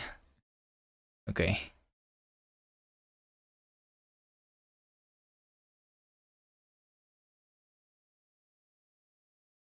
Okay, so stdlib, why am I having the thing, the state?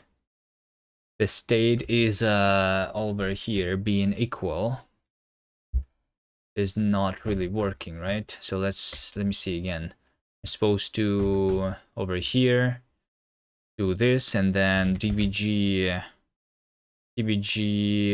g next and I do dbg g next, right? So I want to do this twice, right? And first time it's supposed to be yielding, second time it's supposed to be not yielding.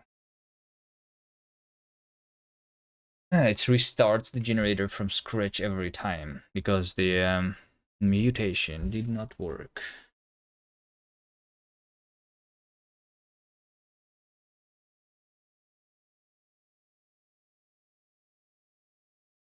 Yes, and it makes sense why it did not work, because I'm capturing the values, I'm not capturing the bindings.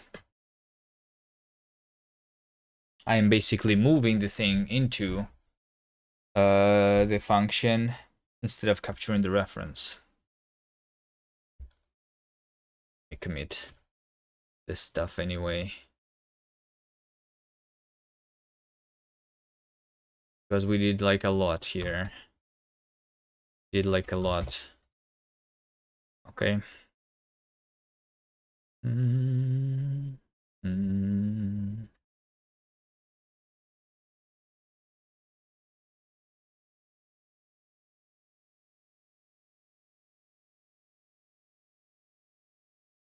So what I need is to change the mutability, right? For that to work, I need to do the state differently. So state is something which has the state data. State data is something that has the locals, and locals are just values bound to names. But instead of having values bound to names, I should have the locals. Locals should all be just like these are bindings, right? Locals are always going to be just bindings which are bound to names, right? And then if I want to get the value out of it, then I get the value associated with the binding.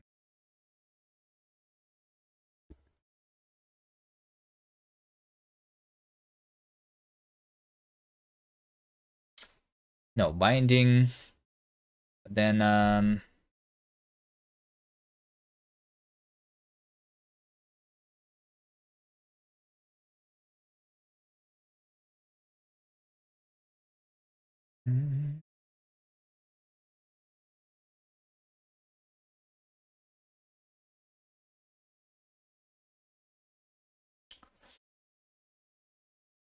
what if I have this local? I had before state local. I do not have that anymore. Let's have this. This is a local.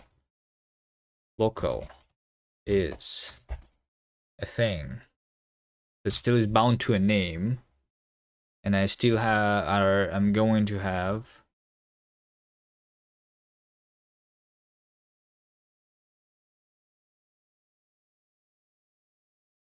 I am still going to have a mutable value there, I guess, which is a value. But like whether I can actually mutate the value, like actually mutable, is a boolean, right? Right now it's stored inside the binding, right? Mute boolean, right? But I am going to like one binding in code can be multiple bindings because it can be called recursively, right? I'm just going to call this mute. What modified it by the external process?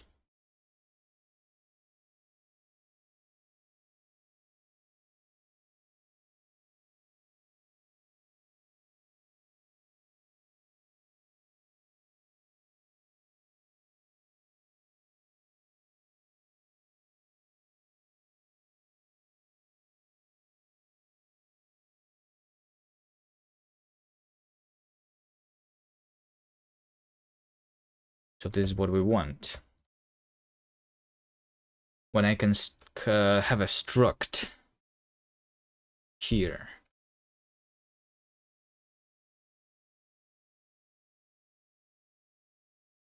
This is what? This is type of a value, right? So I am mapping data locals, and over here I'm going to have the value underscore, because this is the local, right? I want to get the type of that. Oh, bad cop.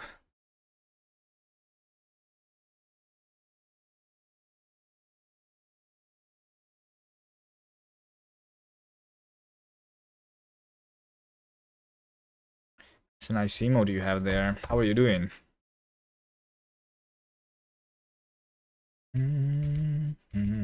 Did you do your job? Are you free now of a job so you can do Skyrim 3 finally? You love programming in Cast? Who doesn't? Who doesn't? It all comes down to choosing the correct mascot, am I right?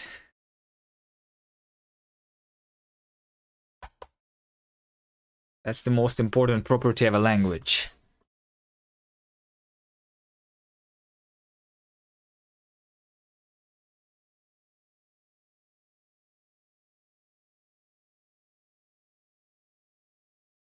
Get local opt. This is going to find me a value.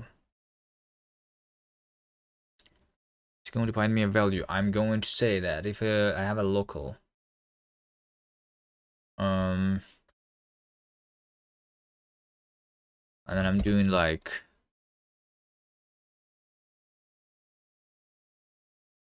actually the most important property of a language is age, older better.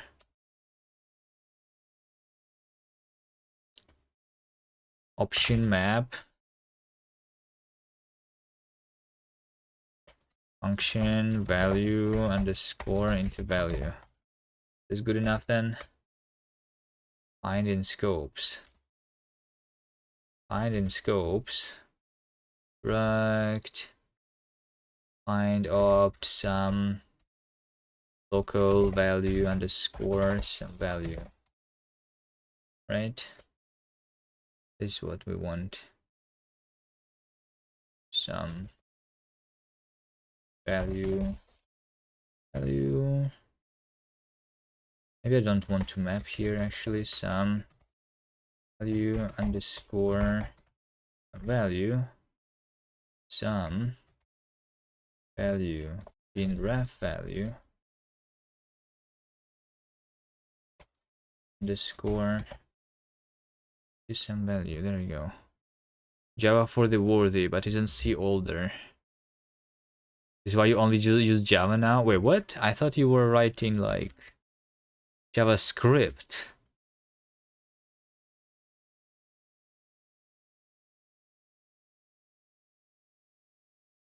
Same thing.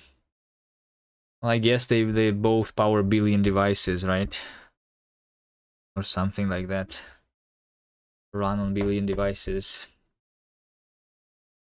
Substitute type bindings.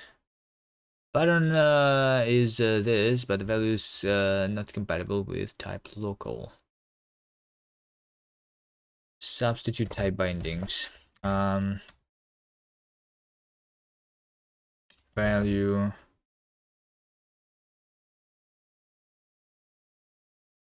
Substitute type bindings. Value string T into value type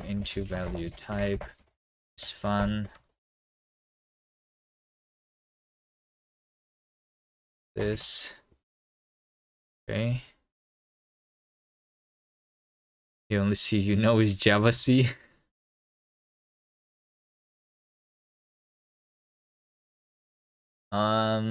Substitute type bindings. Groovy better than Java. Have you ever tried Groovy, Badcop? Groovy. The Apache programming language. Smooth. Powerful. Flat. And vibrant.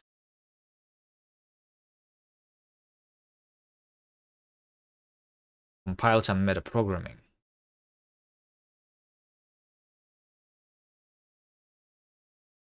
Multifaceted. Powerful, optionally typed and dynamic. Static typing and static compilation. Familiar and easy to learn. Metaprogramming and functional programming.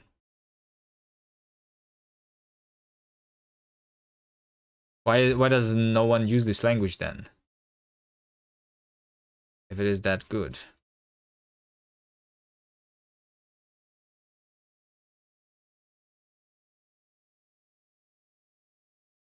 The guy who made it said he would not have made it if he knew Scala was a thing. Oh yeah, they were like appearing at the same time, right? Or something like that.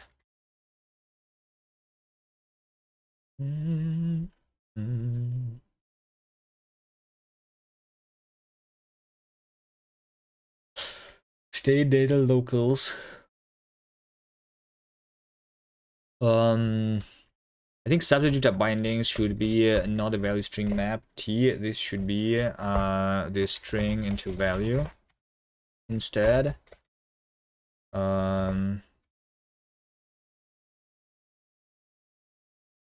So match sub name then is what I'm going to do instead. I guess we do a value option. There you go. That's what we want. Okay, so it's not stated the locals. It's going to be function name slash find yeah, local opt. Yeah, local opt locals name. So I guess we just do this then. Do the currying like professional functional programmers.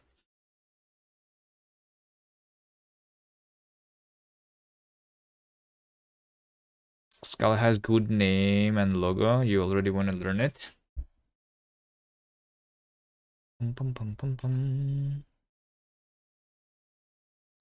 Expression was expected of type state.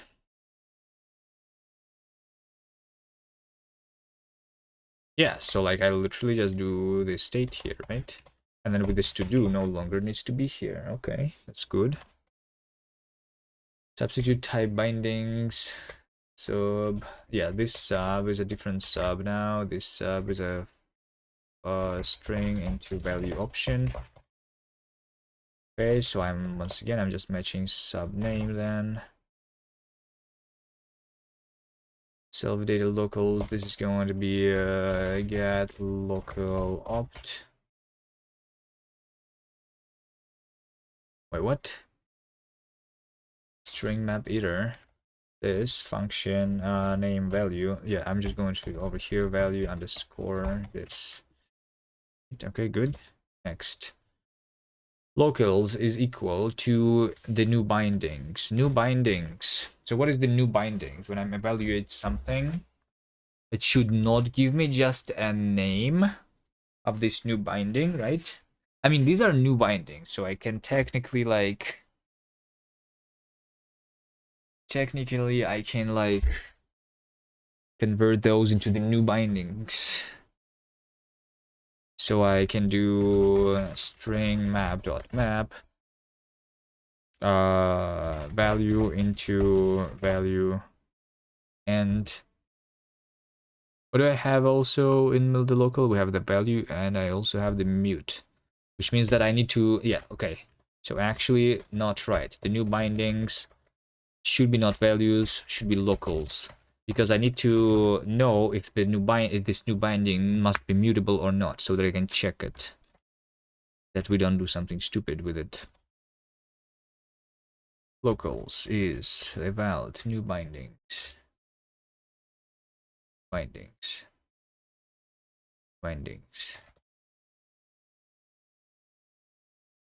Okay, new bindings is pattern match. So pattern match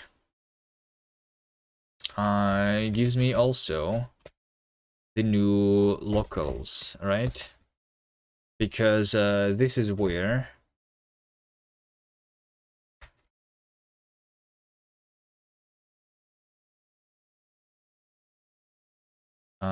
we are introducing the new binding by pattern matching local, right? So when I'm doing the if I see a binding, this is where I'm doing this binding. So I introduce the new binding with value, but I need to know if it's mutable or not, right? So binding name, and I need to have the mutability passed from the pattern.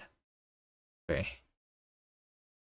God World color scheme, he was in his Helix yesterday, no history.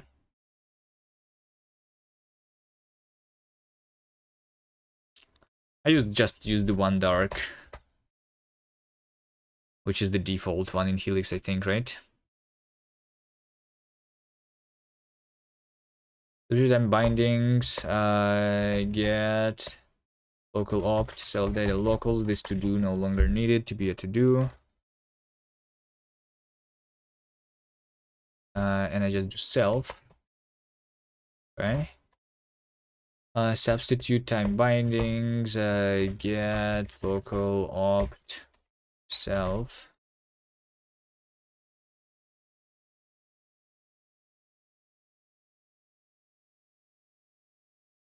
Result new binding. New bindings after the let. I have the name, I have the value, and I have the mutability. Right? So I also want to say something like let's see, if mut, then mut, else this.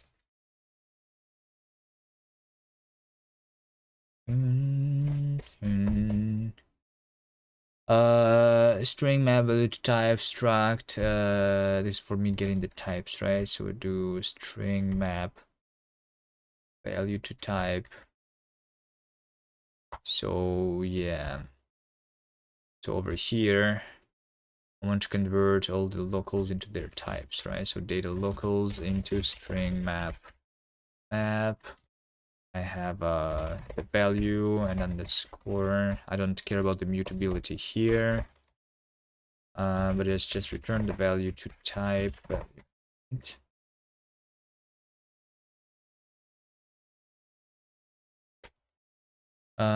Captured with arg bindings. This is where I need to construct. Well, I'm updating the locals. So that map, pattern bindings. Give me a binding. So this is going to be the thing where value is binding. Mutable is false, I guess. This is separations as type of value string map t. Turns local. 10 more problems. Call compiled. So I'm doing the pattern match, which means that value. I guess I just have the local here. I'm going to return the local and show local value, right? Okay. A new bindings. New bindings of the compiled. Wait, when I'm compiling something,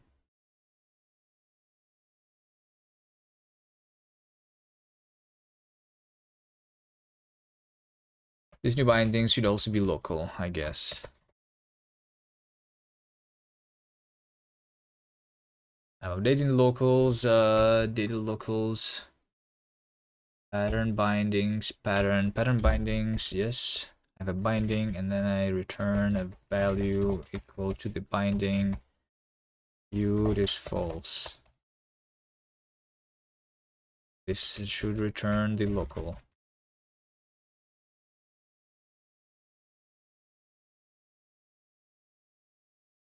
No, wait, what? Mutable is equal to the binding. Dot mute, maybe. Mute is false.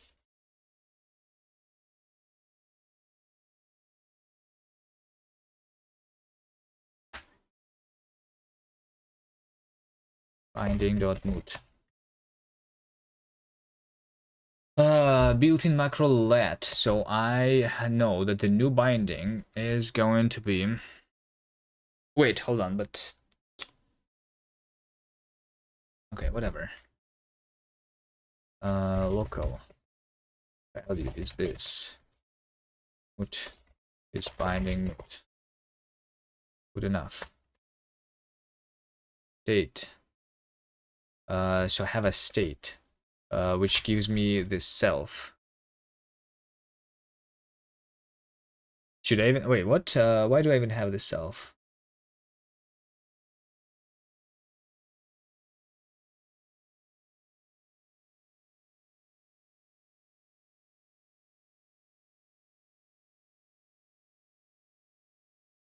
It should be a local string map team.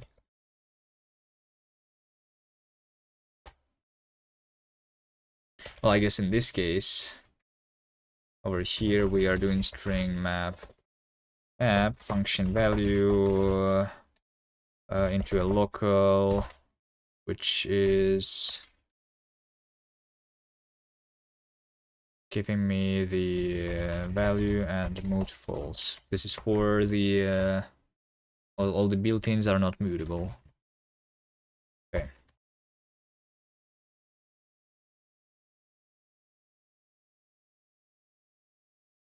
All right, still yielded.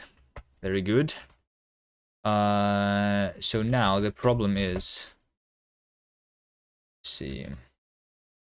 Maybe I should have a test. Let's do a new, and I'm going to save this as example / mute. Right, so this is the mutability. I say something like let x be hello, let f be a function into print x, and then I say f, and then I say x is world, and then I say f again, right? So like this should print hello world, right? It should print hello world. But if I try test emut, then it's going to say hello hello, which is the same bug as I have in my yielding. Okay.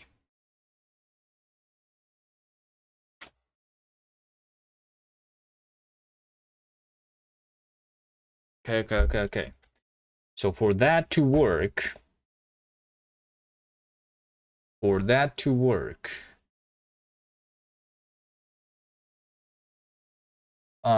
this is where the assigning needs to be changed, right?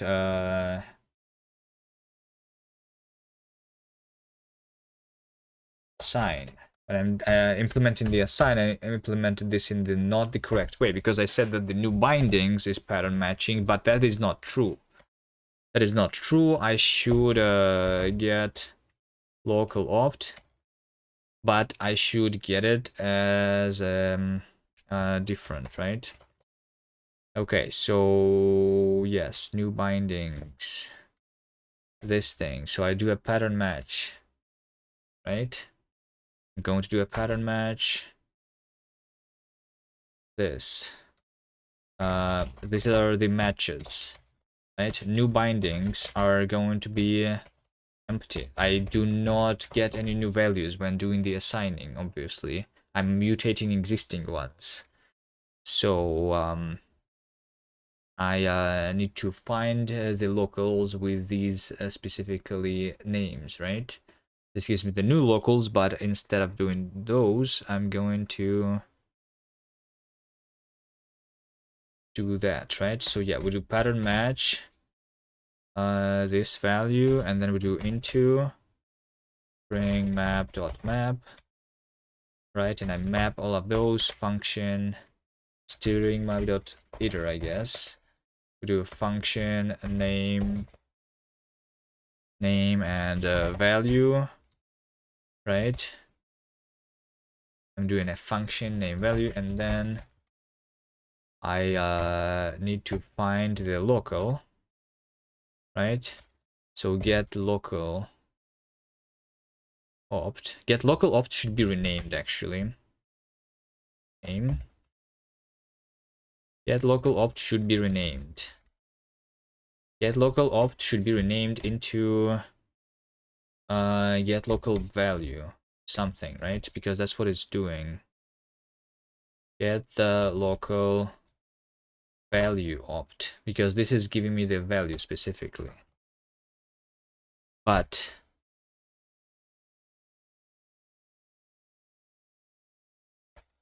there's going to be a function which is specifically get local opt, which is taking the state, taking the name, and returning me the local option.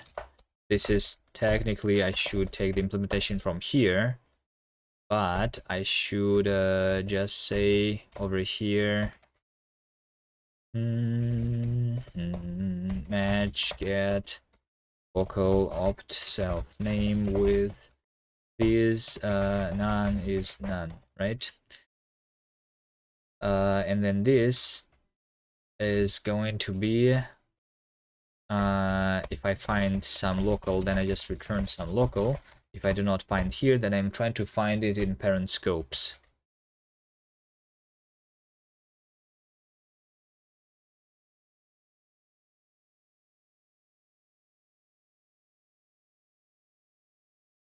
Mm, mm,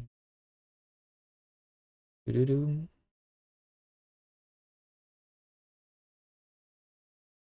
And over here, just do some local and local. Okay. This is good. And over here, instead of doing get local value opt, I'm doing an actual local, and I'm going to mutate that, right? I'm going to say that let local be match this with some local, and if none, then fail with name not found. And do in if not local.moot, then fail with name is not moot. Then I say local.value is equal to the value. There you go. This is all I need to do, right? Get local opt. I need to have the self here, I guess. And there we go. All this mute is done. X is not moot. Okay, so now as you can see, I have the moot kast, right? X is not mutable. I tried to mutate it, but it is not mutable. This is supposed to actually fail at compilation time, but even at runtime already is better than nothing. And it still doesn't work. Amazing. This is amazing, right? Because I am capturing something wrongly. Okay.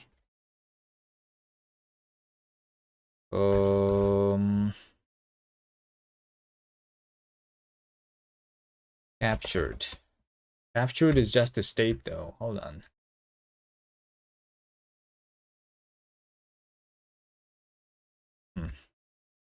Interesting. If I do print X here, what's going to happen? Is it just like the assigning that's not working actually? I have this opened in two places.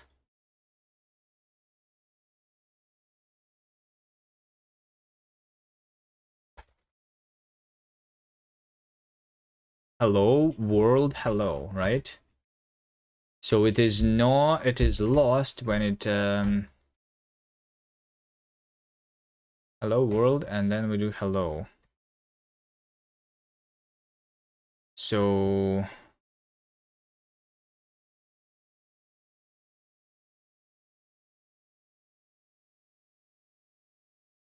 what? This one. So the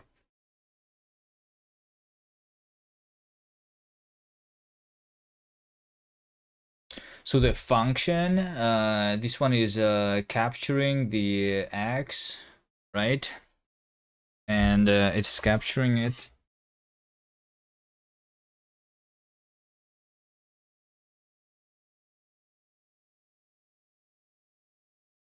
Wrong.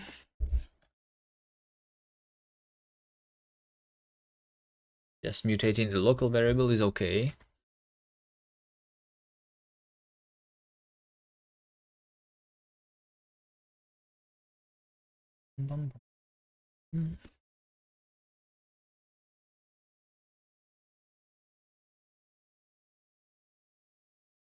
I'm capturing just a state, so it should be all pointing to the same one, right? I'm not capturing just its value. Get local opt self and name, right? Right.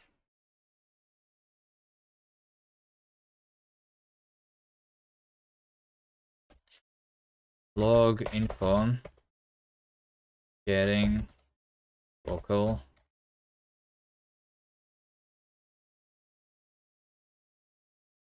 just to make sure that I go through this. So I'm getting local F and I'm going to getting local S, but I'm not getting the local X actually. So this means that wait, what do you mean local S? S is the argument of print, right? So X was not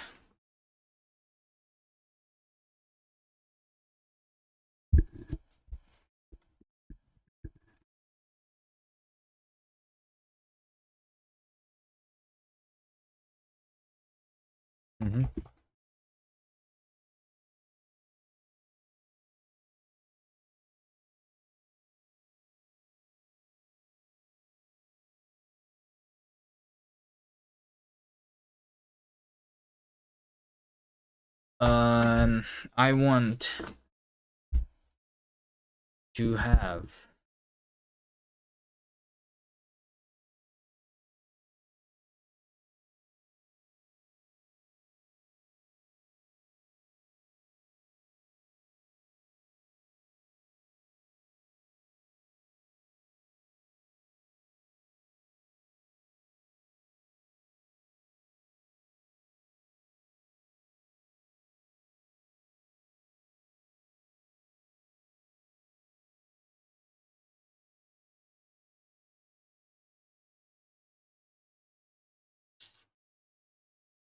So I'm not trying to get the local, which means that the function has been compiled with the thing being a built-in or something like that.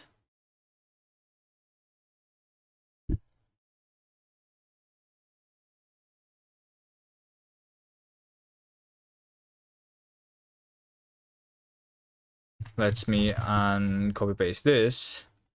Have a log info here.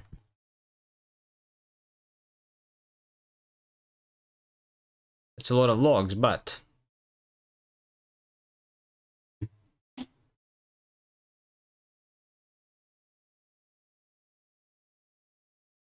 so I have a built-in macro called printx as call to the const function s over there, and a const hello. Yeah, over here. I can see it easily. It's behind my camera, but I am compiling the lambda with hello being a constant instead of it being the thing, right? Why is it being a constant? X is not a constant, right?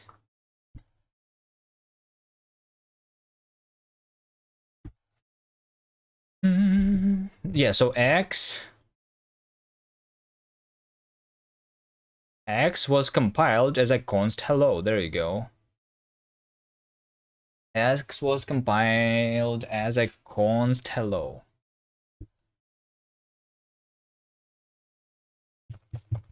In order to fix this, and to see how am I compiling a binding, right?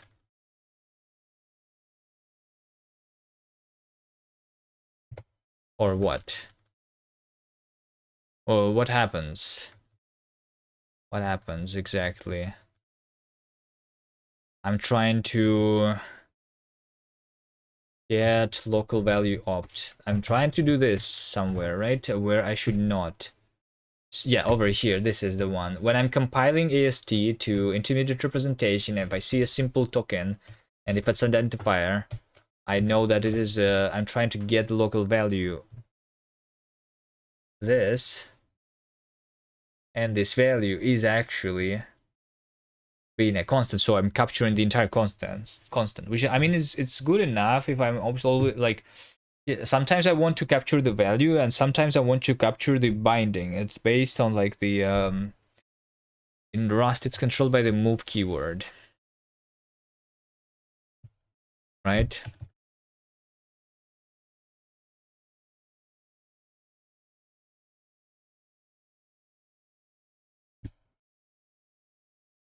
Let's see how much breaks if I just change this to be a binding.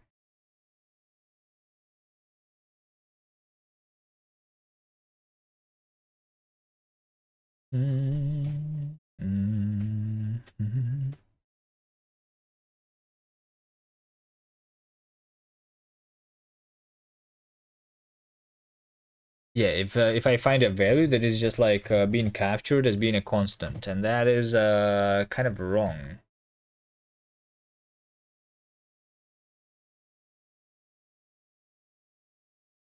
It should always be sum underscore, and then we do this thing.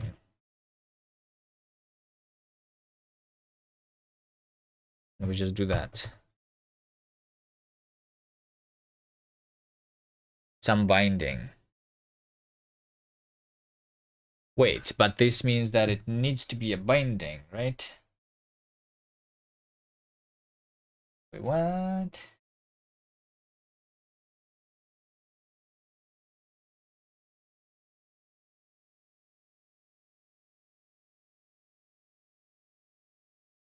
So this means that my bindings also should have IDs still.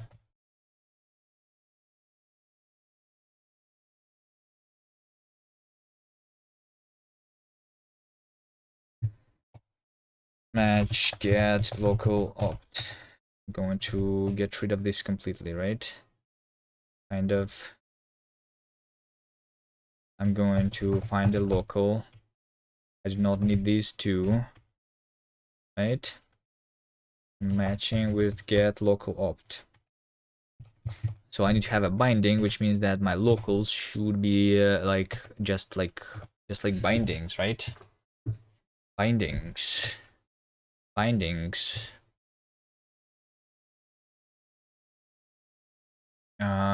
To these locals, right?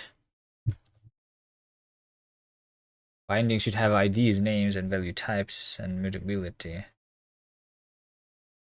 So it means that the local should have a binding. I have a value associated with this binding. Maybe is how I'm going to do this then, right? But the binding should have a new ID then, right? The type is like the same and everything.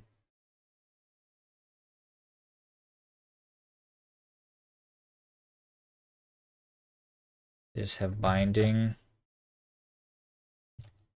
here. So name, value, and binding.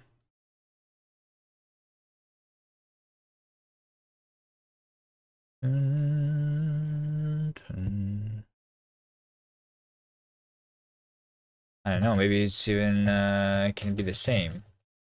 Say binding.name here. Over here, if I have a local, then I say local binding. Binding is local binding. When I'm compiling, I don't care about the level, the value there. Binding.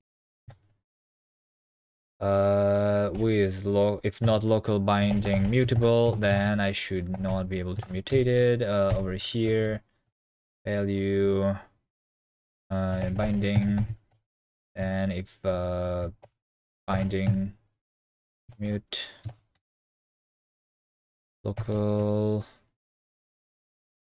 just has the binding like that. Binding ding.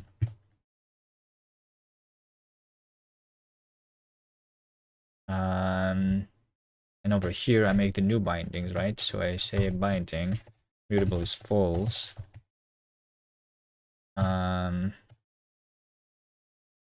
ID is ID gen. Name is name, which means that I need to do a map I or something, right? Name value.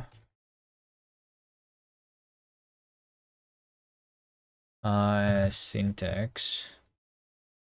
What? Some record are undefined syntax.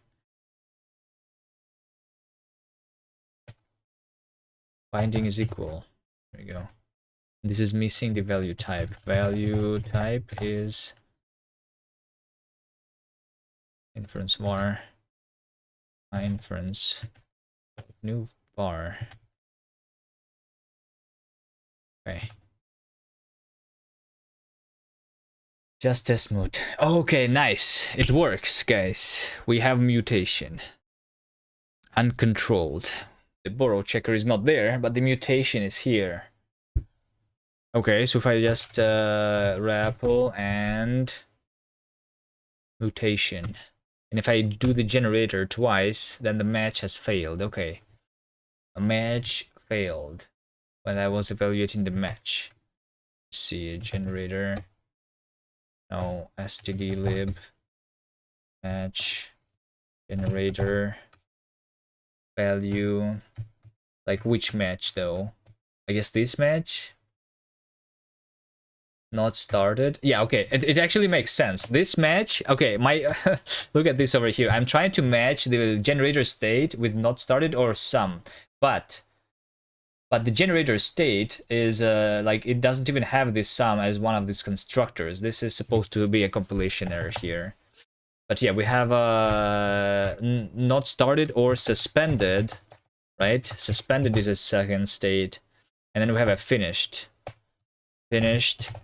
of none, I guess, right? Yes, finished of none. In this case, if I try to like get the next element from the finished iterator, then I'm going to panic with saying that generator is finished, no longer pure functional. Well, I think mutation and pure functionality can exist together, because if you think about the Haskell, for example, being pure functional, it still has mutation in the form of the st monad, for example, or you can have like io ref, which also allows you to have mutation even although the language is functional. With the borrow checker, like in Rust, it is going to be very similar to that thing, because like it is still pure in the sense where you can only mutate something that you give the function explicitly. So like you can only mutate something if you have a mutable access to that. Mutable access goes into the function, so you do something with that mutable like reference, right? It is still like pure. It cannot do something from the outside. I mean, right now I can, but that's what the borrow checker is supposed to prevent. In Rust, you can still access like the statics and stuff. You can still like do IO inside of all of your function. This is supposed to also be restricted with the context system here. So like technically, like defining purity, I don't know. There is in the D language, there is also the same purity thing. In the D language, if you tried that, they have the definition of the pure functions. Pure functions are annotated with the pure attribute. Pure functions cannot directly access global or static mutable state, but they can still mutate the local state of a function. So like even although you still have mutation, it doesn't mean that it is impure. Purity means that you should not be able to do something that is unexpected, I think. You know? I think I agree with that.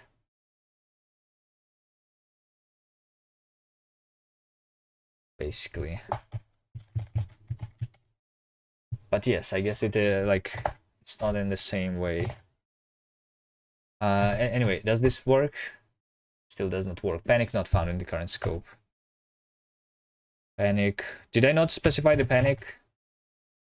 I have built-in function panic. Okay, let's define the function panic. Panic is basically for all. No, if panic is a function string, is a function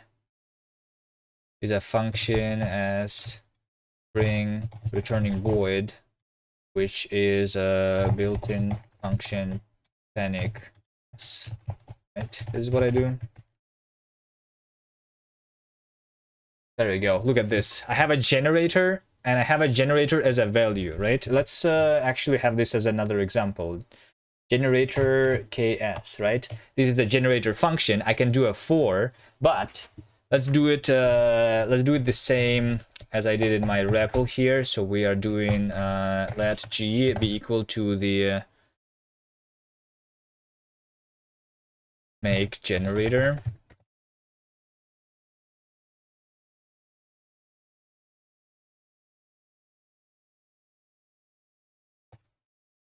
Generator.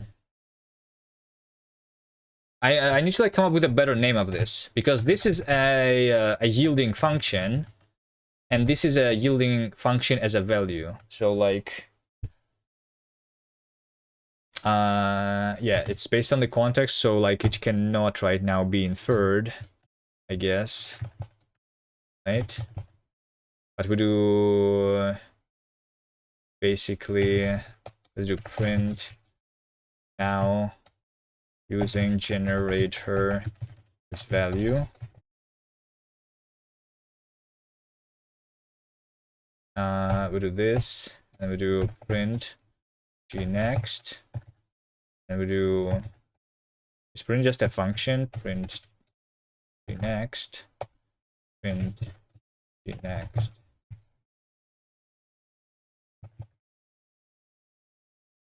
But g next is a thing, right? So I need to dbg it actually.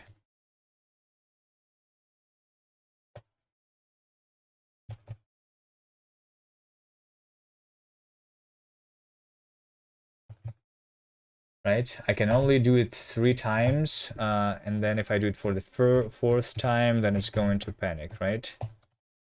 This one panics. This generator is finished. Just test generator. Make generator is not found in current scope. Wait, what did I call it again? Generator value is what I called it. Okay, sure. Generator value. This is cannot infer it, like I said. Yes, so we say yield is a string, resume is void, finish is void. To do types should be inferred.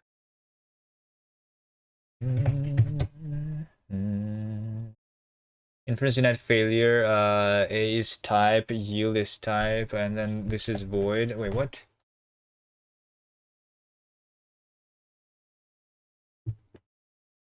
Isn't this the same thing as I did before? While initializing the then. While when uniting.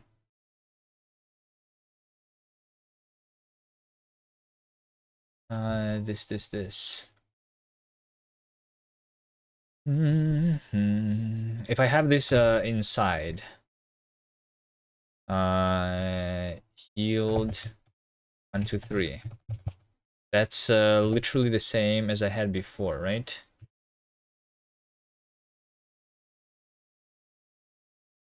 Looks like it's not the same as I had before.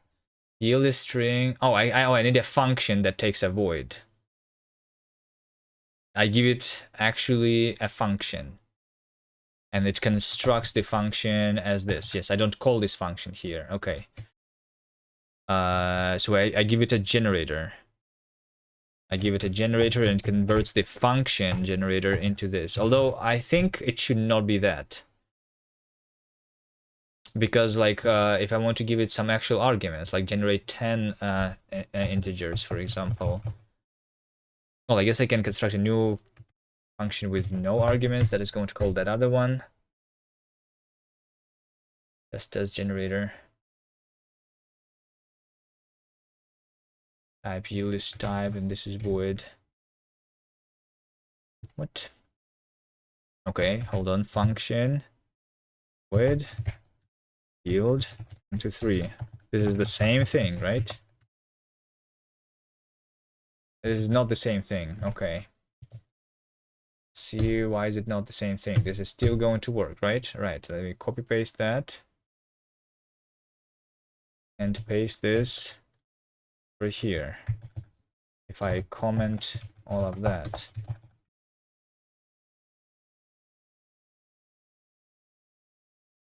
Then it's working. Okay, so what's the difference then? What's the difference?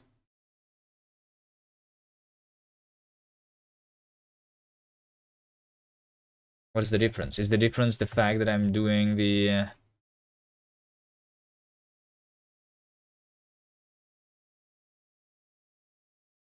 that I'm doing this But this is supposed to be literally the same. Yes, this is literally the same. Okay. This is a function taking void and doing the generation, right? So if I give you the generator directly, this is literally supposed to be the same. And it is the same. Okay. Hold on. Wait, what? What did I write wrong?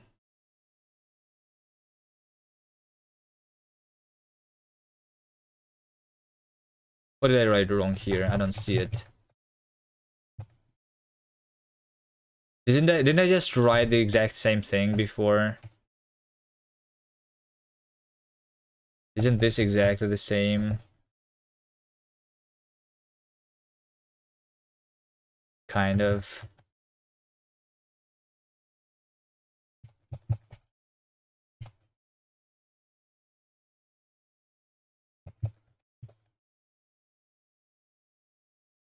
And then it says inference failure.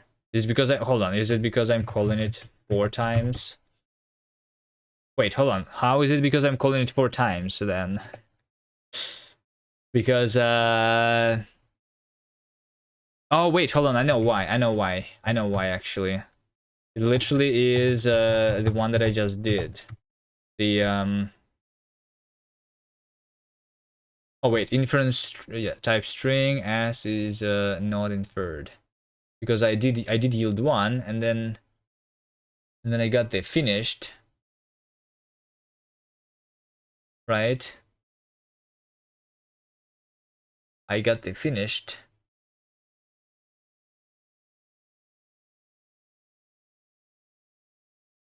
And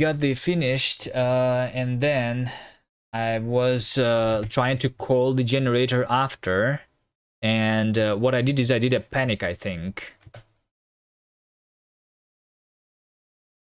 No? Is it because I did a panic? Let's try stdlib. Panic. Like if I just comment this out, is this going to work? Yes, it does. It says the match failed, but because it's trying to do this,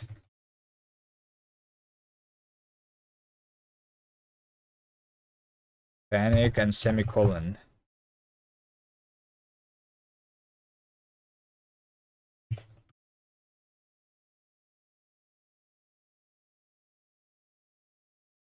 Yes. The union failed because I want to have a void. Yeah, there you go. The problem is that panic returns technically a never type, right? And never type should be yeah. How do I do this? So how do I do the I need to like figure out how to do the never type properly. I'm not going to do it right now though. I'm going to end the stream in a second. This is working basically. This is basically working. Except for like the never type. So the never type is so when it says panic, this should make sure that this can be of any type, right? Because this is we're never going past the panic anyway, right? So yes, and because of that, it fails here because something type as colon not inferred. Let's see, panic is this function as colon string. Okay, that's better. Okay, and then it says generator is there we go. It actually works. Nice. It actually works. This returns yeah, so but the problem is that this is not returning void. This is technically returning the never type. So that yes. Wait, hold on. Is never still working? I thought it would be a type inference bug.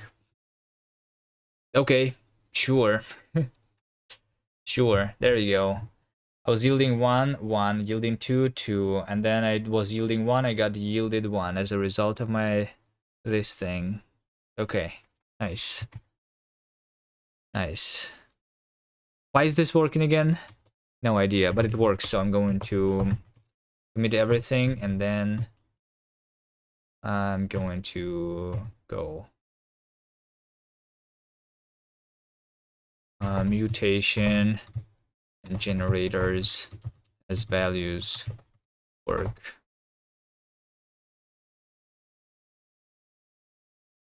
Okay. Let's now stop.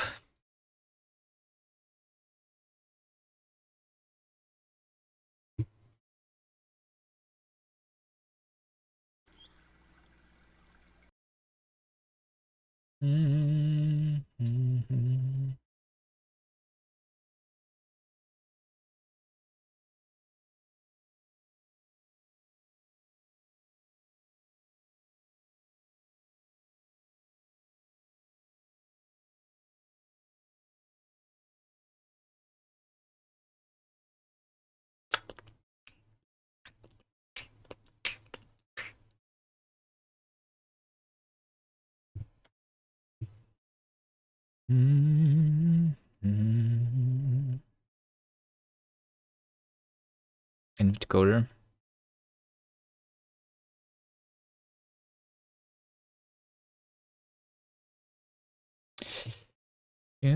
Try now Remax, rewriting the compiler again. Okay, sure. You want to go here? Let's go here. Chat.gd. Wait, hold on. GD is the GD script. That's not the compiler. Anyway, see you guys next time. Thank you for watching. Bye.